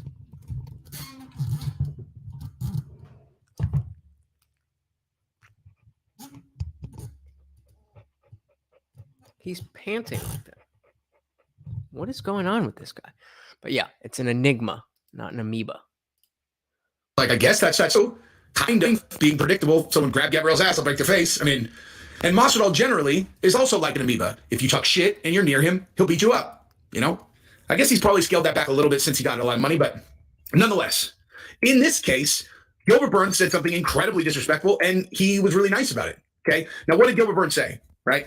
The suspense before the reveal. Now, some of you guys might know this, but Gilbert Burns and Masvidal are going back and forth about setting up a fight, right? Masvidal was going for the Conor fight. Looks like that, I don't know. Who knows? If the UFC told him that Charles is going to fight, I guess that's a whole other video I got to do about Chandler calling out Makhachev and saying Charles should wait for Conor, which is a gangster-ass call-out. That's a fucking interesting fight. I'll talk about that later. But anyway, so if that's the case, then Masvidal, he's not going to get the Conor fight, so maybe he needs to, go after the belt. Now, I'll get to whether or not I think him fighting Gilbert Burns is a good idea afterwards and all the title implications, etc.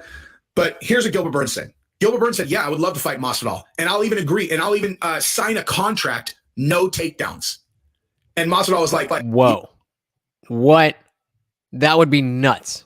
Yeah, you don't need to do that. Like, you don't need to use all the weapons that got you here. Like, they've got a really kind of like nice rapport with each other. They're not talking shit. They're being really respectful. I mean, in all honesty, there are certain people where like, how could you talk shit to Gilbert Burns? Like, in all honesty, like I'm talking, forget about the fact that he's a human. He's a pretty nice guy. A killing machine, and just look at the guy and listen to him talk. He's like a guy that you can tell, even if he's not showing it, has a smile this big on the inside. Like he's a genuinely incredibly nice person. So I don't think he meant it to be disrespectful when he said it, which is probably why Masvidal didn't react as like whatever. But like, He's like, yeah, let's fight. I'll sign a contract to not take you down in MMA. Like, that's insane. That's super fucking disrespectful. All You think Masvidal's game is right, that soft? so we are getting into this next fight. Ricky Tercio's got a 2.5 inches of reach.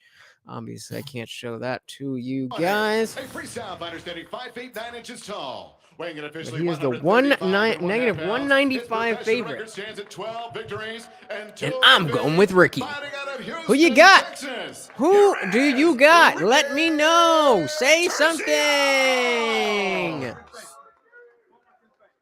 And across the octagon, his I'm gonna get off. opponent I'm gonna fighting get out off of if the you red guys corner. aren't This mixed martial artist watching. is 5 feet 8 inches The last tall. comment was These two from weighed officially fucking half hour ago. I could 135 be in my and bed 1/2 right now. pounds and holds a professional record of 8 victories. Are you guys enjoying this? Like, I'm not doing this for my health. Quebec, Canada. Here is Ayman Zahabi.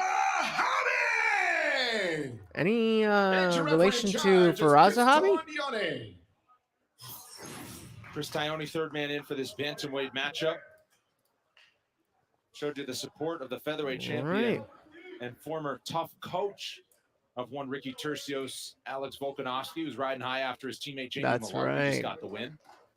That's right. They were on the same team. Got those Twitter fingers going today, enjoying the action from home. Happy you are too. You're on ESPN. Oh, Ricky Tercios is your favorite in the gold. Ayman's hobbies in the red. The Ricky Show has begun.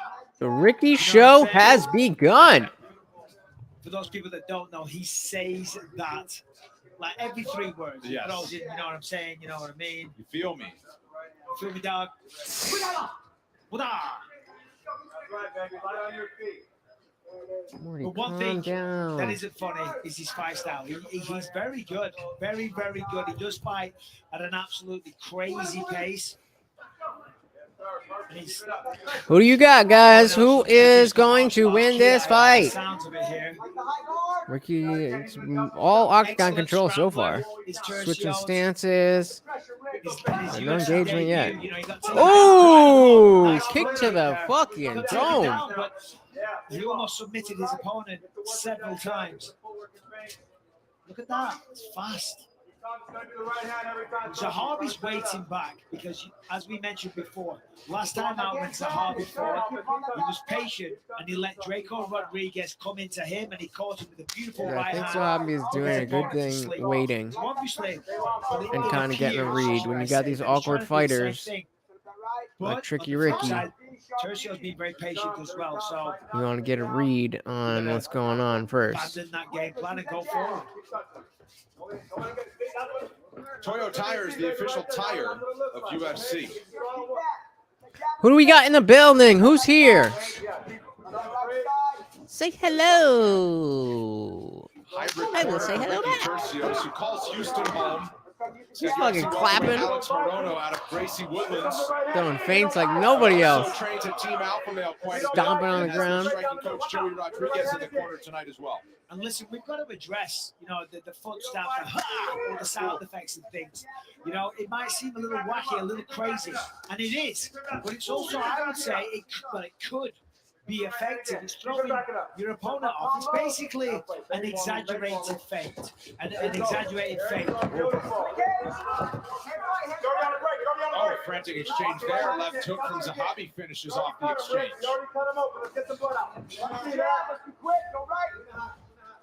Halfway through the first round. Halfway through, baby. You're doing good. So we start. Zahabi's starting to come alive a little bit.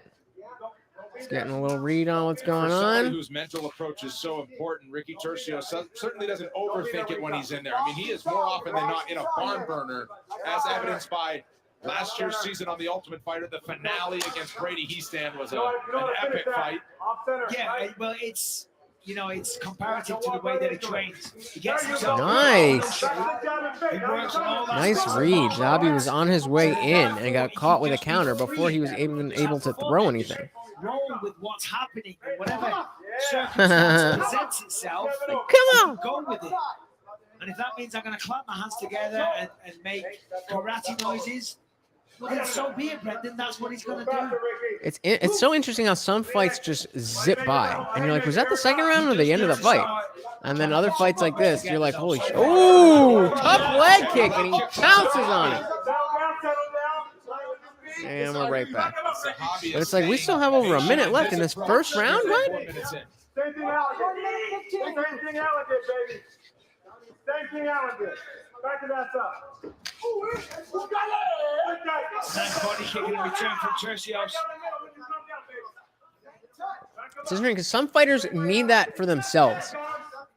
You have like Kevin Holland. He's a fighter who, you know, he's flashy and talks a lot, but he's not doing that to try to entertain you necessarily. He's doing that to keep his head in the game. And I think Ricky's the same way. When you consider that both of them like to stay at range. This coach's cam is brought to you by Proper Number 12 Irish Whiskey, Alex Morono, Joey Rodriguez in the corner of Tercios. The middle pata, yeah. Yeah, stay long. Don't run right into it. 25, baby. Short time. And even throwing those kicks at distance. Right. Up or down. It's keeping him away. Split that on the way down. Haymaker, here we go. Don't be there. Final 10 of round number 1. Moments for each as Zahabi swings. So this is what we would call, in the IndianJesus scoring system, a 10-7 round. That is a clear 10-7. It's not like Zahabi was destroyed and there was so much damage, but it is abundantly clear that that was Ricky's round. There's no one else you could give it to. There's no way you could argue that he lost that round. Clear 10-7 right down the line. And that's if you're just joining us, the IndianJesus scoring system goes all the way from 10-10 down to 10-5.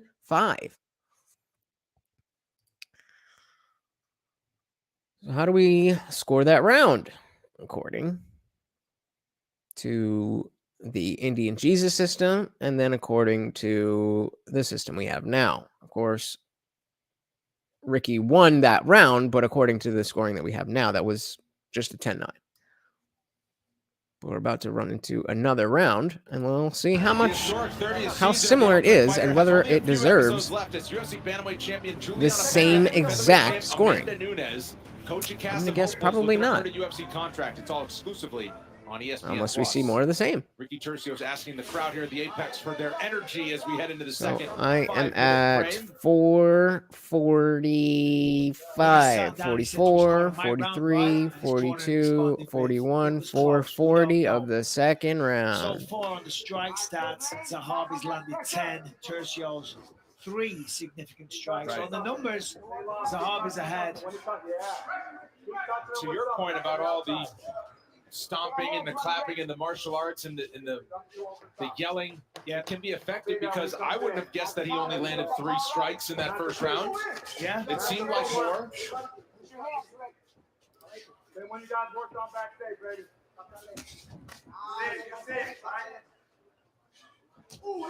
That's a nice calf kick. I'm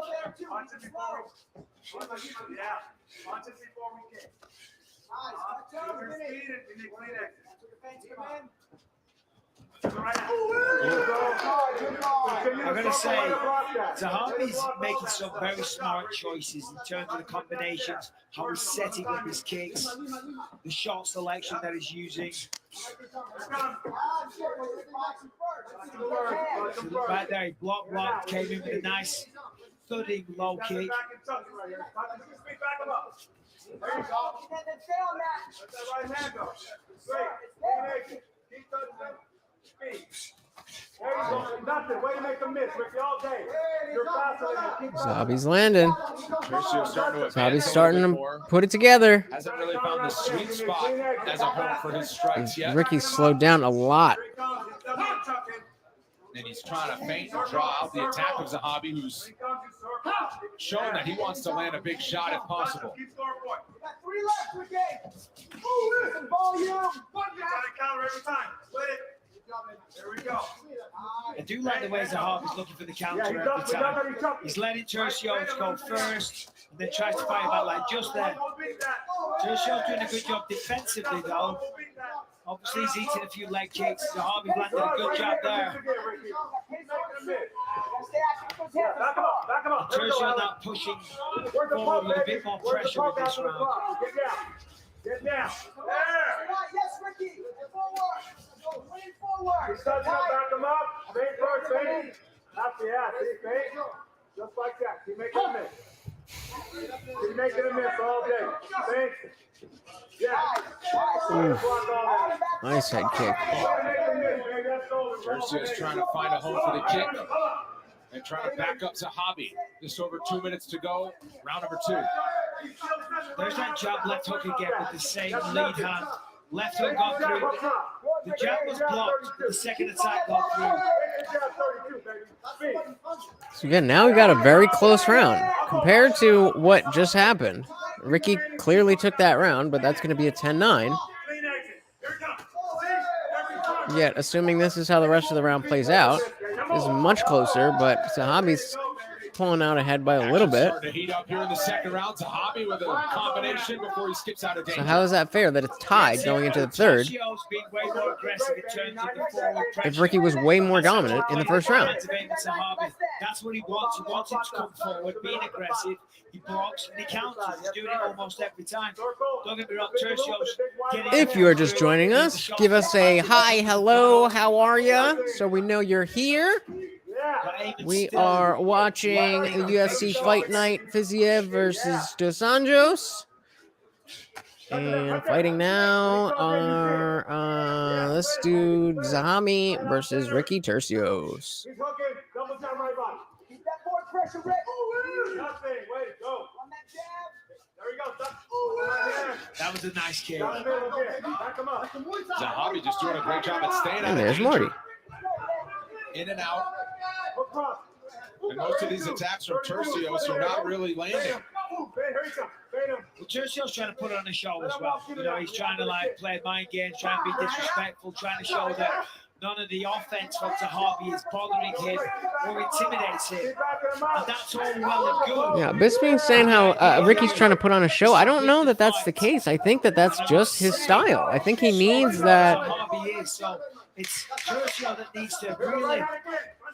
To keep himself going, he needs that level of energy, that level of output. Ooh, caught him with a nice left hook there. All right, so that, again, is what I would score as under the IndianJesus scoring system that goes 10-10 to 10-5. I would say that would be a 10-8 for Zahabi. So we would have a 10-7 for Ricky in the first round, but then a 10-8 in this round. That would still leave Ricky up ahead, which tells the story of the fight. Except now, the rules that we do have, it's going in tied. It's going in as if they did the exact same things. Okay, if that's what you guys want. Really? Really, guys? Nobody's going to say anything?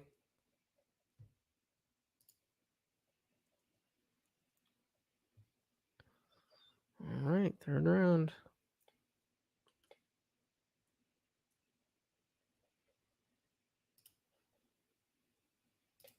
The world again in her rematch with the GOAT Amanda Nunes. UFC 277 is Saturday, July 30th, live and exclusively on ESPN Plus pay-per-view. Tercios was fighting with more of a sense of urgency at the end of the second round. I think that's what he needs to continue with in the third round here. I think Zahabi's figured him out. I don't know if there's anything Ricky can do at this point. We'll see if he can make some adjustments, but I think he's just figured out his rhythm and nice oblique kick there. Yeah, back him up. Here he comes. Back him up. Double jab. Go back. Tercios has landed just over 10% of his strikes. Wow, only 10% strikes. That's for Ricky. Zahabi has been more measured, but he has landed at a near 50% rate. Yeah, defensively, Zahabi There you go. sound. Like both of those shots there, he blocked. If Ricky can put it together for, you know, he doesn't have to do anything spectacular. I think he's, I think it's tied. As long as he can just keep it together. He's throwing a lot of wild shit. If he could just tighten up.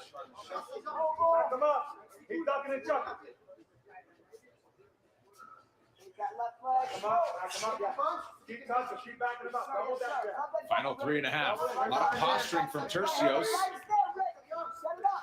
Yeah, I don't think Tercios is hurt at all. You know, and he's still with it. He's got crazy conditioning. He's got good skills. At this point, though, you know, he's just going to go for it a little bit more because you're right. Zahabi is being more measured, and it's been successful for him. I'm looking at the strikes on this monitor there. It's 40-17. We haven't seen any takedowns, really, any kind of clinch work. It's all been in the open like this. 42-17 now. So Tercios needs to just try and cut off the cage, back him up, and unload. Of course, easier said than done, but he's going to try and get in the pocket and let loose with a long combination. Season 6 of Dana White's Contender Series is back and better than ever this summer. The series that has lost so many UFC careers is set to return on Tuesday, July 26th, live and exclusively on ESPN+. Fun fact, Ricky Tercios made his way to the UFC by winning the Ultimate Fighter. He appeared on the very Oh, hey, I figured out how to make it not say that I'm transgender on Twitch. Look at you, Mr. Know-It-All. Tercios starting to put him together here. But as you can see, the land rate, 20 of 158 for 13%. And Tercios talking to him, but I believe that's out of a sense of frustration. Beastie, you still here? He's trying to will him into exchanging, into a firefight. Thought you were here the whole night. Lopaka. Now, a note that should About to be go if y'all just passed along is that judges do not have access to those numbers of land rate and striking numbers. That is correct, and it's well worth pointing out, correct. The human eye, that's what they can judge by. And it all depends what angle they're at where a judge is standing, whether or not they see if it connects or not.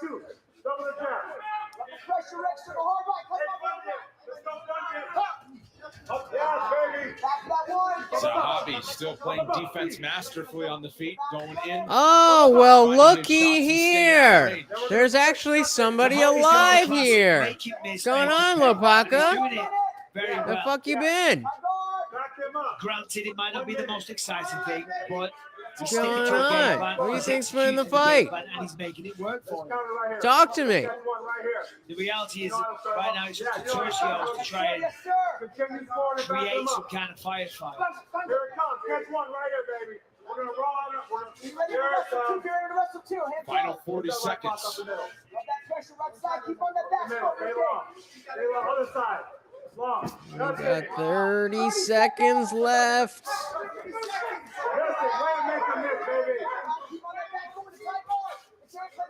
Does either fighter have a big moment down the home stretch?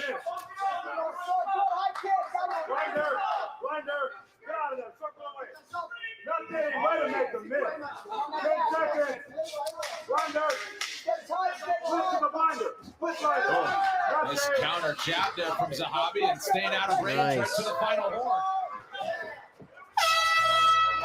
3 rounds in the books between these 135-pounders. Aimed at Zahabi, Ricky Tercios go the distance. You were doing propane?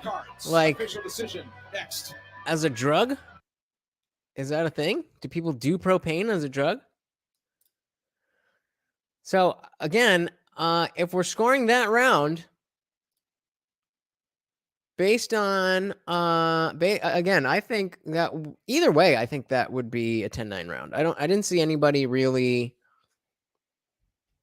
bring much. Or much more, I should say. I think that they both, they both brought it, but it was very even Very even. So I could go 10-9 either way with that one. Either way. Not sure. What do you guys think?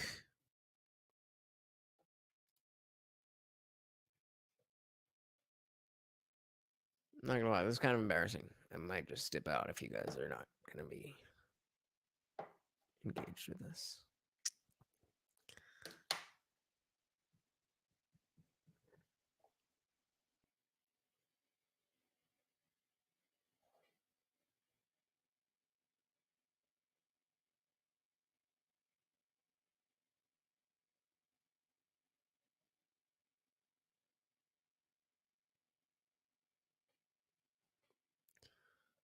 Brought to you by the United States Marine Corps. And for that decision, we send it back into Joe Martinez. Well, fight fans, after 3 rounds, we go to the scorecards, and all 3 judges see it for your winner by 29-28. Your winner by unanimous decision, Amen. Zahabi gets the win. All right, type a 1 if you care that I leave. Oh, he's related to Zahabi. Amen, congratulations on a hard-fought victory. I really want to keep going, but if you guys aren't enjoying this, then I don't want I to, want to give a shout out to Master Peter. He died the just day I have a signed the video contract of for this me fight. My Muay Thai coach since I was silent. 15 years old, and I dedicate this fight to him. Well, rest in peace to him, of course. All right. Was there anything about the fight that Well, surprised you? And I'm referring specifically I to hope you the- guys enjoyed the part of this that you were vocal for. Oh, we got one person. Okay, so somebody's saying they're enjoying this. All right. Guy, very nice guy, very polite There's guy, 5 but people likes to here. have fun in Is there. anybody I else kind of had it in the back of my head that something like that might come up. It's care so if I'm surprising. hearing it? Yeah, well, congratulations. It was a very cerebral performance. I just want to invite everybody to learn from Thank you, Alpaca. club.com for my brother's instructionals. Thank you. Yeah, definitely. That was it was for us, Hobby's brother. So that makes a lot of sense. I'm not sure why I wasn't a little bit more on top of him. And so Dustin, our friend Dustin, who's here sometimes, he just said that was a bullshit decision and that was Ricky. Interesting. He had him backing up the entire fight. Yeah, but Octagon control is not really what they determine, or what they used to determine the score, unless literally nothing else happens. And there was a lot of action there. So let's finish up and see what Jesse was saying. Please, guys, let me know if you, again, I got Lapaka here, but, I'll just call up. Hey, we got Biggest Diggest in the building. What's going on, brother? Thank you for showing up. Everybody's been fucking silent for the last hour. We just finished watching the, what was it? The fucking, who the hell did we just watch? Zahabi and Ricky Tercios. We just finished watching that fight, and we were in the middle of Jesse's video about Masvidal being disrespected. Let's back it up a little bit so we know what we're talking about. What's going on, Biggest Diggest? How have you been enjoying the fights? Did you think that was a good decision? Did you think that was should have gone to Ricky? Let me know. Appreciate that. Forget about the fact that he's a human killing machine and just look at the guy and listen to him talk. He's like a guy that you can tell, even if he's not showing it, has a smile this big on the inside. Like he's a genuinely incredibly nice person. So I don't think he meant it to be disrespectful when he said it, which is probably why Masvidal didn't react. He's talking about Gilbert Burns as like whatever, but like he's like, yeah, let's fight. I'll sign a contract to not take you down. In MMA, like that's insane. That's super fucking disrespectful. You think Masvidal's game is that soft? Like I don't even agree that that's the case with him. I think this is the same type of thing where people constantly do not understand. Like you need to evaluate based on who he's fighting against.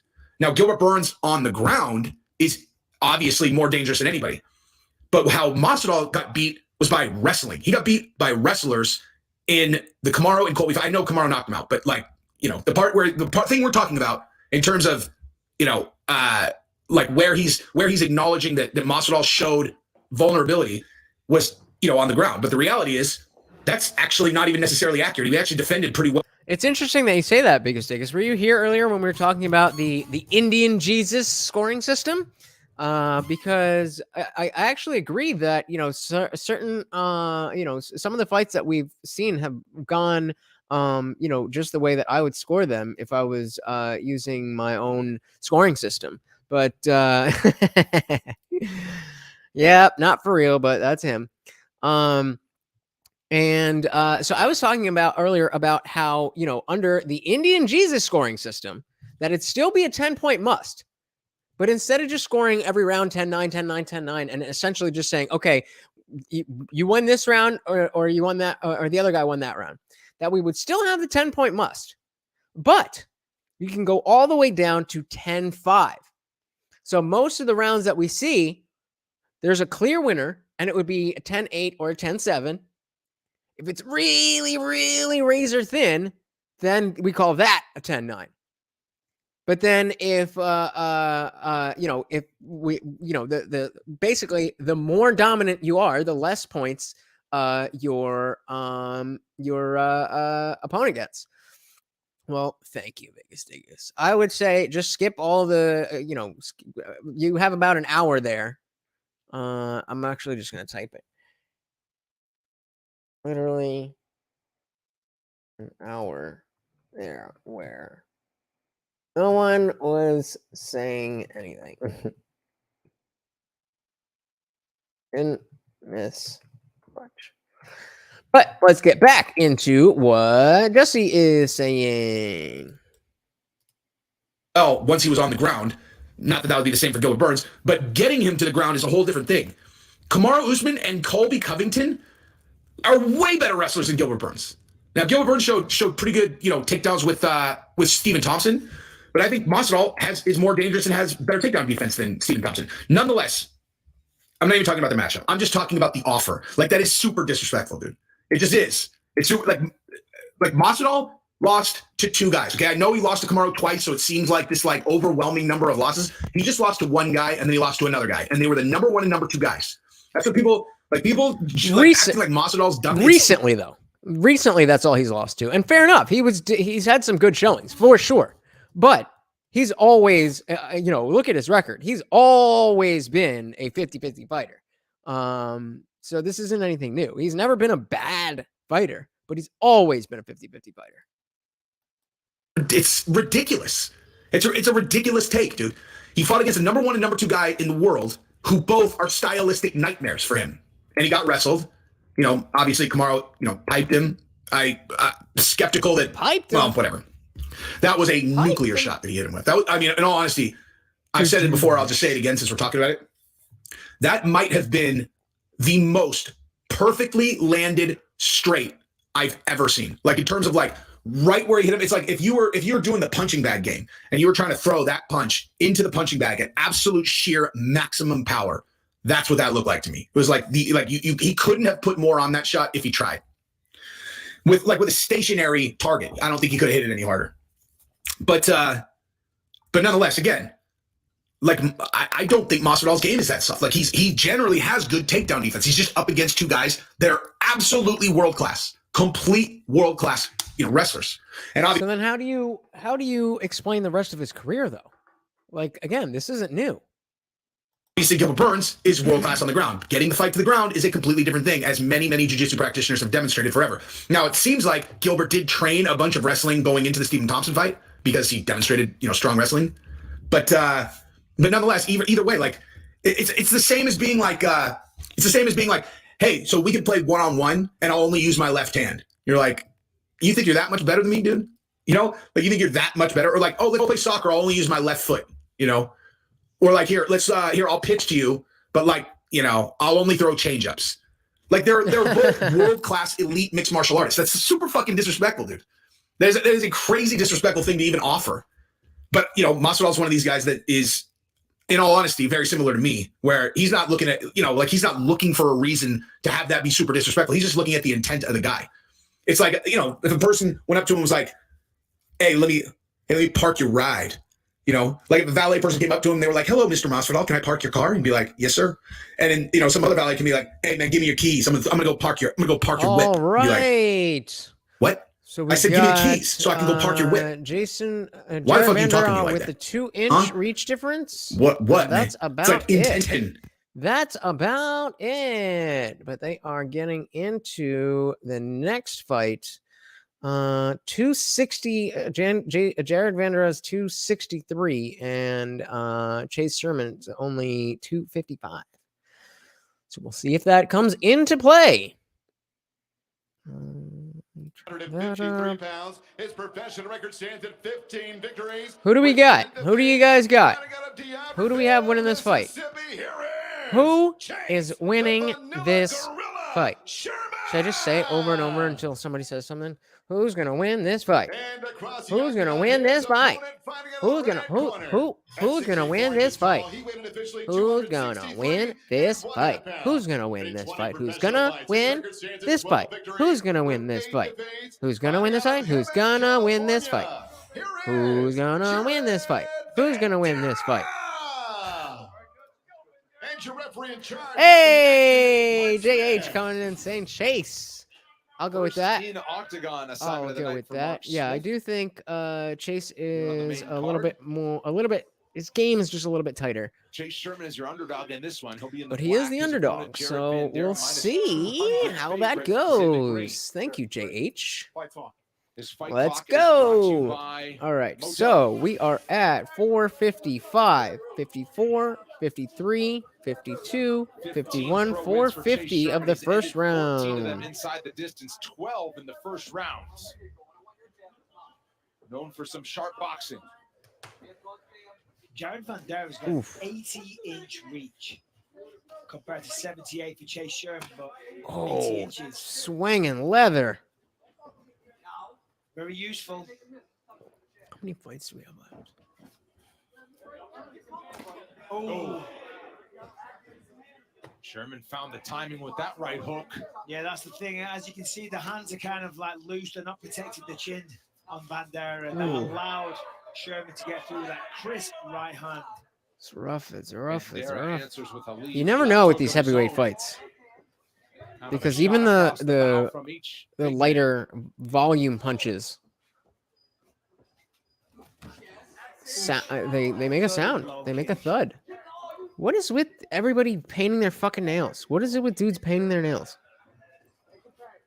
We had Marilyn Manson in the 90s, and now it's coming back, and I don't get it.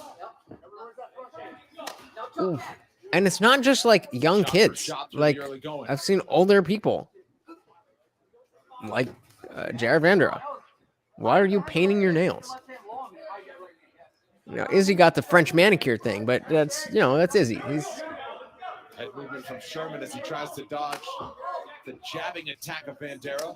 Yeah, Sherman looking sharp here. Nice head a movement. good bald snappy dad kicks. bod dude with a Still easy to tattoo beat by behind his ear. Vanderaa. You can't get too cocky or too complacent. Vanderea's got gigantic power. 2 ogres in slow-mo destruction. Yeah, and I mean, that is, there's no defense happening here. I mean, all right, you got a little bit of head movement there, but, this is just big boys going at it. This is really a look into the past. I mean, up until a couple of years ago, aside from John Jones, most of the light heavyweight division was just like the entirety of the heavyweight division is now, except for a few names at the top, where it's just big guys who can do well because of how big they are. And light heavyweight was the same way. But then, the Anthony Smiths, the Alexander Rakic people like that came in, Thiago Santos, and, started bringing a lot more technicality to the fights. Heavyweight, you just still see a lot of just big dudes just using their weight and just throwing their weight around. And that's why guys like Chase Sherman are part of the newer class, and that's why I agree with JH here that Rashad Evans and Alan Joban joined Karen Bryant for all the he's going highlights to and take the win. analysis. But exactly like Lopaka says, there's a lot of time left, and when you weigh that much, throwing your weight around does actually work. Each fighter starting to get a little busier. 90 seconds to go. Minute and a half in the first round, and Sherman's starting to load up a bit. see again, is it just me, or does Vandera look like a fat Tom Hardy? You can see the speed advantage for Chase Sherman. He's got a very similar facial structure to Tom Hardy. You're going into the danger zone. You're watch the power shots from Bandera. So yeah, under the IndianJesus scoring system. Oh! I was gonna say we could call this a 10-8 for Chase Sherman, but that exchange may have just knocked it into 10-9 territory. Clash of legs, that hurts. Nice job by Sherman. Nah, just coming up at the end though. Well, but 30-31, so yeah. He's starting to pick up the pace a little bit. Final 30 seconds, round one. Thank you, Lopaka. I appreciate knowing that I'm not sitting here by my goddamn self.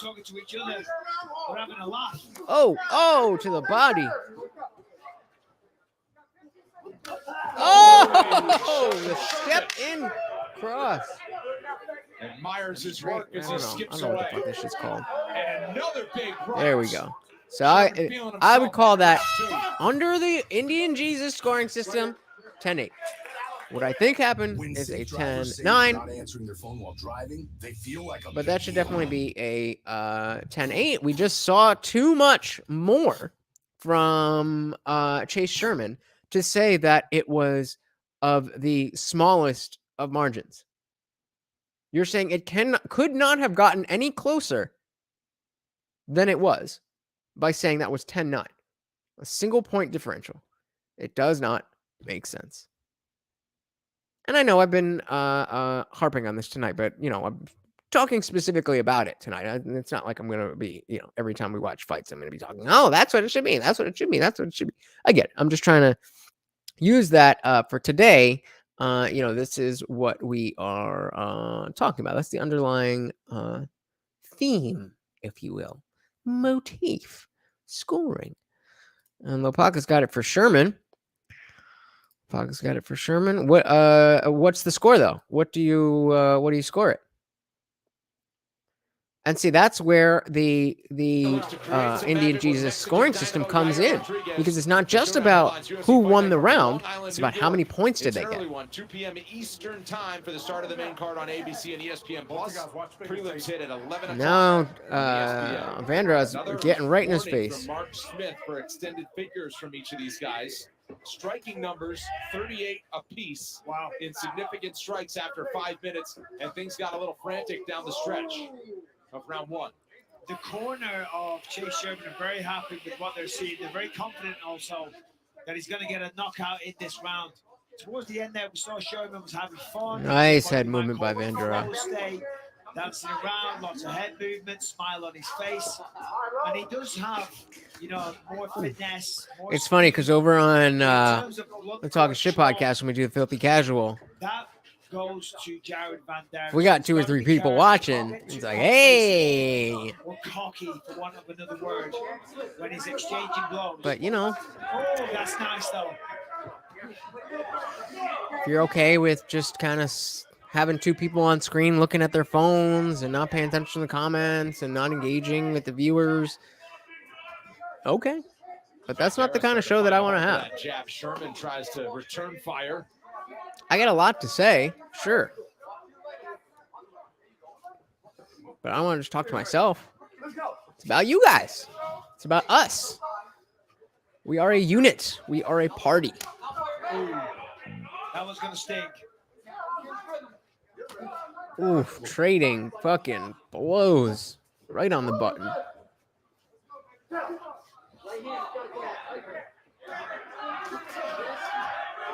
Vandero's faster than he looks. Damage below the right eye of Sherman after Bandera started. I agree. He is straight up no bullshit. Yeah, Bandera started to throw caution to the wind. I like some bullshit though. I like he will have no bullshit about anything.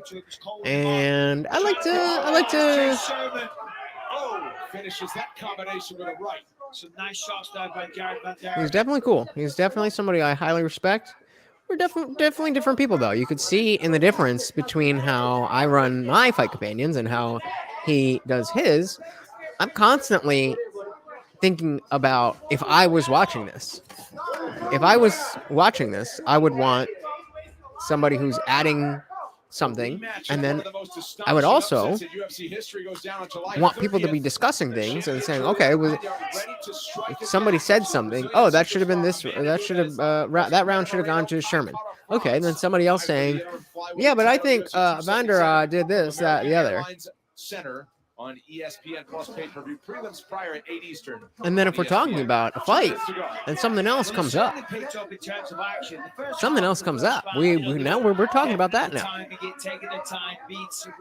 Over on TSP, they don't really like to deviate from the fight talk itself, but especially not being a a particular MMA channel. Round number 2 as Sherman throws from the bleachers. It's not like people are coming just for my take on the fight. If you're doing that, you're going to, whoever it is, whether it's Bisping's channel, MMA Guru, The Weasel, if Jesse's doing a live, that's where you're going for that. I figure if you're here with me, then it's because I'm adding something other than just commentating along with the fights. That's what I'm trying to do. I'm trying.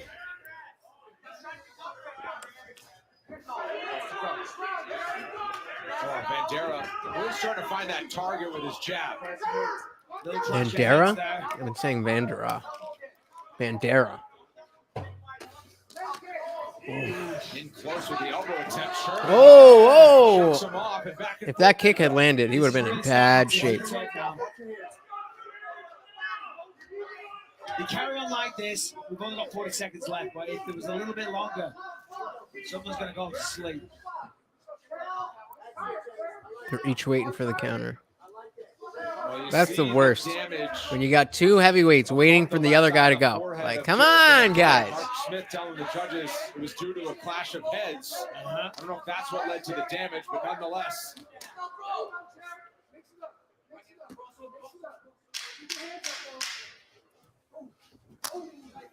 Body kick for Bandera. Sherman. That's nice. Try to put a stamp on round 2. Third round after this.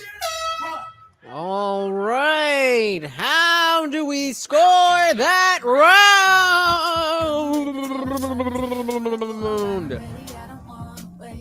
Again, another close round. But I think it's pretty clear that Chase Sherman won. Therefore, I give that, under the IndianJesus scoring system, a 10-8. Of course, they would give it a 10-9. The difference, why that is relevant is because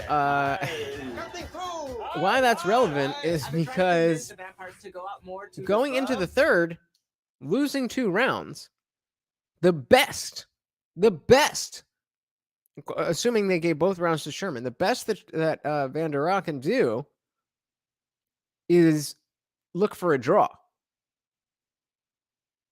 But under the IndianJesus scoring system, this fight's not over. He's got 5 minutes, and as long as he gets more than if he got a 10-7 or 10-6 or 10-5, then he wins. Head over to UFC Fight Pass for I think that should be possible. You should be able to be down 2 rounds and be able to win on the scorecards. If you can do it by knocking somebody out or submitting them, then why should you not be able to do it on the scorecards? It doesn't make sense to me. A lot of shots, a lot of damage on either side. So we're back in. We're at 435, 34, 32. That's not how you count. Try that again. 4, 25, 24, 23, 22, 21, 420 of the third round. Showed you the live odds. There we go. Now you guys are alive. Point at -115 each side. It's a tough Oh, one to call. Yeah. Sherman But definitely exactly, was Lopaka, that's better what I'm saying. Let's get the numbers in there. Let's get the numbers so that we can, based on my scoring system, if you can go all the way down to 10-5. What do you score that? He's having a lot more success. When he stands there, Because that's exactly my point, is that when you have 10-9, then it's just, okay, who won that round? When you can go all the way down to 10-5, then you've got the option to say, okay, well, this guy won, but he won by this much. No, this guy won, but he won by this much. Trying to figure out the puzzle of how to best It adds another layer to the game that is already there. It's just not being accounted for in the scoring. It's not like we're changing how they're fighting. It's not like we're changing how you gain points. We're just paying attention to more stuff.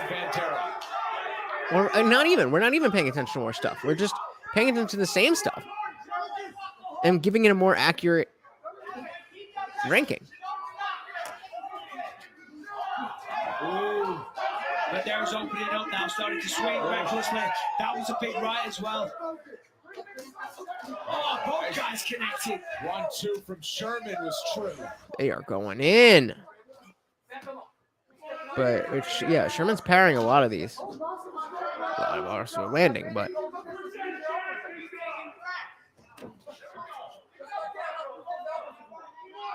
Saw Bandera throw to the Nice combo from Sherman. See, as I was talking about, this new school and just throwing your weight around. Bandera's just kind of swinging. And you can see he's not built like Chase Sherman. Chase Sherman is athletic. And of course, I'm not saying Jared Bandera is not an athlete. But in terms of shape, in terms of what you look like, it's... Oh! Chase Sherman finishing it. Stop the fight. It's done. Stop the fight. Woo! Huge win for the Vanilla Gorilla. Just Well, as you said, he was behind those significant. That's an interesting statement, Lopaka. That is a very interesting statement. So how does the promotion affect the outcome based on the scoring being as it is? And how would they not be able to do that if we change it to what I'm saying? Sounds like it would be the same thing. I don't know what can the promotion do to affect the score as it is now.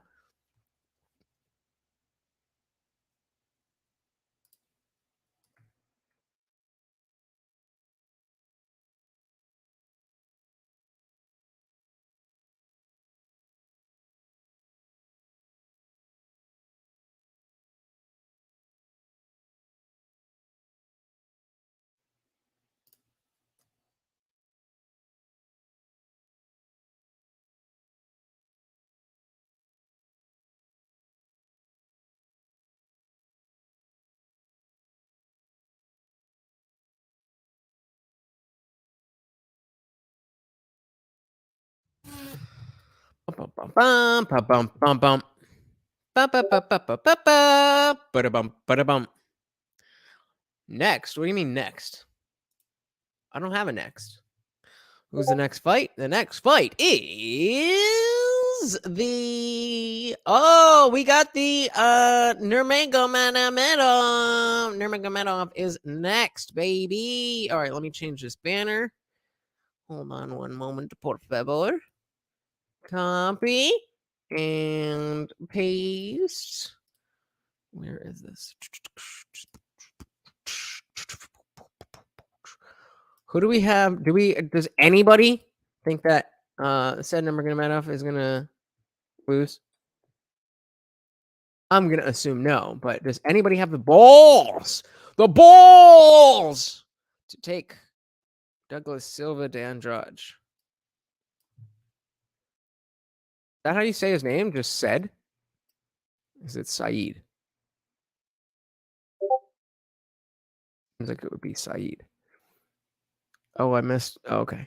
Let's go to reading the official decision. 10 seconds, round number 3. We have your winner by way of knockout, Chase, the Vanilla Gorilla Sherman. I'm here with the winner, Chase Sherman. Chase, congratulations. Great fight, kind of a slow build, but by the end, you guys were just throwing down back and forth. Were you hurt at all at any time? I think he really in the very beginning, he caught me a little sneaky left hook to the body, and I was like, that didn't feel like much. And then 2 seconds later, the liver was like, yeah. Watch the fuck out. You gotta watch those sneaky ones. How good does it feel now to get back to winning ways? It feels great, man. You know what I mean? And to be honest with you, I've been here in this UFC for 13 fights, man. So JH thinks that's the fight of the night. Interesting. Over the Ricky Tercios fight? Well, we'll all be looking forward to seeing that. Yeah, I think saying that Jared was actually ahead on the scorecards as it was getting to the end of the fight. But then you took he was ahead on the scorecards. So Jared Vanderbilt had the first 2 rounds. To get the victory. No, I actually thought I was ahead on the scorecards, but again, the judges sometimes don't really account for clean shots landed. Interesting. I could definitely see this being fight of the night. If I think this is the fight to beat. The cleaner shots, especially with the jab. I think the Ricky Tercios fight was good. That would be the fight of the night. Had this not been, but when you get the big boys and they deliver, I think because there's a certain expectation that it's going to be slower when when we have the big guys. I think that because there's that expectation that when they actually do deliver, we got Jessica Andrade there. Didn't she retire? Or has she just lost a bunch of times? Number 4, I guess she lost a bunch of times. Next week we got Ortega Rodriguez, 2 p.m. Eastern. Hell yeah, baby! 11 a.m. prelims. Holy shit! Who's down to do that? Then the week after we got a noon Eastern prelims, and then we got 277 the following week. Ooh. We got a nice week of early fights. Biggest Diggers says, Russian fighters eat puppies for snacks. Russian will win. We'll see. Let's see. All right, so we'll make sure we're live on this. And I don't think we finished Jesse. I'll back it up a little bit. And let's see what he's got to say. Right.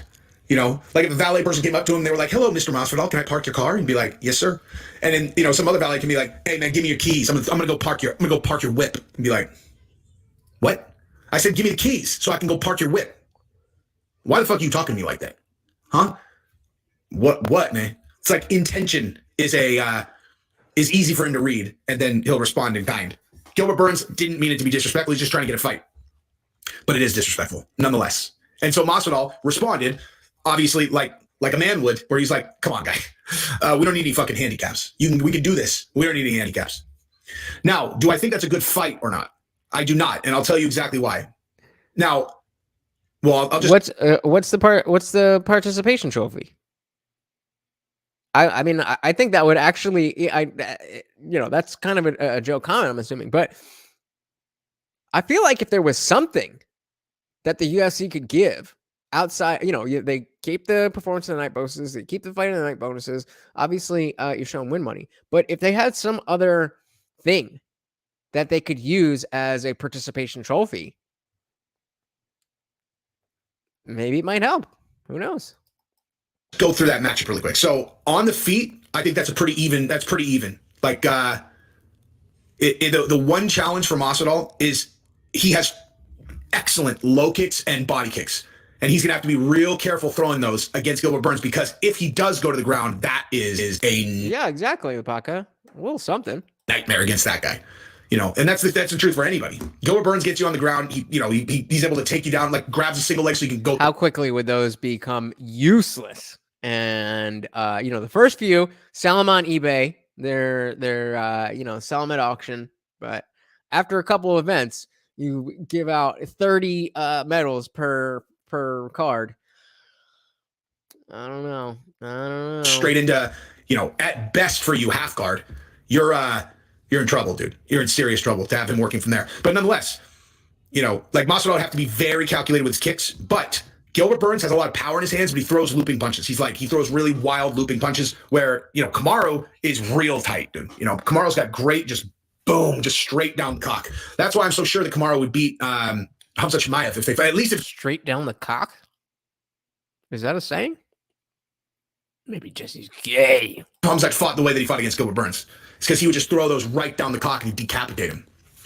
But yeah, I mean, Masvidal can knock anyone out. So it's not like he would have no chance in that fight. I'll just tell you, I like Gilbert Burns just because he has such, like we talked about in the other video about advantages versus disadvantages. Gilbert does have a significant advantage in grappling, but on the feet, that's if they really were going to just outlaw takedowns, then Masvidal's got a real good shot in that fight. Outlaw or make illegal? Real good. But, again, I am not on the train of Masvidal being washed up even a little bit, especially after I watched that Colby fight a second time. And again, I agree. I don't think... All right, I'm going to keep the mic in front of my face because I got food and shit, but I agree. I don't think that Masvidal is washed up or anything. You guys, this is remind you of anybody? Oh my God. No, I don't think he is washed up. I just think it's important that we recognize that even though we've seen Masvidal in the spotlight recently, it doesn't mean that he magically became better. He didn't necessarily fight his way into the spotlight. It was from other stuff that he was doing outside of the cage that got him that. And then the Ben Askren fight happened. And honestly, I'm pretty sure they were serving Masvidal up as the sacrificial lamb in that. They were assuming that he was going to lose because Ben was undefeated. Well, yeah. And even though the Robbie Lawler fight didn't go the way, it wasn't some massive takeover or some domination of Robbie Lawler. The fact is that after 2 years of retirement, Ben Askren came in and he did work. After years and years and years of everybody saying, oh, this guy needs to be in the UFC. He's, he could beat everybody at welterweight. He came in. He beat one of the legends. And even though it was close, they know that that Masvidal is a 50-50 fighter. What they didn't know was that Askren was, in fact, washed up. To a certain point. They thought he was washed up, but they didn't realize that he wasn't. And that he had that plan for the knee. What are you talking about, Lopaka?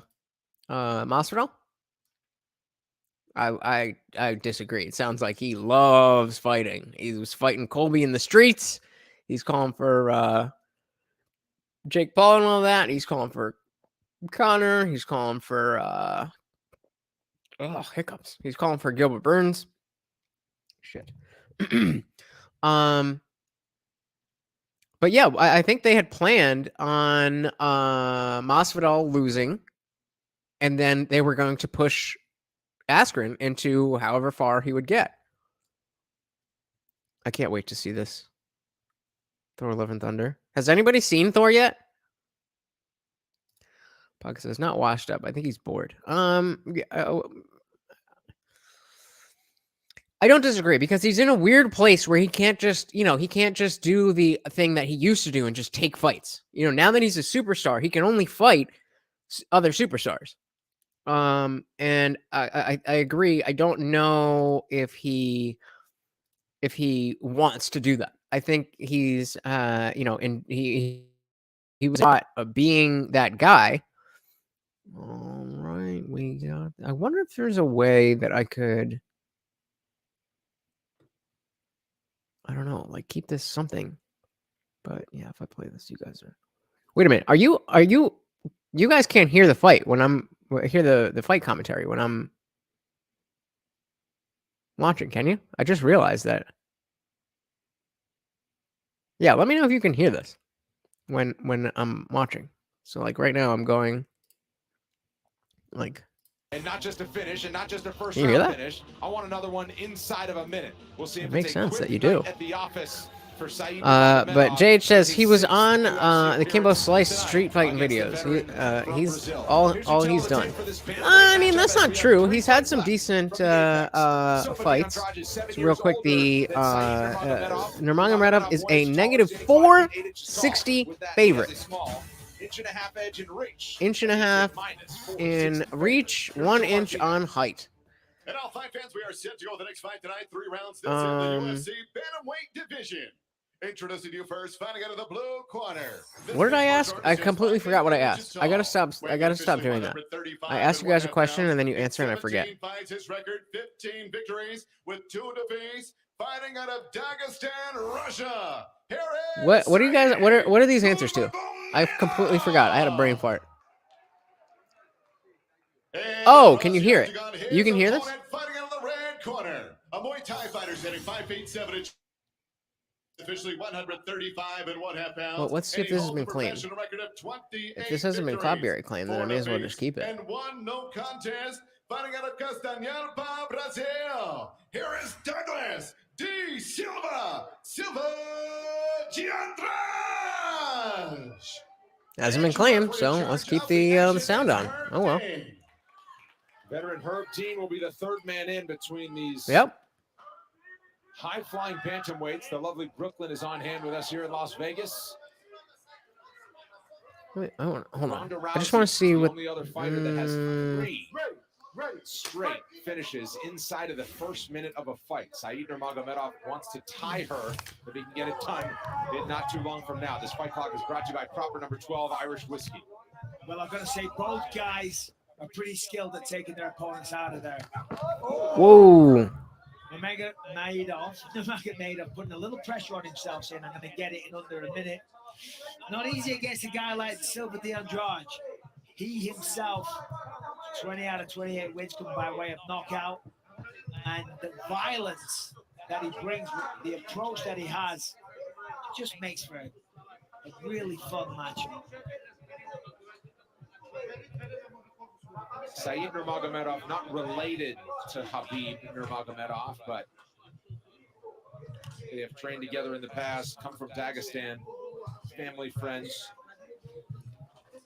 Okay. That's what I was doing. Blah, blah, blah. Wearing all of the pressure from Douglas Silva de Andrade. The first minute finish is out of the equation. Yeah, and it's not about approach from de Andrade because. Oh yeah, that sound is coming through.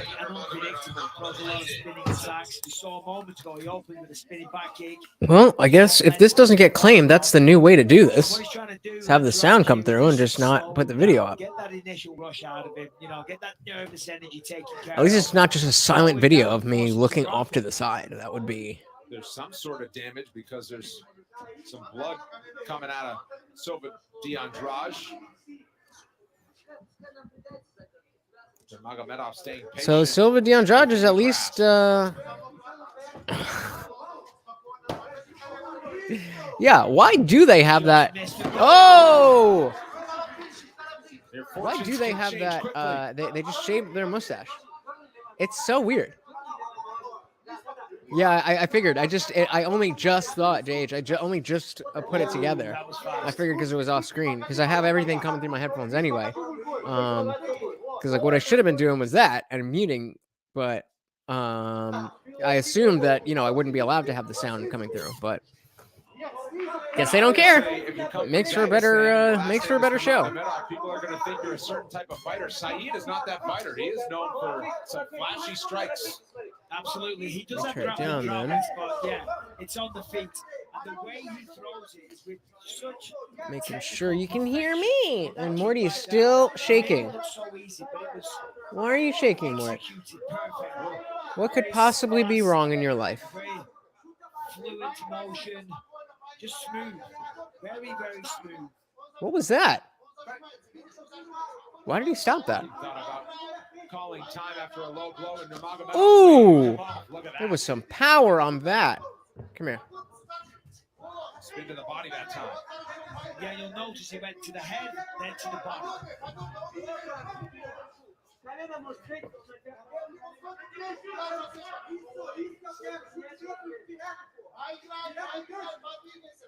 Hi, I'm Morty, and I'm terrified of everything. The Anjos did a good job. Can you guys help me? I'm so scared of everything in life. I don't know what to do. The lead leg to a head kick without touching the floor. Incredible stuff. A powerful one back from the Anjos. Yeah, I'm saying All right. Oh. Da Silva's doing well. I mean, we assume that the Nurmagomedov is going to, dominate everybody. But not all of them are Khabib. Not all of them are Khabib. Is this his cousin?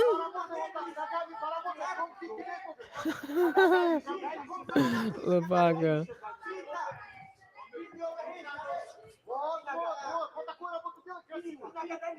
Final minute of round number 1. Ladies don't like the stash. Spin at a moment's notice. Yeah, Russian women must hate mustaches. Get busier. Standing at this range, the kicking range with Nurmagomedov, it's not a good idea.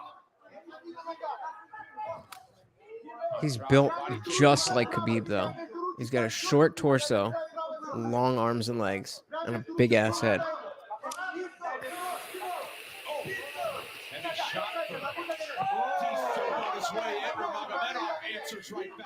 There you go.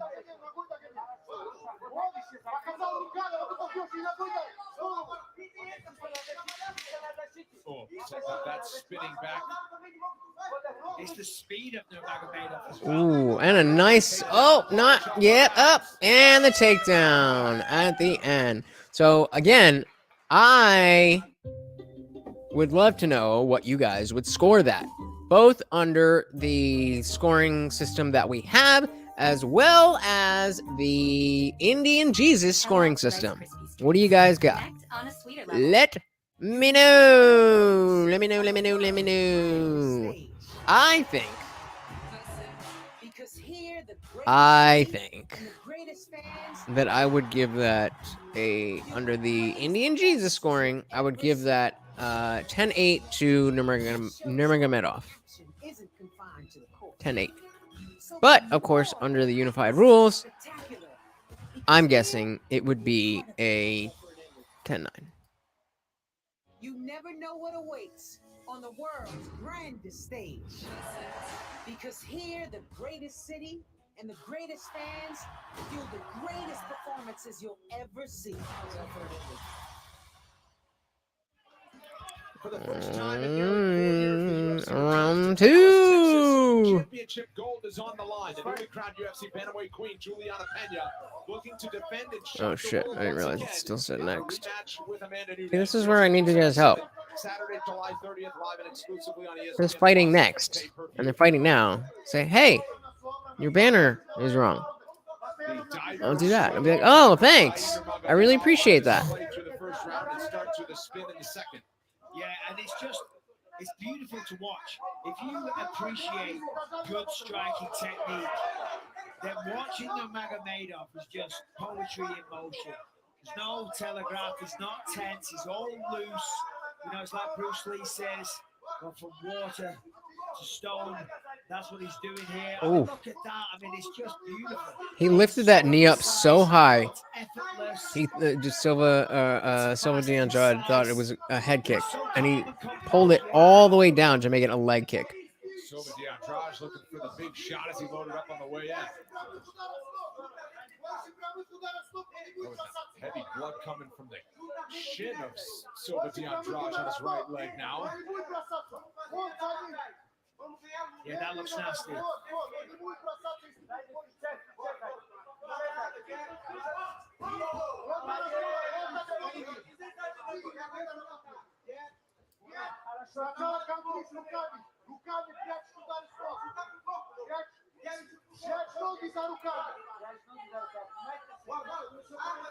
Seconds in around 2.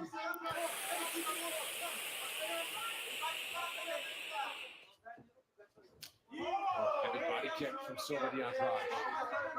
Yep.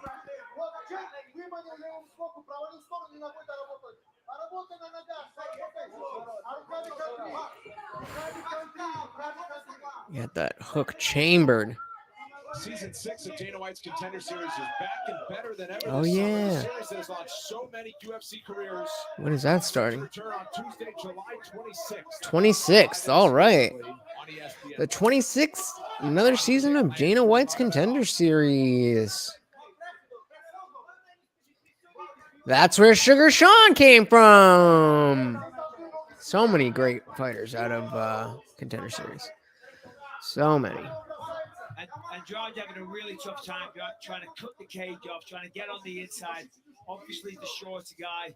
He's probably the more powerful with the hands, but he's shorter, he's a little bit slower, and he's a little bit more predictable in his attacks. He's trying to cut the cage, he's trying to force him back, but the footwork of Nurmagomedov, he's just proven too much. He's very elusive, he moves well, he's aware of his surroundings. If he gets close to the cage, he circles away. This is good for George, but he's going to make it work. Now Nurmagomedov advances forward, forces. Those question mark kicks come out so clean. Connected with the top of the head. Ooh! Flying knee. D'Andrade catches the flying knee.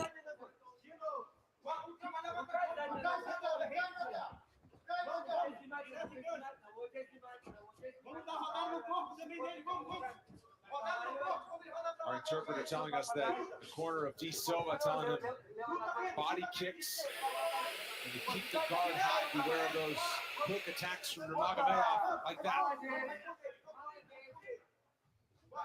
Now, Nurmagomedov not as busy as he was in the first 5 minutes as he dips. The wrestling is just something else. Really nice takedown defense by Silva D'Andrade. He was mid-punch, and he switched his momentum to fight the takedown.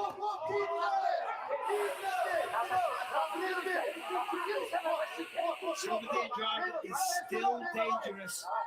He swings with everything he has with every single punch.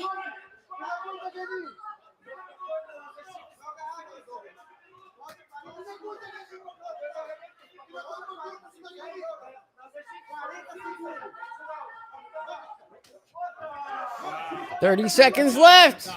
As that George came forward, just lifted up the knee. Trading spinning back kicks. Oh! Caught him with the spinning back fist. He's on top. You got to get past that leg. When is the last time we saw anybody named Nurmagomedov lose a fight? Third round's coming up. Wow. So again, pretty standard in terms of scoring. So that they're obviously going to score that a 10-8 or excuse me, a 10-9, but I would be more comfortable with that as a 10-8. In the IndianJesus scoring system, that is a clear 10-8 for Nurmagomedov. He won the round. He did better than the other guy, but he didn't dominate. So he just won. It wasn't close. There's no confusion. So that's how I justify that. I think, again, I mean, what do you guys think? Is this scoring system something that would be, because again, remember the video that we watched, the whole thing was that implementing a whole new system is going to be, just the implementation is going to be its own, its own task. First kind of real adversity of the fight for Said Nurmagomedov. And so if you're going to change everything except, if you're going to change literally nothing except the numbers that, like the way that you use the scale, they have Nurmagomedov. Seems pretty simple. We'll see as round 3 gets going. Well, Oh! For sure. He's definitely Nurmagomedov brings his own spinning elbow, and Silva de Andre fucking drops him with the takedown, lift and slam. Silva de Andrade is not going to quit. You got to take him out of there because otherwise he's coming at you with full force until the referee stops the fight. I love the way he fights. I love the technical brilliance. Everybody's got quiet. Andrade knows he's probably behind here, so trying to mix things up. Gonna get it down to the ground, get on top. So sorry to interrupt your podcast experience. I just want to remind you, if you're enjoying what you're watching, please hit the like button and subscribe for more content. And if you really love it, there's some support links in the description. I would love to help out the channel. And back to the show. Nurmagomedov back to his range. A little more than a minute gone in the final rounds. UFC Ultimate Sound, official sound of UFC. Listen to Combat Sports Top Stars' personal taste in music. And it's now available for free. Download the app today. They have a specific app for the music that fighters listen to? That doesn't sound sustainable. What? Spinning back fist from Nurmagomedov is... I can't imagine that fighters are tastemakers for music. I'm not saying they don't listen to good music. Ooh, that was straight to the cup. D Silva that time. Yeah. Could hear it. Nurmagomedov appears just fine. Let's have a look. If you had to... Yeah, the heel just kind of skimmed it a little bit. If you had to pick one fighter that would pick your walkout music, you know, sometimes even if you're not particularly hurt, what fighter would you pick? Just stop a second, take stock, take a deep breath. You can pick any division, man, woman, UFC, Bellator, one. Strategic 30 seconds to yourself. You get one fighter who's picking your walkout song. What fighter are you choosing? And that was the thought. Nicely finished as well. That was a very unusual, unorthodox finish, but he got it done. Gets on top, and now chipping away with elbows. Looking for a leg lock is the Andrade. A lot of urgency on the restart from Nurmagomedov. Head kick to polish off that exchange. There's a powerful left though. D Silva still throwing some heat. Oh. Another spin. Can't spin too often. Every time you spin, you present your back. And as we saw there, sometimes a little push, a little forward momentum is going to put you down. And with 2 minutes left, right, in a close fight, if Anjos can really get some damage done here, really do some proper work, you never know. I mean, the champ has it 1-1. I'm not here to score, I'm here to call it, so... I like that up kick. That was cool. Little side kick from the ground. Ooh, nice use of the up kick. Tremendous dexterity. When they've got the one foot, just like that, he grabs the foot. You have to use that as leverage so you can get the other foot up to his head. Beautiful work. Here. But D Silva, really, you're going to let him up? I never understand why they do that. It's like, he's on the floor, he's trying to hit Throwback. Miller Mayhem. Or Mayhem Miller, I mean. Final 90 seconds. Nurmagomedov looking for a hole for that up kick. Nurmagomedov's having a way that shot. Yeah, well, looky who we have here. A not quite sausage. Kicking him in the face off his back. Thank you for joining us. I mean, they're nasty. Welcome back. He's one of them flush. I've needed you. To sleep.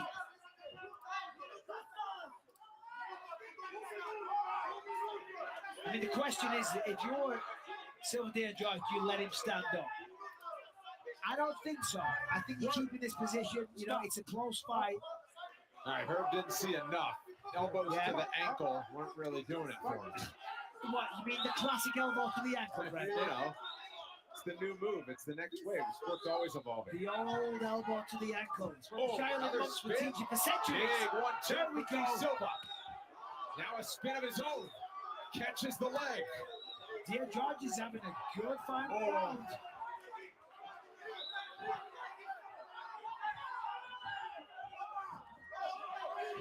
Second takedown attempt of the round from Nurmagomedov. Really strong hit by the Oh, Brazilian. anybody who's got biggest diggies, what's good? Said, yeah, Mayhem's walkout are better than Izzy's ones he did in Japan. And now Good choice. I mean, I would choose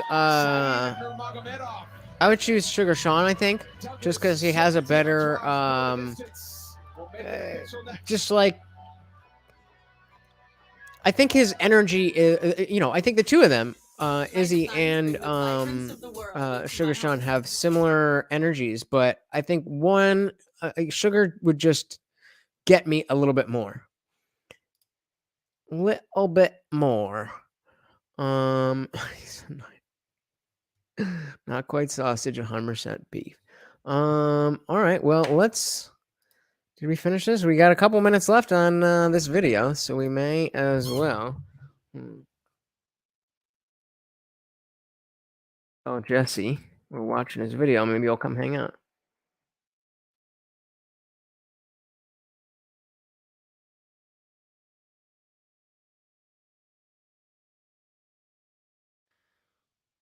All right, let's do this.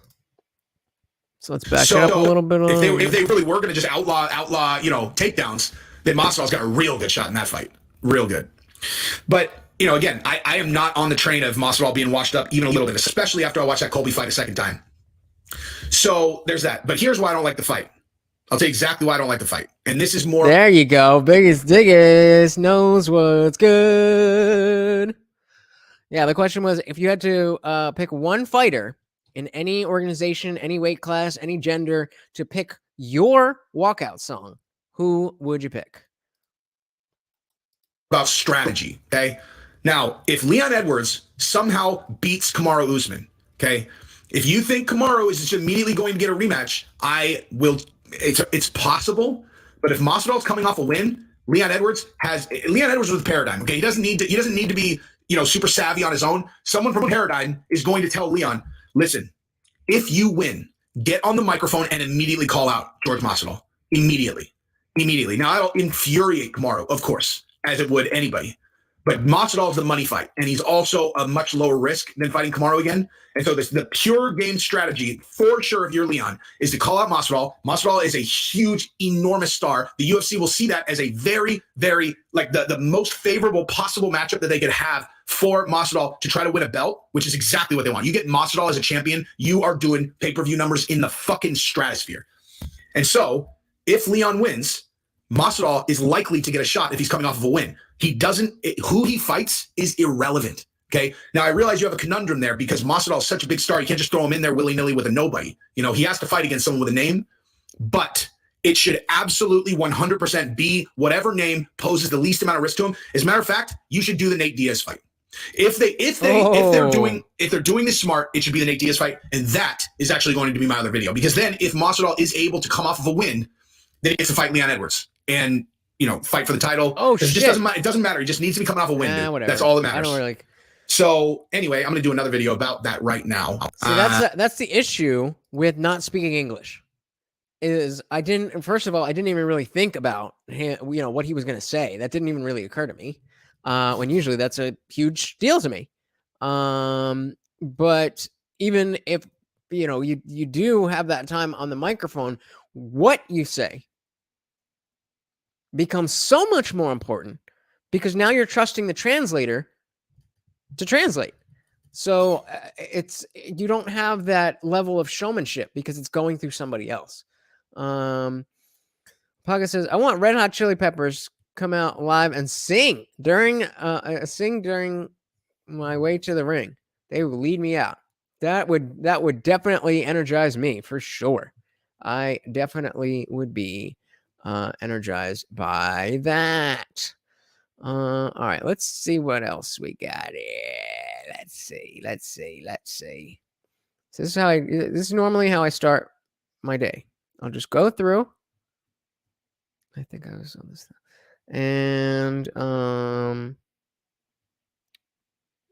I watch that, watch these. Yo, do you guys know about cart narcs?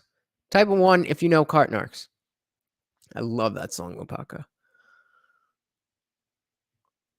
How about that?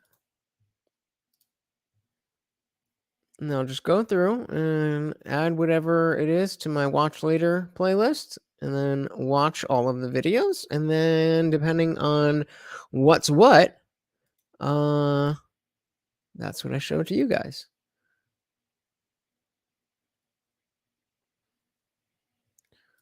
So let's go with that for now. Make sure we're not missing anything. And here we go. Speed it up, speed it up, speed it up. Is famous for. He's on the $5 bill. Yep, we are about to have a pop quiz. That's what we about to do. And anybody who get all the answers right, you get a free reaction. Oh, Beastie's back. What's up, Beastie? I was so lonely before. Everybody left. And I thought you were going to be here the whole night. But I'm glad you are back. Glad you are back. Fighting next is the exactly. Yeah, so Lopaka's the only one who knows about carton arcs, huh? But yes, we are in between fights right now. And this video is the future of our country. This guy is just a reaction type dude. Let's see what he is doing and saying and what he is reacting to. Oh, all right, let's go. What is the Declaration of Independence? Hell if I know, y'all. Thanks, teaching on this. And what month do we vote for the president? Nothing happened with carton arcs. I was just asking who knew about carton arcs. I randomly stumbled upon the channel one day, and I didn't know if people knew about this. Apparently, I guess you guys know what is good. What is the Dick Show? That's another thing I have not heard of. Should know that. February. Why did the colonists fight the British? Caitlin always mess with people at the daggone beach. You know when they go to a beach, they're not thinking about all that other stuff. They just want a daggone beach. That's all you want to do is beach. I don't know why y'all looking at me. They want to free them? Yes. That's why? Yeah, from who? That's not true, Lopaka. He's not Karen. He's not looking to get anybody canceled, get anybody arrested. All he's looking to do is make sure that people do the right thing. That's it. That's it. That's not a Karen. That's a concerned citizen, in my opinion. That is a concerned citizen. I don't know. Where's they want freedom from? Boston? I don't know if New Jersey is a state or a country. What is it? Is it a city? Is Canada a state? I can tell you for We're sure. back for another round of New Jersey is in fact a state. pop quiz on the beach, but this time we're in Jacksonville. We're going to see if people can answer the citizenship questions that immigrants have to answer to become a citizen in this. You know what I like about her? She goes from city to city just starting stuff. She like to have conversations with people. She walk around with that huge microphone and just shove it in people's faces and just ask them questions. And since she looks so nice and innocent, they just answer a question like, okay, cutie pie, answer your question. Country. Let's see how much they know.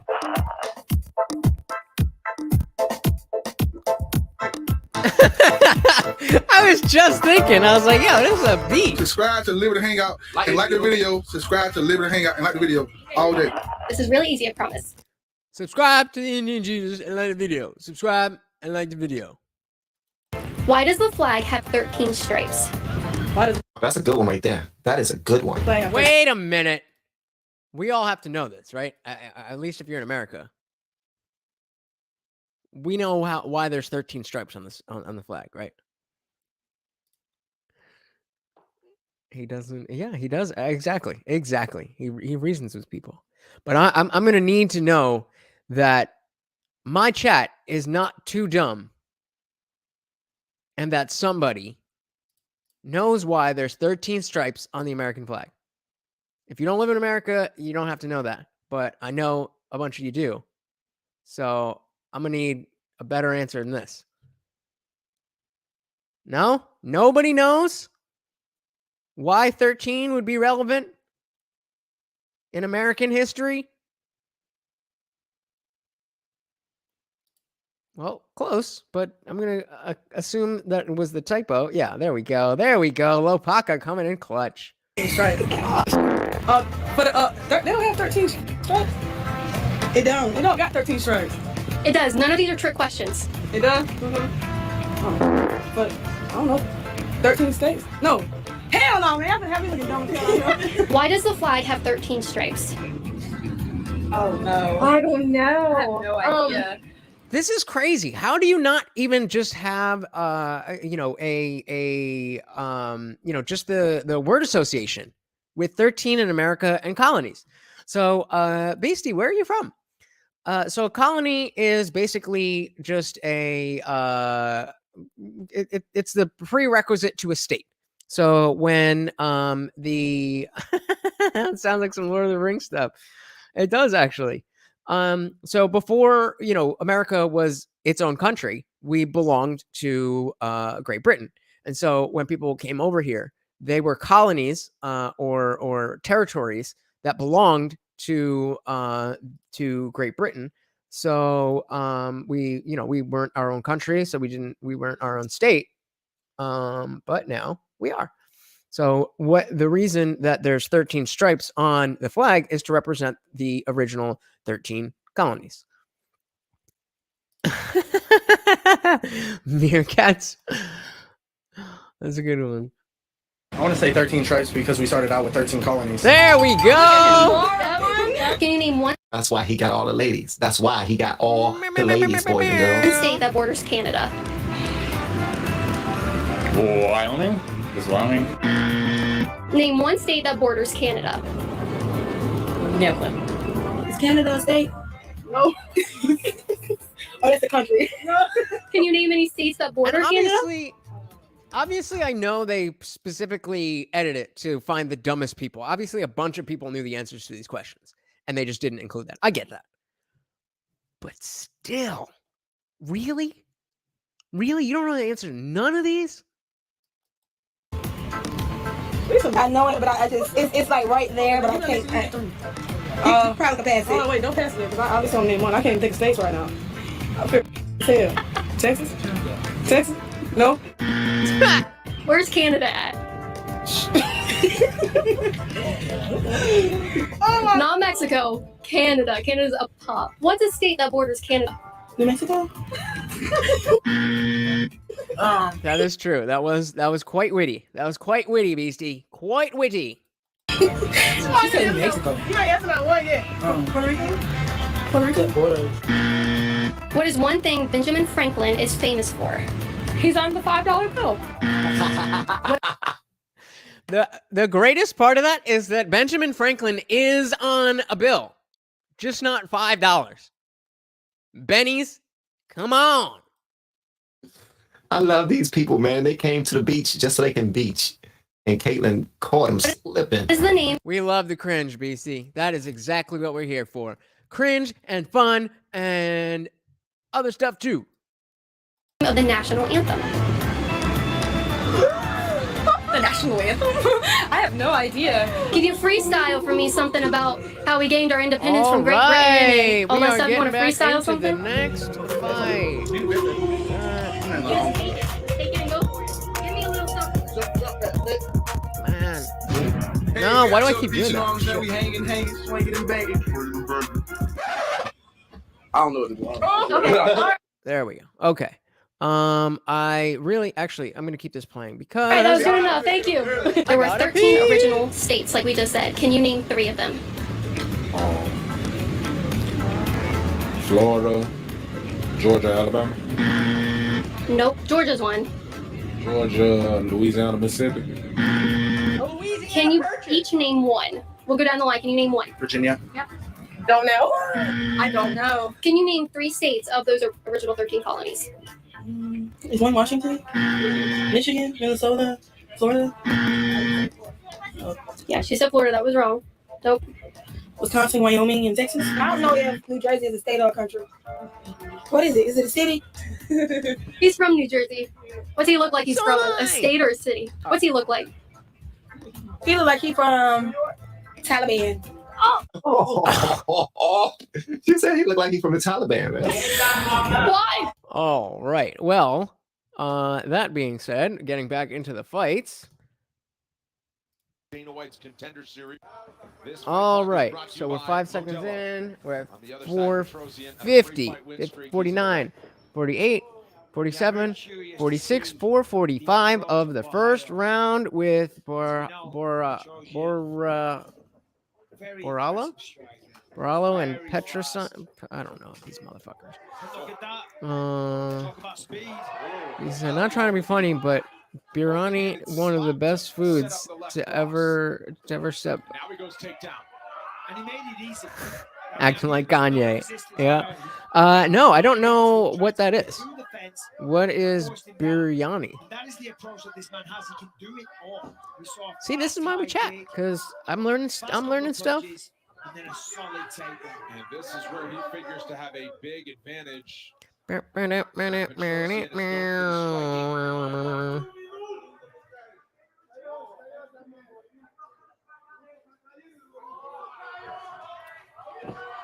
Chasing that left arm of Petrosian. Whoa! Got the back, got the hooks in. This will be something because He's not under the chin, but he's looking good. Oh! High-level jiu-jitsu guy, Petrosian passed the test. That's really nice work as well. Petrosian. Okay, I recognize the name now that I heard it. Reclaim it. Got to be careful he doesn't fall off the top. He's trying to switch to the leg there. This is high-level grappling. I can't even see what's going on. Off the top. Again, controlled. Looking for the body triangle.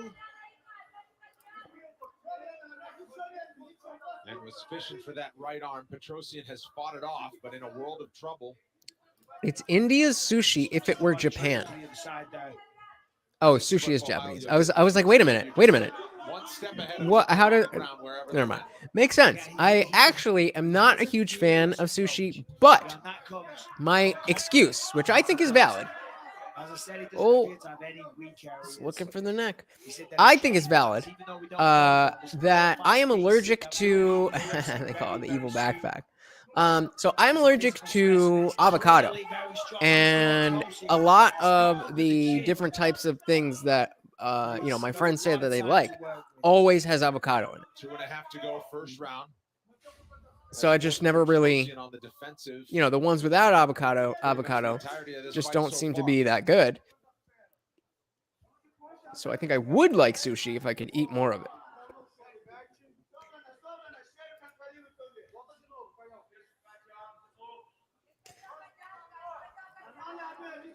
Ohio, the leader of, so would you guys consider like what's going on right now? Yes. Do you think this, when we talk about no, I'm not lactose intolerant. When we talk about fighters getting the takedown and then not doing anything. I'm just saying this sounds like coming after you now. Do we think Borrallo is doing something? Where does one sign up for this? I thought we were friends. Like clearly he's working. He's not doing nothing. But he's been in this position for a good amount of the round. Is that a reason to give him the round, or is it not that simple? Because yeah, he's been here, but he hasn't really done anything. UFC fighter meet and greets and more. Visit UFCVIP.com to learn more. Just over a minute left in the first round. Not much in the way of submission attempts now for Ohio. Firm control on the ground of more than half the round, though. Yeah. Whoa. Digging his fingers into dude's fucking eyeballs. And then you see the body triangle there. It's not in the correct position, but still, we're splitting hairs here. He's still controlling him. He's still trying to go for the takedown. Sorry, pardon me, the choke. Yeah. Ask away. Defending well. I mean, now he's got the body triangle correct. Right now, I'm just eating some that's all he can really do right now because some pork and rice with some taco seasoning, he's got to try some and get garlic. flat to the mat. I don't have any veggies. I wish I had some fresh red onions. If I could stuff some fresh red onions in there, that would be amazing. Some cilantro. But at this point, maybe just ride out the final 20 seconds. Well, exactly. Started on the feet in round 2. Exactly. Yeah, definitely not worth the energy to try to get up at this point. Kept himself out of major danger on the ground, did Armen Petrosian. He'll be looking forward to Starting round number 2 back on the feet after this. All right, so clearly, round 4, Bravo. But again, because not much was done, then I don't know how important that is, but it was the whole round. So, the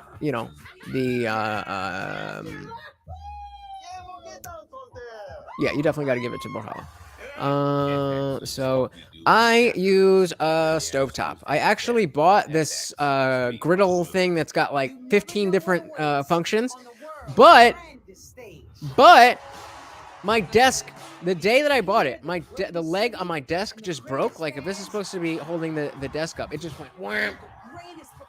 And I just had a chair and the box of the cooker, and so I just never got another desk. So I just have the thing still in the box, holding up the desk. So Alpaca says holding position shows he's more active and in control. If he moves too much, he will escape. I understand that. I agree. But the fact that he is, he is holding position well, but does holding position really, matter that much? Tastes like fire too. I got some Aleppo pepper sauce. I would say 10-9 on that one. Non-stick or stainless steel? I am generally a non-stick guy because I don't like cleaning, and if I can, that was a weird step. If I can just turn the hose part of the sink on and just get rid of everything, I'm good. I'll cook 4 or 5 times in a pan if I can just wash it down right away without actually cleaning it. Because I'm lazy and I live by myself, so who cares?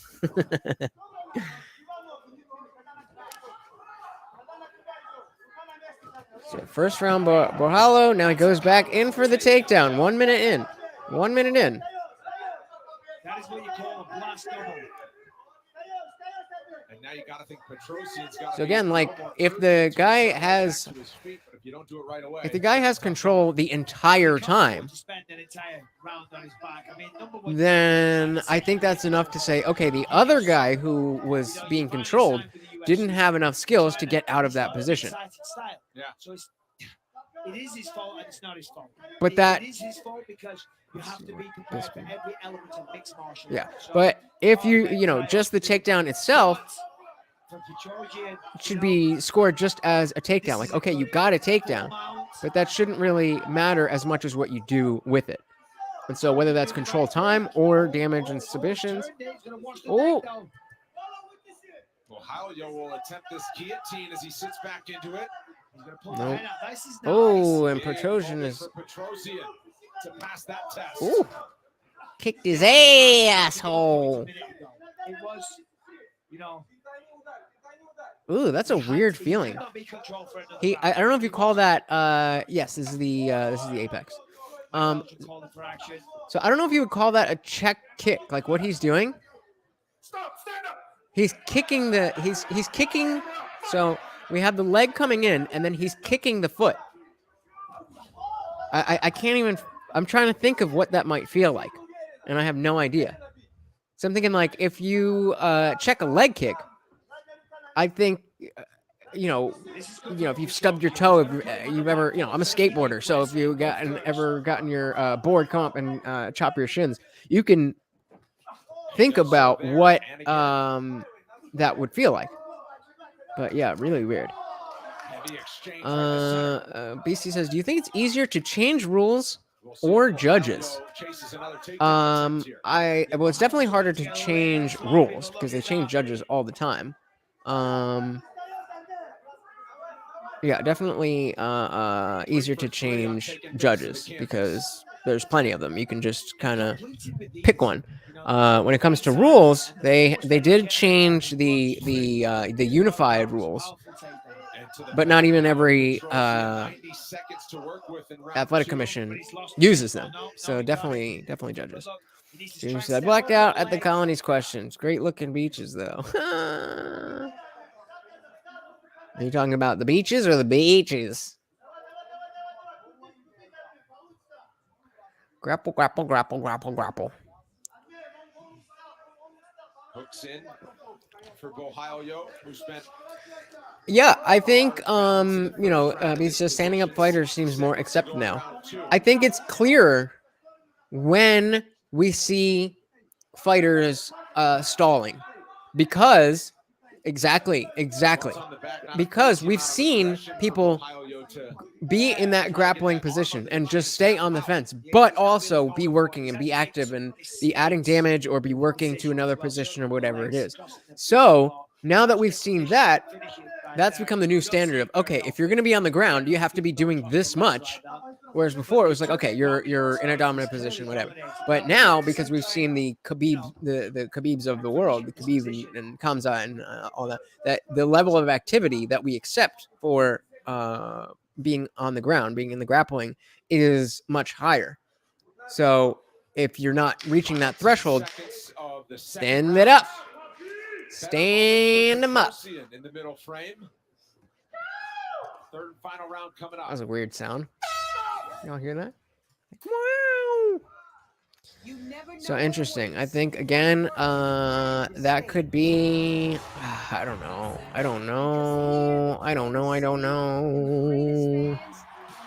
What do you guys think? Who won that? Who won that round? This is tough. I want to say Makhachev, but I don't know. On paper, it seems like, yeah, right, exactly. It seems like Charlie Ellis should be able to deal with that, but you just don't know, right? It's tough. You just don't know. Let me move this over a little bit. Ah, there we go. There we go. Are you guys noticing the stuff, like if you can, where are we? Like if you can see the lights right above my shoulder, if you can see this, do you guys notice that stuff, or is that just me noticing and nitpicking? Welcome to UFC Collectibles, the home of. All right, round 3, baby. I'm a fan of this guy's text tattoos. I usually don't like written tattoos that much, especially if you've more than one. Like I have 2, but you know, there's one on the inside of my forearm here, and then I have one on this side, and so they're kind of just there. But I don't really have any other like text only. I have text with images. Ooh. But you don't usually see them like Borrello has, both on his neck and his arm, which is bold like a marker. Pretty cool. Pretty cool. And Ohio has incredible potential, and he has star power in spades. He really does. He has all the makings. He has all the ingredients of being a big star, you know. But to go with that dominance, I'd like to see. I want to see him try and finish. Is what I'm trying to say. I'm trying to be respectful because, you know, he's fighting a very, very tough opponent. Trojans, let's see how he fares here, because the blast doubles with the time well, they're very, very hard to stop. Right. This is a little different against the fence. This is a game of underhooks and pummeling and stuff. Are we drinking? Let's see what he's got here. Cheers. First takedown attempt that Petrosian was able to keep the feet on, but obviously still controlled along the. Do I think Conor has a single decent tattoo? Yeah, I like his neck tattoo or his chest tattoo.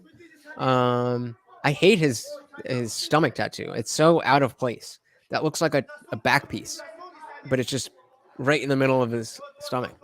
But he does have a lot of bad tattoos. Bad tattoos.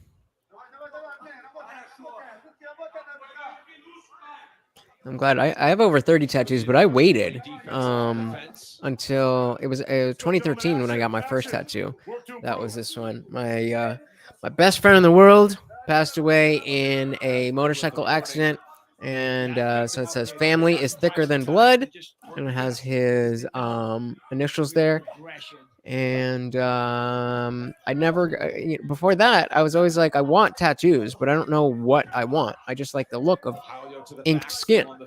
And I was smart enough to Tried to sink things down to the mat, unsuccessful. he just fell down. Petrosian will soften up the legs. Whoa! Tripped him.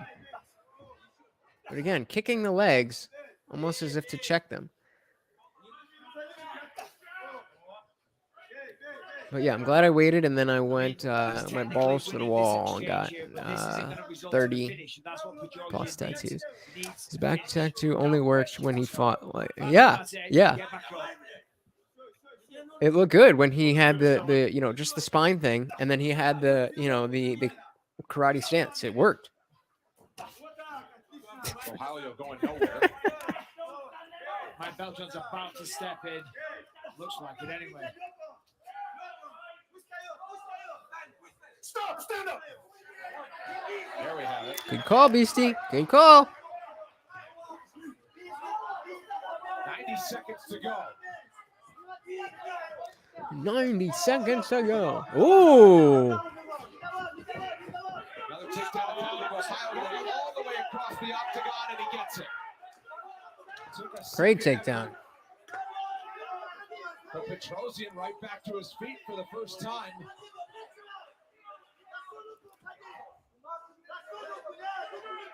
Yeah, stand them up, and then they go right back into the clinch. Woo! Can Petrosian break free and find a big shot in the final minute? Well, if he's going to do it, he better do it quick. He's got 45 seconds.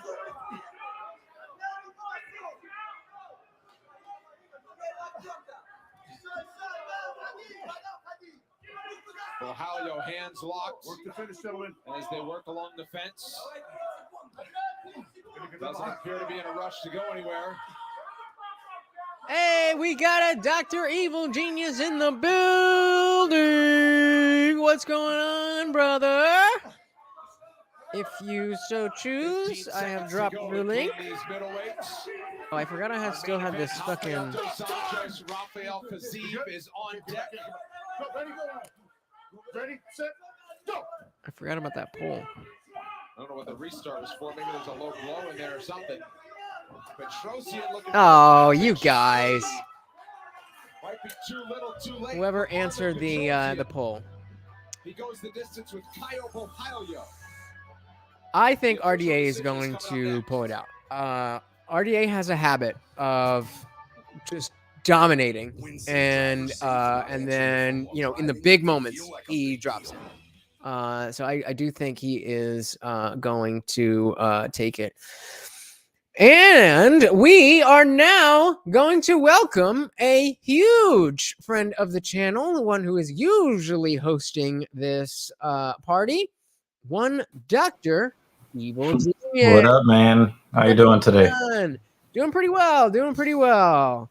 How was your social event? Yeah. We know, I don't think we've ever really hosted anything this big before, and it was like really fucking cool. I had a couple of old friends come through. Mrs. Evil and Mrs. Evil number 2. They cooked and grilled, and 2 wives. They did the damn thing. The family was there. It was a good old time, man. It was a good old time. It was really cool. Word up. Have you been watching the fights at all? Nope. Pretty decent card so far. We peeked in on the Zahabi. We peeked in on that a little bit. That was a good. But my friend wanted to watch his Yankees, who ended up losing to the Red Sox. Oh Jesus! Oh Jesus! All right, so we're getting the decision here. Oh, Mrs. Evil, you just missed your favorite. Winner by unanimous decision, Caio, the Natural. Nice for Hollow. Yep, we definitely had to do that. Word up. So who do you got in the main event? Oh wait, hold on. Let's see what he's got. It's real difficult to pick one. For sure. Hold on. Let's see what he's got to say on the mic. A very dominant display. Ciao, Borjalo. Nullify the striking. Oh, shit. On the ground. I'm a killer, man. That's why I'm the fighter.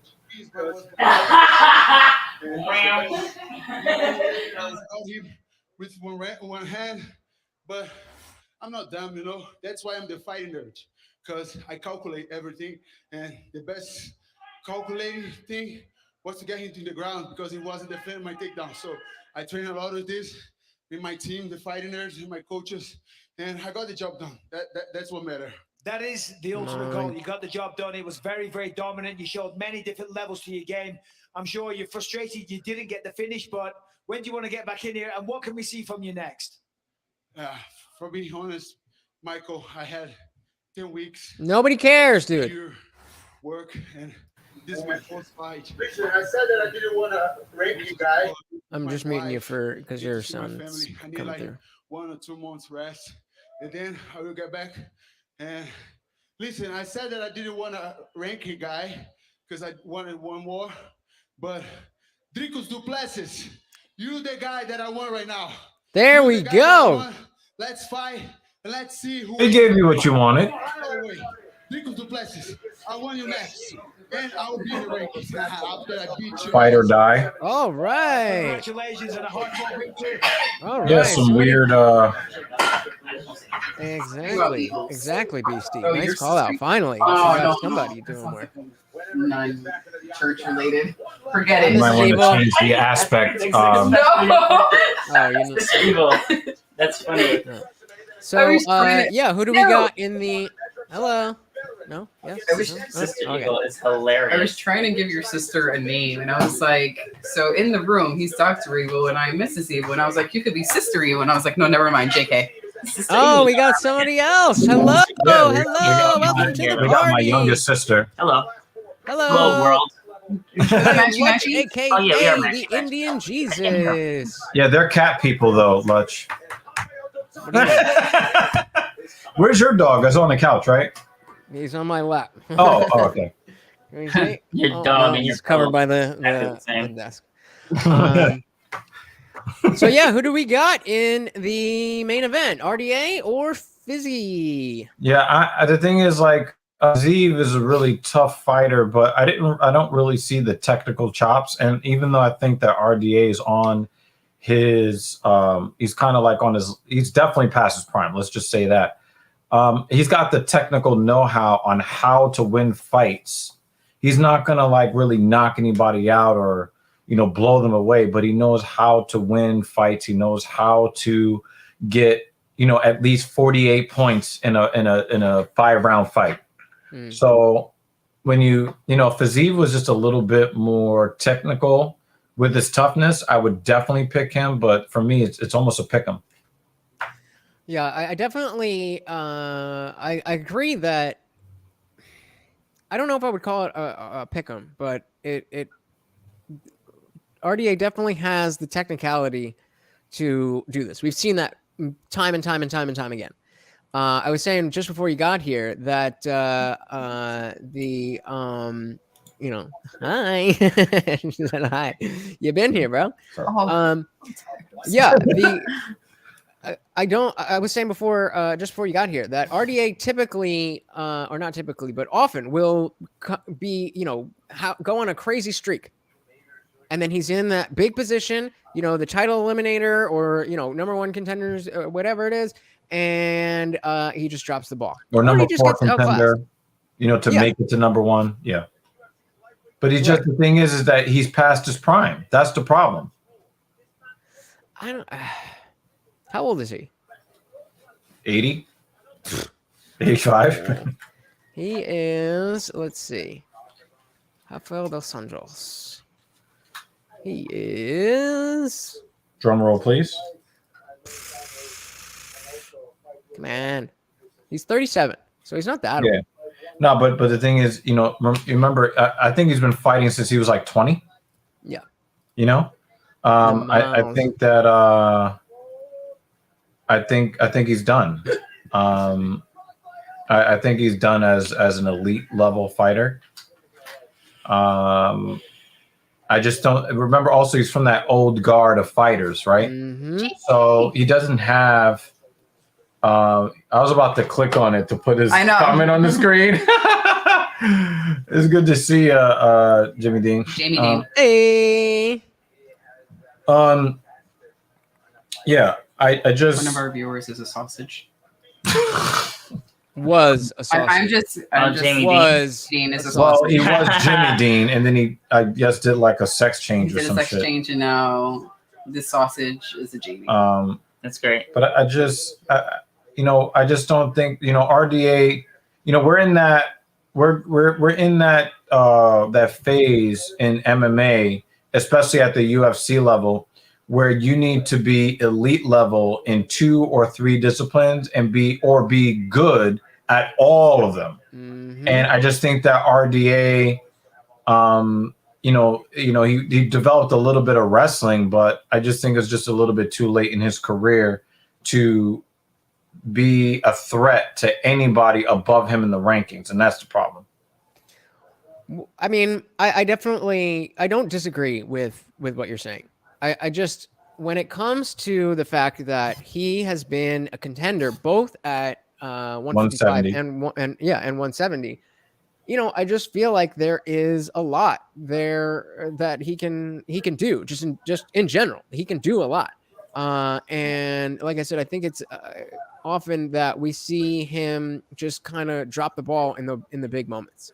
You know, like a Luke Rockhold or a who else? Did Luke Rockhold drop the ball? Does he have a glass jaw? I had a sweater just looking at it. I know. That's a warm hat. Beastie's with me. Beastie says RDA probably got. That's what I'm saying. It's too close to really go. The funny thing is, I for whatever reason in my brain when I first read it, I thought it said RDA definitely got this. Oh. And so I was like, all right, somebody coming in with some certainty. Which one do you think she is? I like Bobby Green. I don't like Burger King. You know what I mean? So there's that. Well, do you not like Burger King because you don't eat fast food? No, I eat high quality fast the wrong food, one the whole time. and Burger King ain't it. Neither is McDonald's. Okay, so what's Bear Burger, Shake Shack, Shake Shack's legit. one that I like is Smash Burger. They do a really good job. There are a couple of others. Diner, of course, diners do good burgers. Diners. Yeah, but that's not fast food. I don't count that as fast. Depending on the diner, they can be pretty fast. Well, they can be fast, but fast food, like fast dash food, is a specific type of. Five Guys also makes a good burger too. I think Five Guys has the best. I haven't had that shit in so long because it's too fucking expensive. Yeah, that's the problem. It is, but that would be Shake Shack. Give you that small ass burger. Five Guys gives a decent sized burger. Man, at least the one on 14th Street in Union Square. When I saw the price, I was like, "Fuck you guys." Is that even there anymore? Yeah, I'm not buying this burger. It's still there. We passed by it not too long ago. Actually, when I know the DQ is gone. It's next to the DQ did really good ice creams. Cajun fries. I like Cajun fries, but I also like sweet potato fries. So What was it just the other day? Was it the last stream where someone was talking about sweet potato fries? We're saying how nasty. Oh, when I was talking about how I don't like sweet potatoes and it was that you? Oh man. That's how I mean, it feel about depends. sweet potatoes. I don't love sweet potatoes, but there's sweet potato dishes that go off, and there's a place. Yeah, they've made some for me, like sweet potato salad with like different Are you into sweet things potato? in it. Yes, very much. I'm sitting here with two weirdos. Yeah, or is the odds are? I mean, she's mad at me because I like the healthy potato. Blech. Oh, you could fry it in oil, and I mean, that's what makes it good for me. No thanks. Just give me a regular potato. Potato. That's twice in a row, Dr. Evil Genius. Twice in a row, I'm seeing you without a Coheed shirt. What's going on? Have you been that badly offended by this album? It actually has nothing to do with that at all. For those of you who don't know, until last week, never, and I mean never, And I mean never, had I ever seen Dr. Evil Genius without wearing a shirt from Coheed and Cambria. Last time, was it last? I think it was last week. We were doing the Fight Companion on his channel, and he was wearing some Nike shirt or something. And now here again. Yeah. What kind of Coheed stan are you? No. So today, like, we did this whole thing where we did like the rooftop barbecue thing and all of that. And I invited, some, family and friends. Like, hey, we have a really nice indoor basketball court downstairs. So, I'll bring my basketball. Like, we ate first, we chilled, hung out. We went downstairs, we shot the basketball around. So I wanted to wear an athletic shirt to shoot around. And when we came back, it was like, okay, I need to, get Wait, my you need friend to wear an athletic brand of t-shirt? No, it's just I need to wear an athletic shirt. And they're all athletic branded anyway, so Well, And so this is the shirt I wore all day today. And then I just got home from dropping off one of my friends at work. Here. Tail of the tape. Fiziev. Is it Fiziev or Fiziev? Yeah, it's hard. He's got an 1.5 inch reach difference. Other than that, The same virtually identical, except for the fact that he's that 8 years age, younger. Yeah, that 8 years age younger. difference is massive. 8 years And he's a younger 2-to-1 than favorite. Beastie's asking, you remember that Philly cheesesteak scene from Fresh Prince about the greasy paper bag? I do. And I'm sure Dr. Evil Genius and co will be able to relate that being from the Northeast, I'm from Jersey and them from New York, that we've had those Philly cheesesteaks, and that paper does in fact get greasy. Yeah, I stopped eating pizza in part because of like I used to have to like grab the pizza slice and then turn it downward and just let it. It was like turning on a grease faucet. Yeah, that's that New York pizza. That Let it Jersey run Jersey Aren't you happy pizza you didn't don't have to have listen that to this bullshit. announcer all night? Oh yeah. Put it if you Just think. ruined the night. Actually, no. But absolutely. Well, yeah. 205. Negative 205. Yeah, yeah, definitely, Beastie. Because when you get the burger and they put the fries in the same bag and it's all fucking. You know what? crazy. You want to hear a funny story? They're so good. Go ahead. Funny story, Lutch.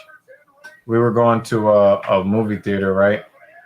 The three of us are going to a movie theater, and we walked past Five Guys on the way to the movie theater, and the other one that is not pictured. And there were like several guys that were walking past us in the opposite direction, and she just inadvertently blurts out, "I want 5 guys." They turned and looked at her. Like, I bet you do, you whore.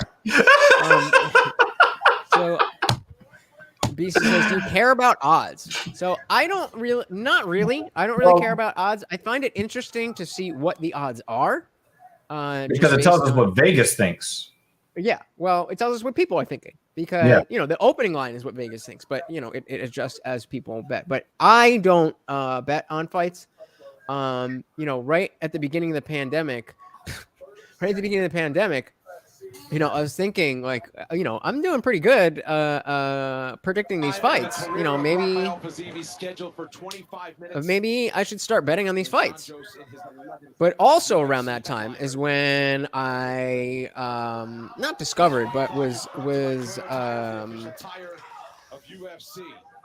word? All right, here we go. Any chance to go in first round?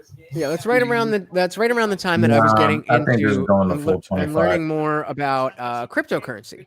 And so I was in the position of saying I either want to start betting using my extra money to bet on UFC, or should I go into crypto? And I decided to go into crypto.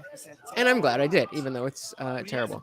I got you with the play-by-play. All right, let's do this. So in terms of timing, give me a second here. We're at 4, 10, 9, 8, 7, Yeah, 6, you 4, ruined 0, the 5 of the first round. A little bit of a feeling out process. They're going, but not too much going on. Yeah, when she Who's pressed the kicking pause more? button, we couldn't get back. What's your count now? 350, 49. Yeah, but now we're closer now. Yeah. Yeah, that's a good question. RDA got them tree legs. He's not really throwing much. Yeah, He's throwing he's nice looking little pretty knee. strong. But remember, he fought at 170 for a while. Yeah, and that's why when it comes to the technicality, I knowing that RDA's legs made of mahogany. knowing that RDA can handle himself with most people at 170, the technicality aspect it kind of comforts me on that level. That okay, maybe he doesn't have the level of technicality that we would want, which I think he does. But I think the RDA gives you technicality. Fiziev doesn't give it to you. Right. But I'm saying even if Fiziev was a bigger, a stronger guy, because of the fact that we've seen RDA at 170, that doesn't bother me. Yeah. But as he says, them legs are looking pretty substantial right now. Facts. And the thing is, we got to give some credit to RDA. RDA is looking, at least from an aesthetic standpoint, at his age, he's looking like a lot of guys do 10 years younger than him. Yo. But the thing is, he's been fighting for what, 20 years now? Like, the guy's taken a ton, the guy's has a ton of cage time. That damage adds up that you don't see in the physique or in the fact that he's probably dyeing his hair.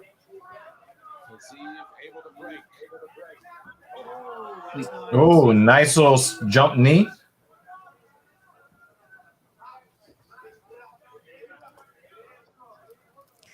Will RDA nice body kick. out the win?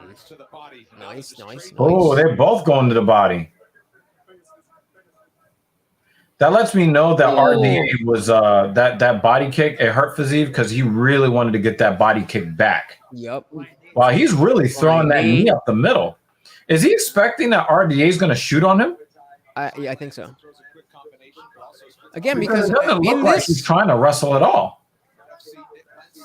I don't think it's necessary. That seems like it's more of the game plan to see if the threat of the takedown's there. That's what it seems like to me. Yeah, definitely a feeling out round. They're kind of just not much is happening. Body kicks here. No, it's definitely not lit. Yeah. Definitely not they're lit. feeling each other out, but this shit is. Yeah, there it goes. There's a level change. So RDA takes him to the. And the thing is, RDA is a point fighter more than he ever has been before.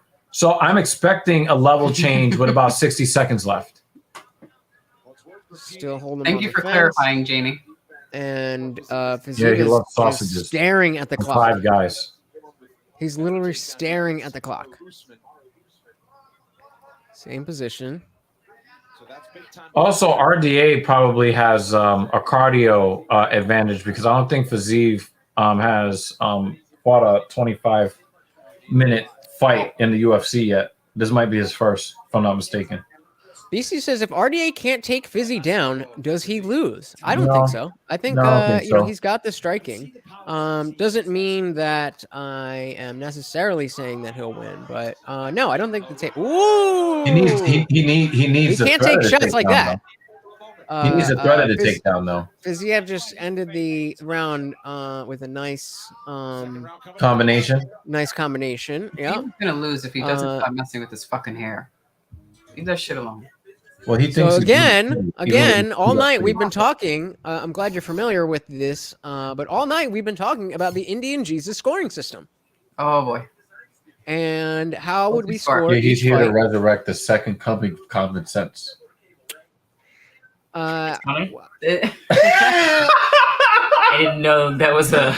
So based on the IndianJesus scoring system, what do you score that? Who do we got? Oh, Revilement's back. What's good? Yeah, Revile's good, The man. fight card didn't interest me much, but I watched the last few. We're on the I last gotta one. get the lady to work early tomorrow, and then I have 2 personal training sessions back to back. So I'm not going to be on IW tonight, but I should be on IW late morning. Oh, is his eye already jacked up? He's got a little something underneath the eye. But it looked like he kind of, gave him the stanky leg a little bit. So again, I think under my scoring system, I would say actually, I don't know. I honestly think that was a pretty close round. Yeah, I thought so too. Pretty close. That might actually be a 10-9 under all systems, all scoring systems. That was pretty close. Might call that a. Well, who do you give the 10 though? That's a good question. I give it to RDA. I think RDA pulled that one out. He was in control more. I think he did a little bit more damage. I think he failed on the takedown, and Fiziev actually kind of had him doing the chicken leg a little bit toward the end of the round. Do you think the judges will give him or not so much? Ooh, caught the kick, caught the body kick. No, you don't get that. Can't do anything with it. But that might sway them to favor him more. No, especially for the ones that just don't fucking know how to judge. No. A failed takedown actually helps the fighter who's defending. Come on, we don't have time for eye pokes. Oh, yeah. I don't think RDA is looking fragile right now. That's not what I get from it. He actually looked very strong, and in fact, I expect him to outlast Fiziev. I think if it goes the full 25 minutes, he put this whole thumb in his eye. God damn. I missed it. I missed the replay. Did you see that scratch cornea business? Did you see that? Just now? No, I missed it. No, with Pedro Munoz. And they tried to claim the next day his eye was shut and all of that, but when you look, the finger didn't actually go in his eye. Yep. Fucking RDA took a thumb in the eye, and he's back fighting. Yep, that's bullshit. That's a real fighter, and we just know. Oh, goes for the takedown. That looks failed takedown, like but still has his back. Nah, if he separates the hands, yep, he separated the hands. Turn in. He's looking for the trip. No, now he's spreading. He turned in. So now he's got double underhooks. That's a problem for RDA. That's a huge problem. Number one, he looked real desperate going for it. And then number two, even when he got his hands locked, he couldn't. He had his back and got his hands locked. So much for the lack of technical fighting, at least from the defensive wrestling standpoint. Fiziev is not playing. He's not playing that BS tonight. Nope. And that's why it's such a tough call. I mean, we know we was it you who DM'd me earlier about how much tape there is on RDA? No, that wasn't me. Well, somebody was like, somebody earlier. They were like, there's so much tape on RDA that you can just read his whole thing. I think first of all, there's definitely some nice combination for Fiziev. But he he's just he's continually evolving, and cheeky little hook right there. Mm-hmm. Yeah, Fiziev has some nice hook combinations. Switching stances. Mm-hmm. And he cheers! Wizard action, let's go! Fiziev is not playing that shit tonight. Do not be surprised. Fiziev got RDA on the fence. Do not be surprised if that is the last takedown attempt from RDA for a while, because that was his best shot to land it, and he got wizarded. Bear. Cheers to who drinking.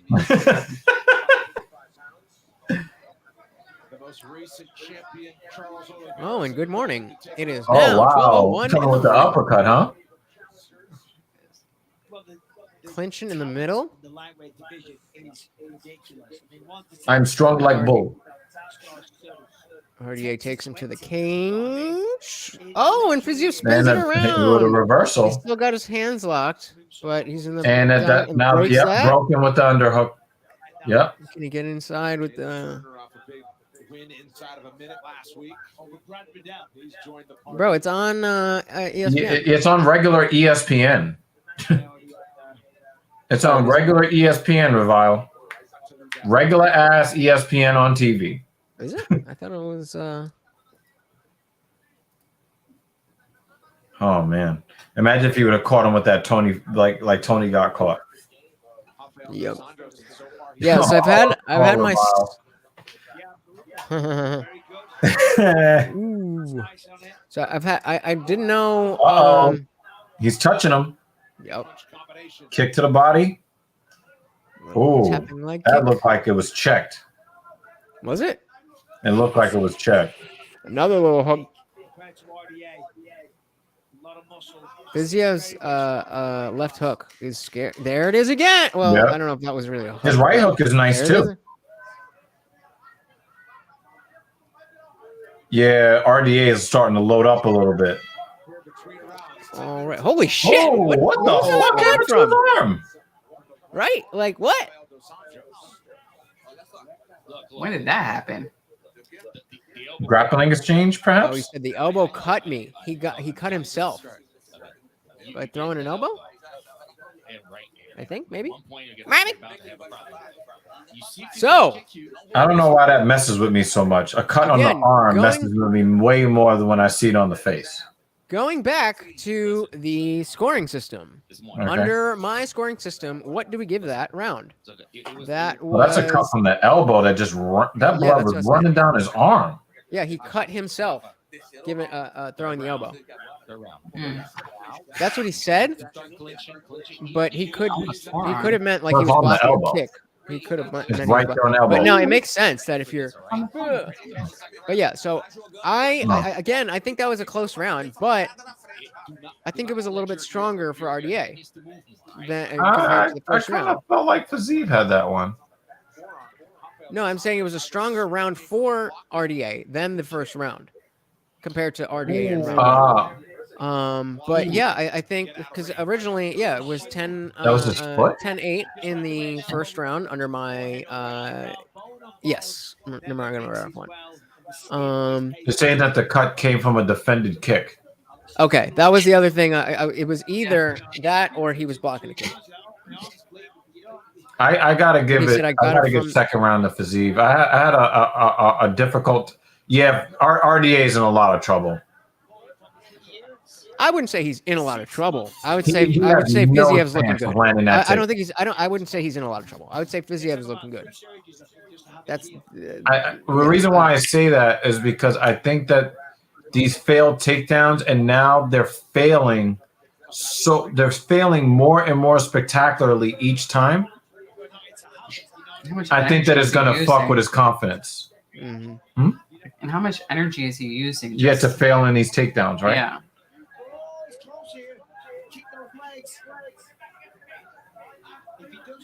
He's so well balanced. You can just see. And he's trying to try. He's going to try to get his elbow in there. Let go. Okay, he's down. He's got his butt down. No, I don't know. He got a hook in. He got a hook in. I don't know if they're going to call out a takedown though. Oh, definitely not. Yeah, that's got to be every failed takedown. Not only does it take energy, it also takes your confidence from you. Oh, they gave him a takedown for that. That's very weird. I've seen a lot more that look like takedowns not get official takedown. But as far as RDA is concerned, I don't think that RDA felt like that was a takedown. He didn't feel like he was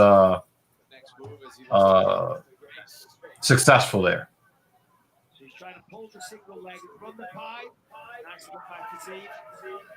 All right, no more takedowns. Just come on, punch each other. The thing is that RDA wants to lead with the takedown revival. He wants to lead with wrestling, and then but it ain't working. It's not working. Yeah. Yeah, it's not working. Yeah, I agree. I think. Revival, I agree. I think he's probably got the advantage when it comes to the wrestling and the ground game. He definitely has the advantage on the ground. But I'm not seeing evidence of that at all. He's not. Well, no. Once he's on the ground. Oh yeah, you got to get there. But exactly, he's got to get there, and he's spending too much time and energy trying to get there, taking damage in the process. That you got to make those adjustments. You got to abandon plan A Where's and get to plan B. Yes. Thank you. Well, Where's didn't they plan make B? that Yeah. illegal? I'm sorry. I'm sorry. I'm sorry. This is not the first time he's made that joke. It's You're just like, it's right there. Again. It's right there. And there it is. Yeah, it's only plan A's. Only plan A's. Brought to you by the Supreme Court of the United States. My plan A is pulling out. Hey. Yo, speaking of which, Bruce was on some shit earlier. I don't know where he went. I doubt he's still here. No. Yeah, he wanted to have Patreon conversations though. Another exchange. Let's see. Where is he? Where is he? In close quarters is now Fiziev with outside position here. Dos Anjos 1 for 10 on takedown attempts, and of course the one that he did get. It doesn't go up anywhere. Oh. Last but a few seconds. Yeah. I had a good solid 45 straight minutes where nobody said anything. And I was like, this is fun, guys. I'm glad we're all here together. I'm glad I Yo, can you tell put it. up a poll. Will Lutch make it? Oh yeah. Did he have? Yeah, because nobody was seemed to be having fun. I was like, all right, well, if you guys aren't having fun, then I'll just go to bed. But yeah, okay, so this nice shot from Marty this is Aver. from about 8 o'clock. Bruce goes, Oh wow. It sounds so. Oh man. He came off like such a dad. So what are you doing to try to give me grandchildren? Oh wow. Like, Bruce it's just- came for you today. oh, we ain't I don't done. know how many KOs or submissions. This is my first fight. This is the only fight I'm watching tonight. What's the question? What's the question? Bruce was really No, and like the first couple of questions was like the frustrated dad. It's like, hey, when am I getting grandkids? Oh man. What was the new comment? Since Oh, I scrolled come up. What was on, it? man. I'll get to it. Whoever commented. But now we'll start getting some answers on the cardio of Rounds 4 and 5. Yo, why Bruce? What is wrong? I was just like, damn, bro. Like, you good? Was he bored? So let's go Was he through the drunk? card. So on the prelims, we had oh, is it really not going to tell me? I don't remember. Did you say that this card was entertaining, Lutch? Yeah. Yeah. Oh, okay. Were So you I think Russell we Crowe? I think we had 1, 2, 3 on the prelims. That's a big knee to the body. I've got Fiziev landing some good shots. Both guys with a little success on the feet. Very, very close. All right, knock each other out. Knock each other out. 3, 4. 4 finishes on this card. Knock each other out. Mo fire. What if they both knock each other out? Is that what? I'm waiting for that. That has not Super happened. draw? I really want that to happen. And there are some matches where I'm like, this shit's gonna happen tonight because they look like the rock and sock robots. Oh, that's terrible. But anyway. The rock and sock look pretty bad too. That was an accurate representation of rock and sock. All right, round 4, baby. Now this should be RDA's. Swan song. This should be Typically, you might think the guy that hasn't been 5 rounds might be an issue. The Z was putting some energy out here now. Well, I think they were just saying that he hasn't gone. Nope. 5 rounds. Oh, goodness. Back on the fence. Come on, guys. Killing me. It ain't gonna do it. A lot of 91%. fail. And the one that they counted was Right. That's right. questionable. That's 100% in my eyes. That's 100%. Yeah. That was And we're in round 4, bro. because Fiziev sat down so that he could break the body lock. And that's the thing you were saying before about the old guard is that we don't have you can't be a fighter at this level and expect your plan A to work out all the time. You have to have a plan B. You have to know when it's time to switch. Yeah. And when you look at the Kevin Hollands of the world, what did he have to do? Because his striking was so good that people just started laying on him. Well, you're gonna have to have the skills to A, keep them from taking you down, or B, get you back up to your feet as quickly as possible. Well, first recognizing that that's what you need, because he knew that. He got laid on. Right, but I'm saying not all fighters do. Yeah. So hold on, let's see what. Lumber Boy Thompson's got to do something about that too, but he might be too old to teach that dog any new tricks. Oh, nice little knee. All right, let's see what Revile has here. It says, my fat ass making food real quick. That's a good thing about a watch party. I can leave my room and know what's going on. Appreciate y'all. Appreciate you too, brother. Wait, what are you making? You too. What you eating? Yeah, what are you eating? You must know. I got some stir fry pork and rice. I was saying before, I wish I had some greens, but hot dogs. Blech. Greens. Killing me, man. Well, specifically, wishing I had some actually raw a red onions. bottle of greens. Okay, red onions. Yeah, I'll take that. Oh, we're talking different kinds of greens. I got green. Oh my god. Ooh. Ooh. Roman or ramen? Roman Reigns. Still sounds delicious. Ooh, and you put some egg in your ramen. That shit is yummy. Yep. Just make sure you crack an egg. That's some Asian shit. Oh, yum. fuck. Green onions on top. What was the name of that bulb? The bulb that you like to put in the ramen? Bok choy. Oh, bok choy, yes. Bok choy is good. Is Beasley still here? Beasley was asking about some biryani. Was it? Some kind of food. Sometimes with the egg, I don't. Okay. I have patience right now for that. Gotcha. How long does it take? That is a good body lock. Oh, and he does nice that's a takedown. Round 4. Minute left in round 4, and he got that level of takedown. That was not like. That was good. All right, let's see how quickly he gets back to his feet. But that's the question: is where do we go from here? Because at this point, if he's stuck, then it does make sense for RDA to keep going for these takedowns. He's trying to Khabib him, and he only got one leg. Come on, man. But he is controlling him above the hip, so he couldn't get to his feet there. And now he's leaning on him. Yeah, this is nothing. So I guess he gets round 4 with this takedown. I mean, he's got to do something with it first. Yeah, I'm saying he looks like somebody that needs a friend more than he's in a fight. Mm-hmm. God friend in me. I was going to say thank you for being a friend. Friend in me.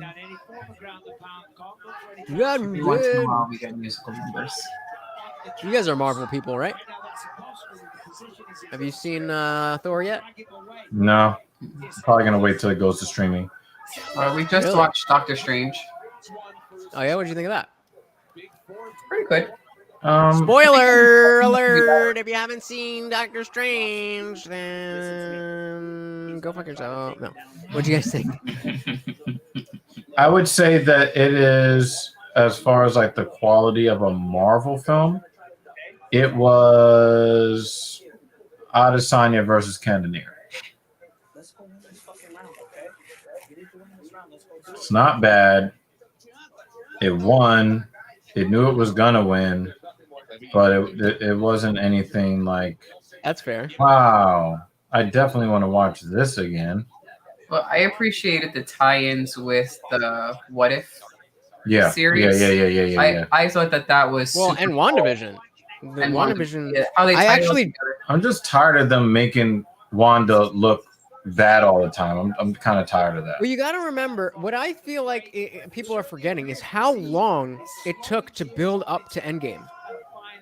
and how much was going on and how little each piece. I mean, a Civil War came before that. Right, but Civil War was even then. What year was Civil War?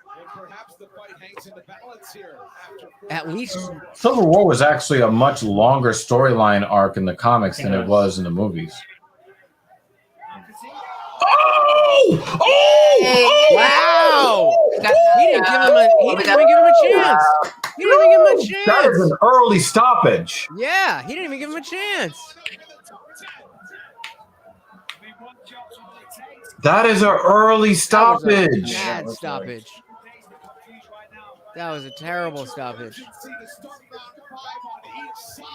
Although it does look like RDA was finished. Yeah, I don't think that it would not have been finished there, but it wasn't finished yet. He jumped in fast.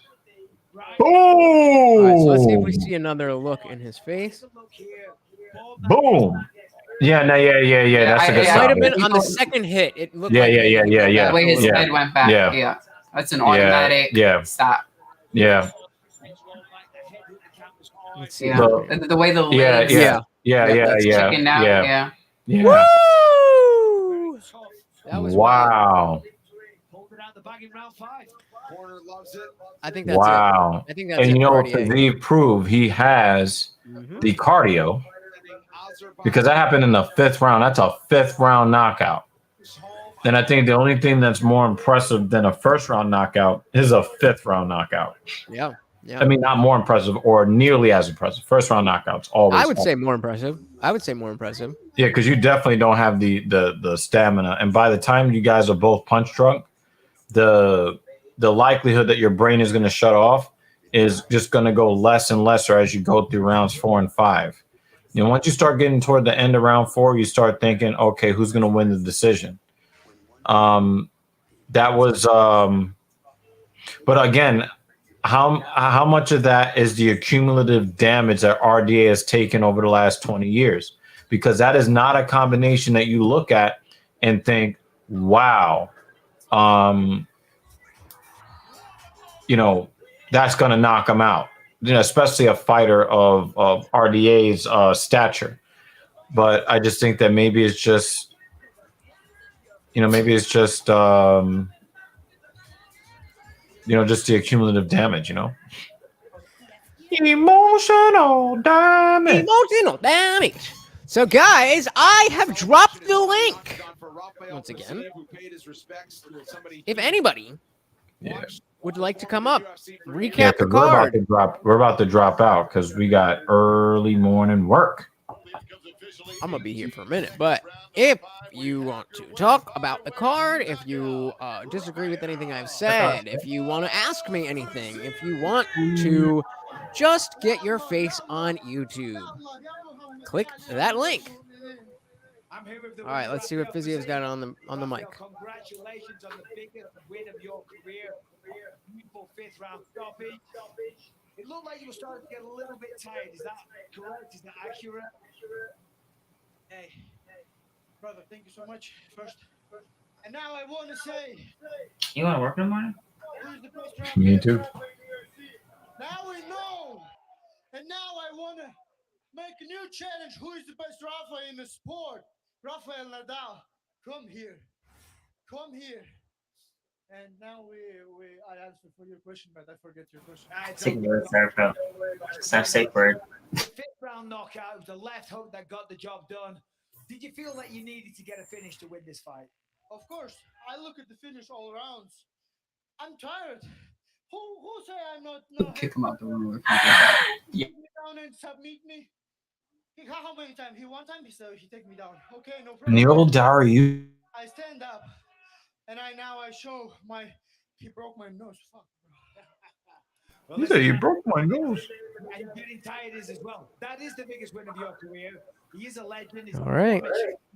On Monday morning, I would think you will be ranked number 7 in the sport. Let's see. Call out. Rafael Nadal. Yeah. Who the fuck is Rafael Nadal? I can't beat him in his. He's a tennis player. That's what I thought. Tennis. What about specifically the UFC? Brother, you make your job nice. I believe you give me something nice. for making one more knockout in round 5. Yeah, give me someone in this top 5. I'm ready. Was there anything about the fight that was frustrating you? Of course, you kept trying for the takedown. Was that starting to get on your nerves? That's what I'm saying. One, his goal is going to take me down. And Yeah, I thought it was early stoppage until I watched the replay. Boom. Yeah, that and then bang. Yeah, that second hit. Yeah, that second hit. You can see because he gets hit from this way, right? Boom. Look, yeah, that right there, he's done. He's done. He gets hit. He gets hit. Hold on, I'm gonna go so you can see me. So he gets hit from here, and then he kind of goes like that, and then he gets hit again, and his head kind of bounces this way. Yeah. And so you can see in that moment that Mark Smith was like, "Oh, okay." Yeah, that's it. Yeah, that is actually a perfectly timed stoppage. Yeah. So again, it's not necessarily about the time. It's about if you can see that somebody The fighter is done, then you gotta stop When it. that head snaps back. Yeah, and the thing is, we've seen things go on a lot longer, and it has upset us because it shouldn't have gone on. That's exactly. And The next card is a really good card. Is it? Yeah, that's a really good card. Look how early that card is. I was saying, actually, this is a good time to ask you. Are you able to do that? I mean, it's a Saturday. Yeah. Yeah, no, we don't have anything. That means that Saturday. we might be able to like go out on the town. Actually do things after Yeah. without going straight to bed. All right. So we Starts at 11 o'clock in the morning. Thank God. Right? Like just get up and Oh shit. So Dwight Grant, that's on that card next week, he was training with my best friend today. Oh yes. Yeah, what was good with that? Yeah, he was like, the dude is like super humble. I was like, his nickname is the Body Snatcher. That's pretty crazy. Very. Saturday. Woo! So yeah, interesting night of fights. Definitely better than what we've seen recently. I don't know what it is, but there's just been something a little lacking on some of the cards. And it's I know I'm a tough customer, but I completely forgot about that private message, bro. Well, the issue is, I mean, you know, Holloway didn't show up to his fight, and Adesanya claimed that he was going to move mountains and create magic, and he basically sparred. That was point sparring. Yeah. So I think a lot of people are getting really tired of Israel Adesanya promising the moon and the stars, where he is tied for all current UFC champions in every weight division of both sexes. He is tied for the second lowest finishing rate as far as all fights in his UFC career. The only one that has finished a lower percentage of their fights, Carla Esparza. Wow. Carla Esparza has only finished 20% of her fights in the UFC. Stylebender, 33%. 1 out of 3. Wow. He only has 4 finishes in 12 UFC fights. So you keep telling us how you're going to do all of these beautiful, wondrous things, but then, it's basically 2 guys standing in front waiting for the other to blink for 25 minutes. That's crazy. So we are not quite just done yet, but I meant to do this earlier, and we're my done over dumbass here. forgot. So I want to give you the floor. Where can people find you, my friend?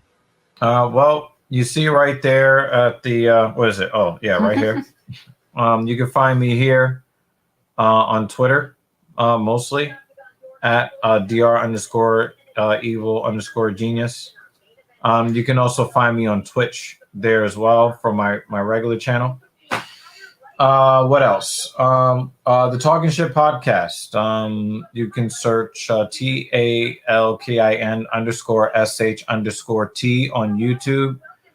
It's also the same thing on Narsagram. It's the same thing on Twitch. We do a lot of human interest stuff as far as the male experience living here in these United States. We talk to men. We talk to them about the things that are important to them. Also trying to bring some hope to these men so that, have a better society to live in. But anyway, you'll find Lutch there. We'll be having Lutch on some more panels, doing some videos in different, mostly political subjects. And of course, we do the Filthy Casual MMA watch party almost every Saturday. But when we feel like being normal, social human beings, Every once in a while that happens. we'll pass it off and let Lutch do the goddamn thing. So as always, thank you for having us on your platform. So before you go, I think that you might want to stick around for another friend of the channel, someone I highly, highly respect, Mr. Darshaun McAway, aka D-Mac. What is going on, brother? Yo, fellas, what's going on? You political assassins, what's up?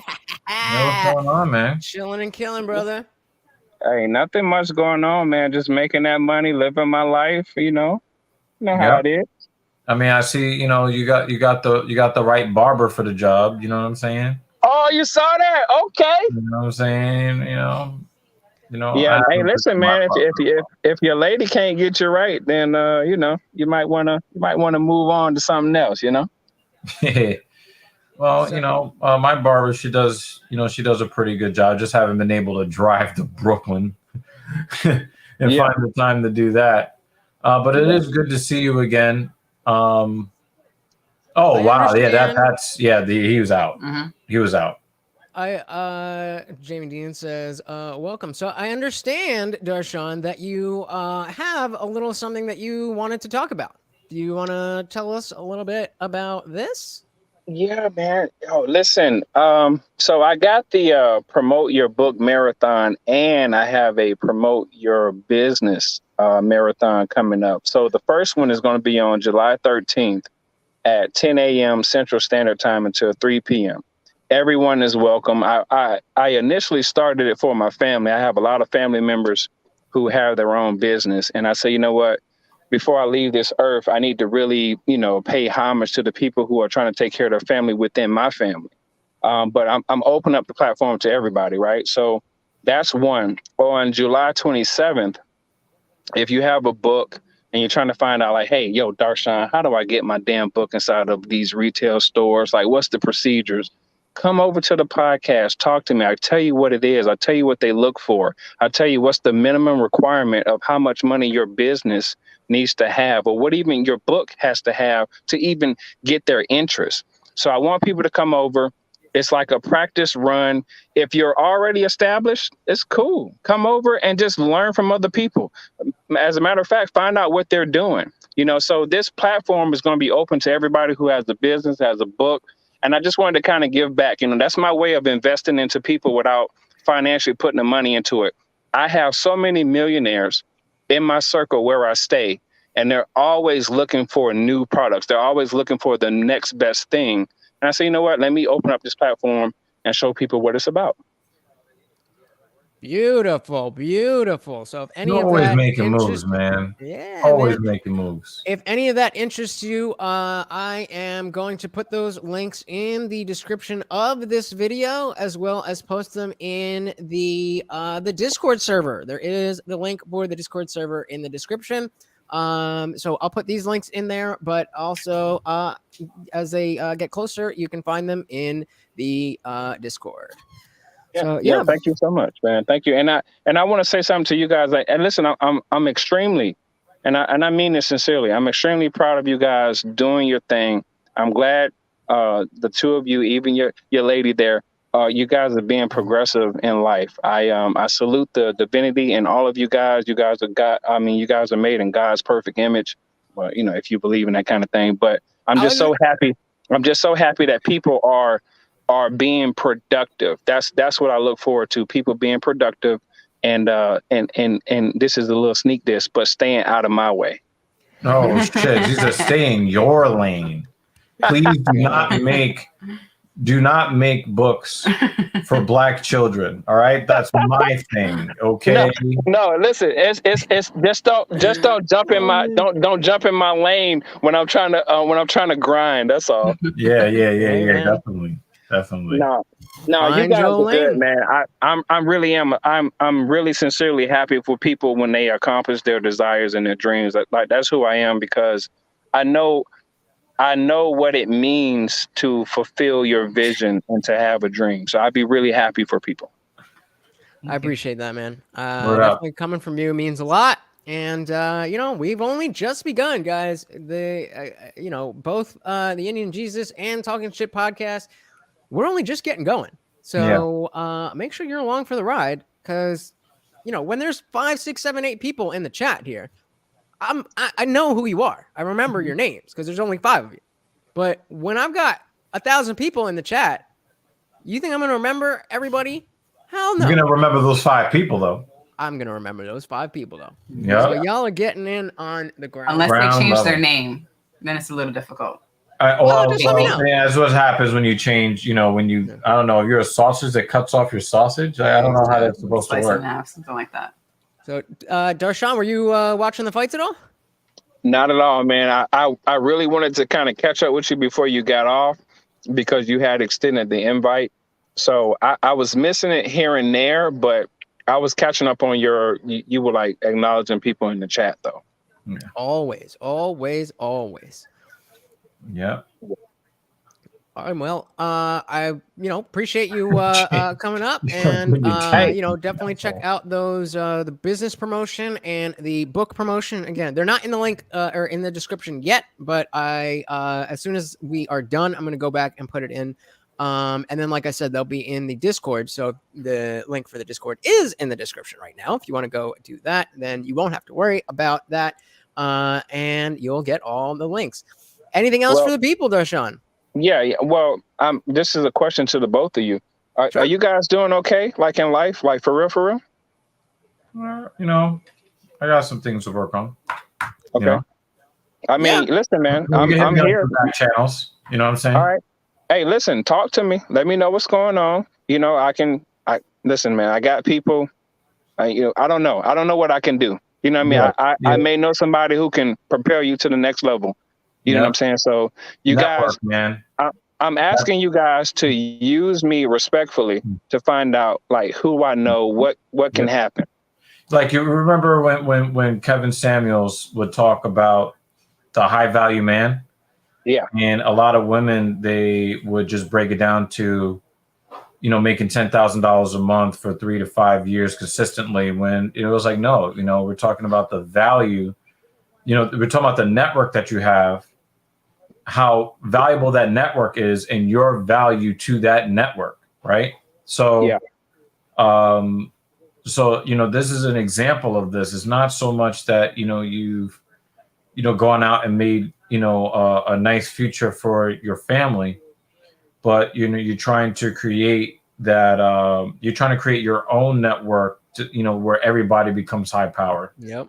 So it's something that I've always tried to bring people together. There's some things that I'm working on that might blow up as well. In fact, again, definitely hit me on the back channels, because I'm working on something with somebody right now that I think is really, really, really useful to the world, that may be profitable. So, this is what we do. This is what we do.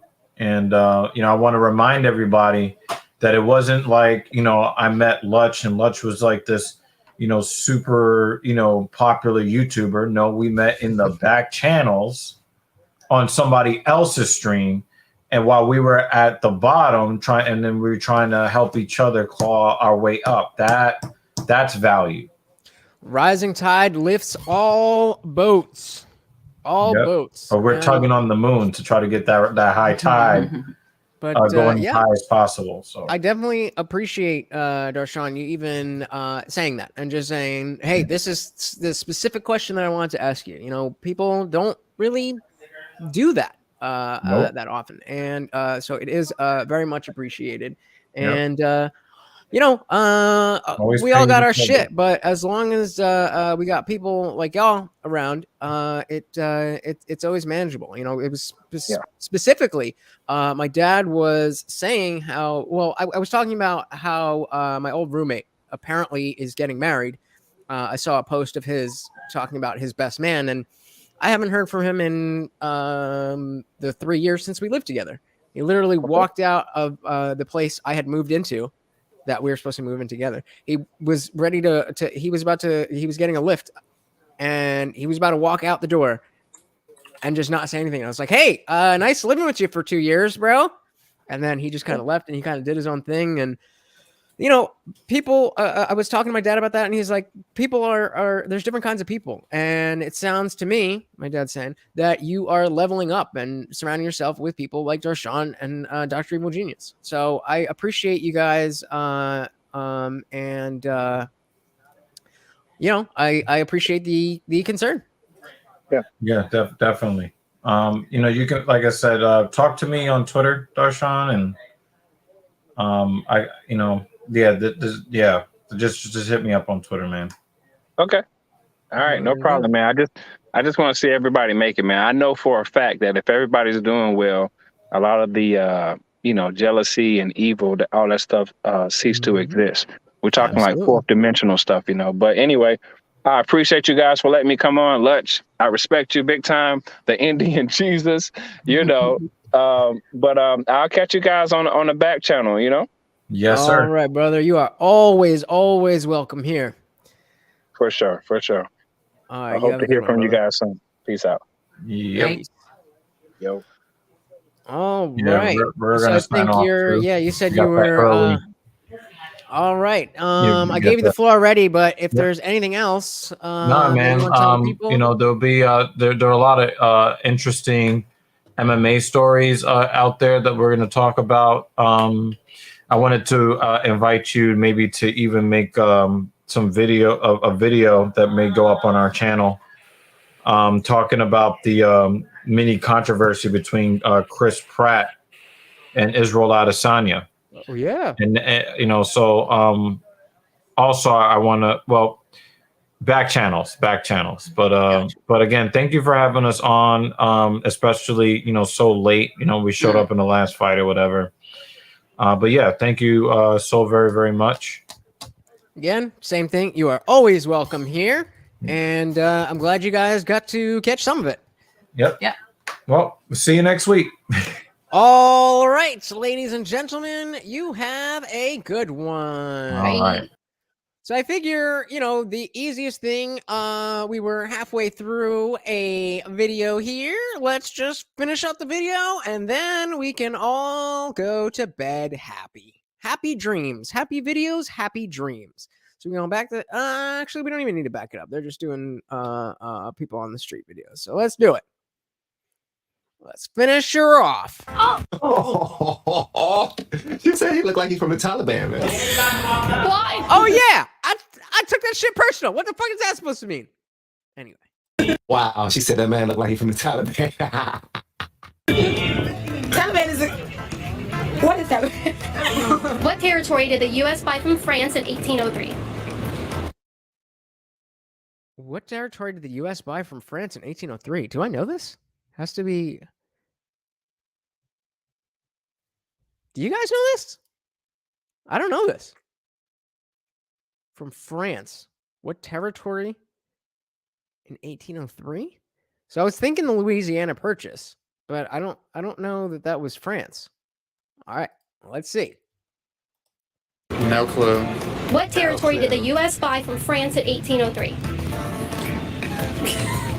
But like at least that's like a legitimate trivia question. That's not like some basic ass shit that you should know.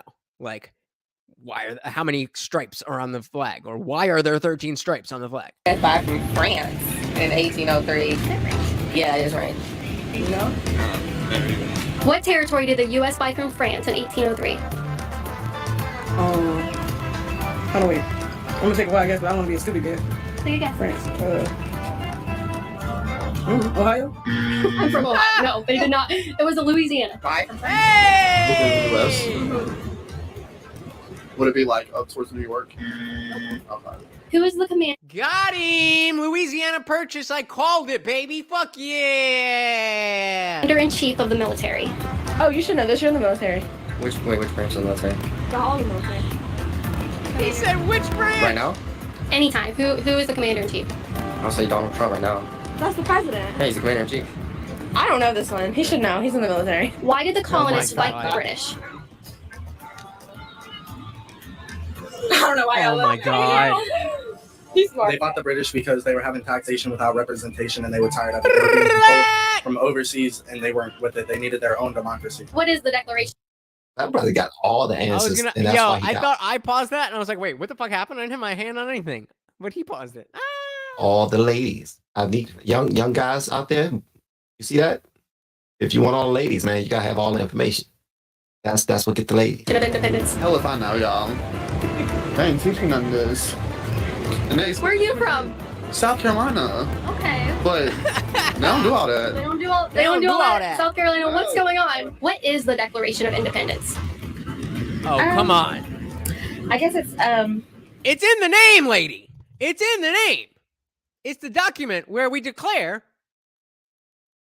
our independence. establishing independence for the 13 colonies. From who? From I told you how long we've been out of school. Do you have any guesses? Why did the Not even colonists a fight guess? the British? Because they want to exchange goods on their property, their land. No, that's a good one though. Close. You know what? I love the fact that they are being good sports, man. They just answer her questions. They just chilling. They just letting her do her thing, and they're actually learning in the process because she's, they're hopefully she's giving them the correct answers. I'm assuming. So hold up, real quick. Who's riding? Give me a 1 in the chat if you're still riding, or if you're just done and you're just sitting here till I'm done. Should I assume? Well, I am going to assume that she's giving them the correct answers after she noticed that they're wrong most of the time. They want to free them? Yes. That's why? Yeah. From who? I don't know. Who they want freedom from? Boston? In what month do we vote for the president? Shouldn't know that. Really? February? I was gonna say March, but February. Then. February, March. It's November. All right. I am willing to sit and watch the entire post-fight press conference if you guys are going to watch. But I need to know that you're going to be here because it is almost 1 a.m. So if you would like to go through the post-fight press conference with me, then please type a 1. Otherwise, we're just going to watch this silly video and go to bed. I think I knew that. Did you guys vote in the last election? I did. Sure did. Yep. And you remember it being in I don't February. remember when. Who lived in America before the Europeans arrived? Idiots. Native Indians. Right? I don't know. You don't want me to say my answer because I was gonna say no. Are you looking for like a group of people? I was gonna say the same. You know what's wild? I thought all white people had this information. I know. I know. Very ignorant. Listen, I know. You ain't got to say it. I know. That's actually very telling. That's actually very telling. As far as I only just started following this guy less than a month ago. And it seems like he's just kind of discovering, it seems like he's in the process of getting red pilled. But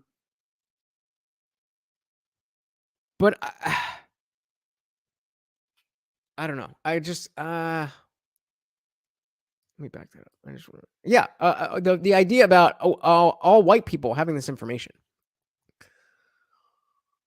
They say that this CRT stuff, or whatever you want to call it, doesn't put into the minds of minorities that they are less than.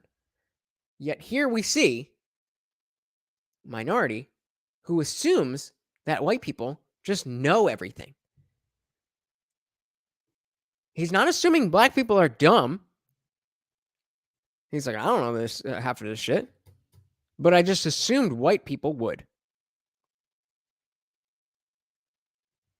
Is that what we want to reinforce? Because that's what critical race applied praxis really does. Anyway. I know. I know. Very ignorant. Listen, I know. You ain't got to say it. I know. I already told you, man. I know. I get ignorant. I got you. But that's what I thought. Yeah, they're Spanish. They're Spanish. What are two rights listed in the Declaration of Independence? Right to bear arms? I guess. Speech. So that's the Constitution. What are two rights listed? So just being sure, nobody is interested in the post-fight press conference. I have not seen anyone, so I'm just making sure. Listed in the Declaration of Independence. Right to bear arms, right to free speech. Okay, that's not the Declaration of Independence. Oh gosh, I guess that's the Ten Commandments. Is that? Oh my God. Bro, did you just say that's the 10 Commandments, man? I swear, these people are so dope. Y'all look at them like, man, they're such idiots. No, I think they're fun for participating. I mean, it just goes to show that, and I get it. I should probably be outraged that this information is they don't know this information, but I can't be, because half of the questions she's answering, I'm asking them, I don't even have the answers to. So I'm not going to be a hypocrite. You know what I mean? I'm sure a great majority of you all have this information. I do not. What are two rights listed in the Declaration of Independence? Right to bear arms. What? And freedom of speech. Those are the Bill of Rights in the Constitution. We are talking about the Declaration of Independence. Yeah. Who is in charge of the executive branch? President. You either love him or hate him. Trump. Do you love him or hate him? I don't know what to say. I hate him. I like Trump. Oh, you hate him. Okay, I'm sure he's devastated. I don't hate Trump because I don't want him to see this and come find me. He might. He won't come Can by. you imagine? Can you imagine? Did you hear what she just said? I don't want Trump to see this. Do you think Trump gives a fuck what you think about him? You're just some, like, oh my God. Oh my God. I'm just that close to being that offensive. But you're this. I promise you. I promise. Trump does not care what you think about him. It's okay. When Dorian came, what he said he was going to do, put up a border or something to keep it from hitting something they said on the news. For the hurricane, so the hurricane came. We already got something that keeps the hurricane. Yeah, but he said he wasn't going to do something until he stopped the Dorian from hitting us. It was on the news. Do you guys think what I'm curious about is how representative is this? How, like, obviously these are real people. Obviously this isn't everybody they talk to. But how much did they have to cut out? And how long do they have to be out there to get this much footage? Because it's one thing if it's like, okay, this takes an entire day. We got to be out on the beach. We got to find somebody. We got to ask them 4 or 5 questions. And most people are going to get 3 to 4 out of 5 correct anyway. Or, hey, this is a good half-hour thing. We find 3 groups of people, ask them 5 questions. They won't know shit because everybody's an idiot. And we're done. I would hope it's the former. But something tells me it's a little bit closer to the latter. these questions are fair for immigrants to answer? Yeah. Okay, we have a disagreement. Do you think these are too hard for immigrants? It's not too hard if you're taught it, but I mean, why would you need to know that? I don't know why we would need to know the history and know why we got free from the British, right? I don't see why you would have to answer anything to live a better life. This was fun. You guys have been the greatest group so far. You guys, I really enjoyed talking to you guys. No, you're fun. You're very funny and positive. This guy, the dude whose video we're watching, it makes me feel better about, you know, the shit that when I stream and like, you know, not getting flagged. He barely says anything. He just plays a video and laughs. And he doesn't get claimed for anything. Why have I gotten 2 claims when I'm adding commentary for all my shit? Yeah, we did beat y'all. Oh yeah, we did. No, Okay, who won? Yeah, who won? It was we had You don't want to hear me complain anymore? 3. We ended up with 3. It was 2-1. How was it 1? Because I answered that. She answered 1. First I answered it, then she had answered 1, and I was like New Hampshire. She said a Star Spangled Banner. Then I said New Hampshire. That wasn't a win. That was it New Hampshire on there? Yes, it was on there. Connecticut. I said that Connecticut. That was a win. That she was like she. I wasn't keeping track. I wasn't keeping Well, track. listen, it was. She's like, y'all so dumb. I wasn't even keeping track. Now, okay, so what answer did y'all? Yeah, you guys tied. You guys. It's tied. I'm gonna keep it a buck with you. I honestly believe that I should have this information, that all Americans should know this information. And I, especially if immigrants are required to have this information before they receive any type of, do they have to answer these questions to receive green cards or anything? Or what? If people from outside the country have to learn this information, then people here should have to know this information. That just seems right. I guess that's what makes us so spoiled and entitled. We're like, man, we're fine. We're here. And most of the people who are fine. All right, so we get the point. So we have come to the end of another fight night. Glad Darshan and Dr. Evil were able to join me. Jamie, whatever the fuck your name is, I wish you would have had some more balls and come up and watch the fights with me, but that is okay. To everybody who was in the comments, Jamie, Revile, Beastie, Bruce, even talking shit, all of you guys, Lopaka, of course, Lopaka, and Biggest Diggus, all of you guys. I am so happy that you decided to spend your Saturday evening with me. And I really appreciate it. I think this was a relatively good card. I think too often we get spoiled by a card and then the next, however many cards, because they're not as good, we kind of act like they're not good. And I think I've been guilty of that myself over, the last couple months. I remember UFC London was so crazy. And then, I kind of felt like since then we haven't really gotten much. But it's important to remember that, not every fight is going to be a banger. Not every card is going to be the card of the year. But the sport is a fantastic one. And if we pay attention, then, there's something to be entertained by, every moment of the fight. Not necessarily the broadcast, but that's what you have me for, so that I can entertain you in between fights. So I hope you enjoyed this stream. We have now gone over 7 hours. And that's a long time. And I've got 3 bright ass lights in my face. So I would like to stop screwing with my circadian rhythm and not have these bright lights in my face at 1 a.m. But because I love you guys so much, I do it. I do it because I love you. I love you. I love you. Thank you guys for hanging out. I hope you enjoyed everything once again. And I may be back tomorrow. If not, I will definitely be back by Monday. And I really hope that you guys will join me. Please do go join the Discord group. There's a link in the description. Just click the link, and then you're a part of the Discord group. It is going to go private at some point. You're going to have to pay something or do something. There's going to be some barrier to entry. You are now able to get into this group for free without doing anything, just by clicking the link. So click the link, get in the server. We'll start chit-chatting. And not only will that be its own fun thing, but then you can, hey, we got Balanced Cologne. What's going on? Thank you for hanging out.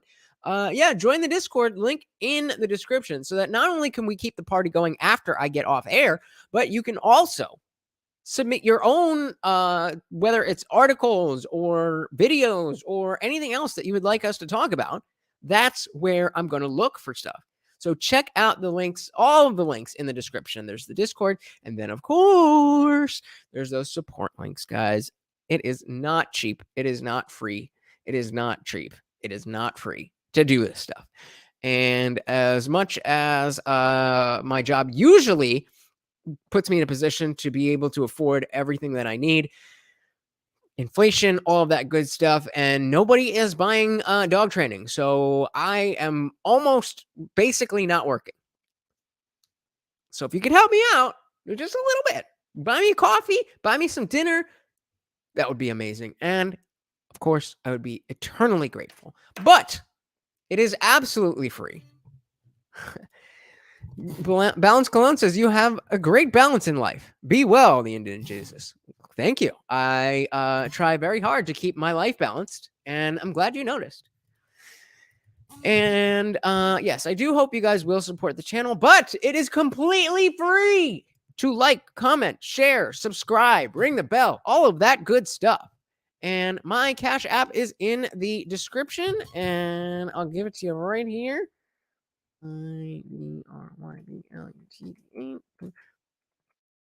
That is my Cash App. I would love if you can help me out. But even if you can't do that, that is totally fine. It is free to like. I already said that. Like, comment, subscribe, share, all of that good stuff. I would greatly appreciate you just coming back and hanging out. If that's all you can do, I am more than happy with that.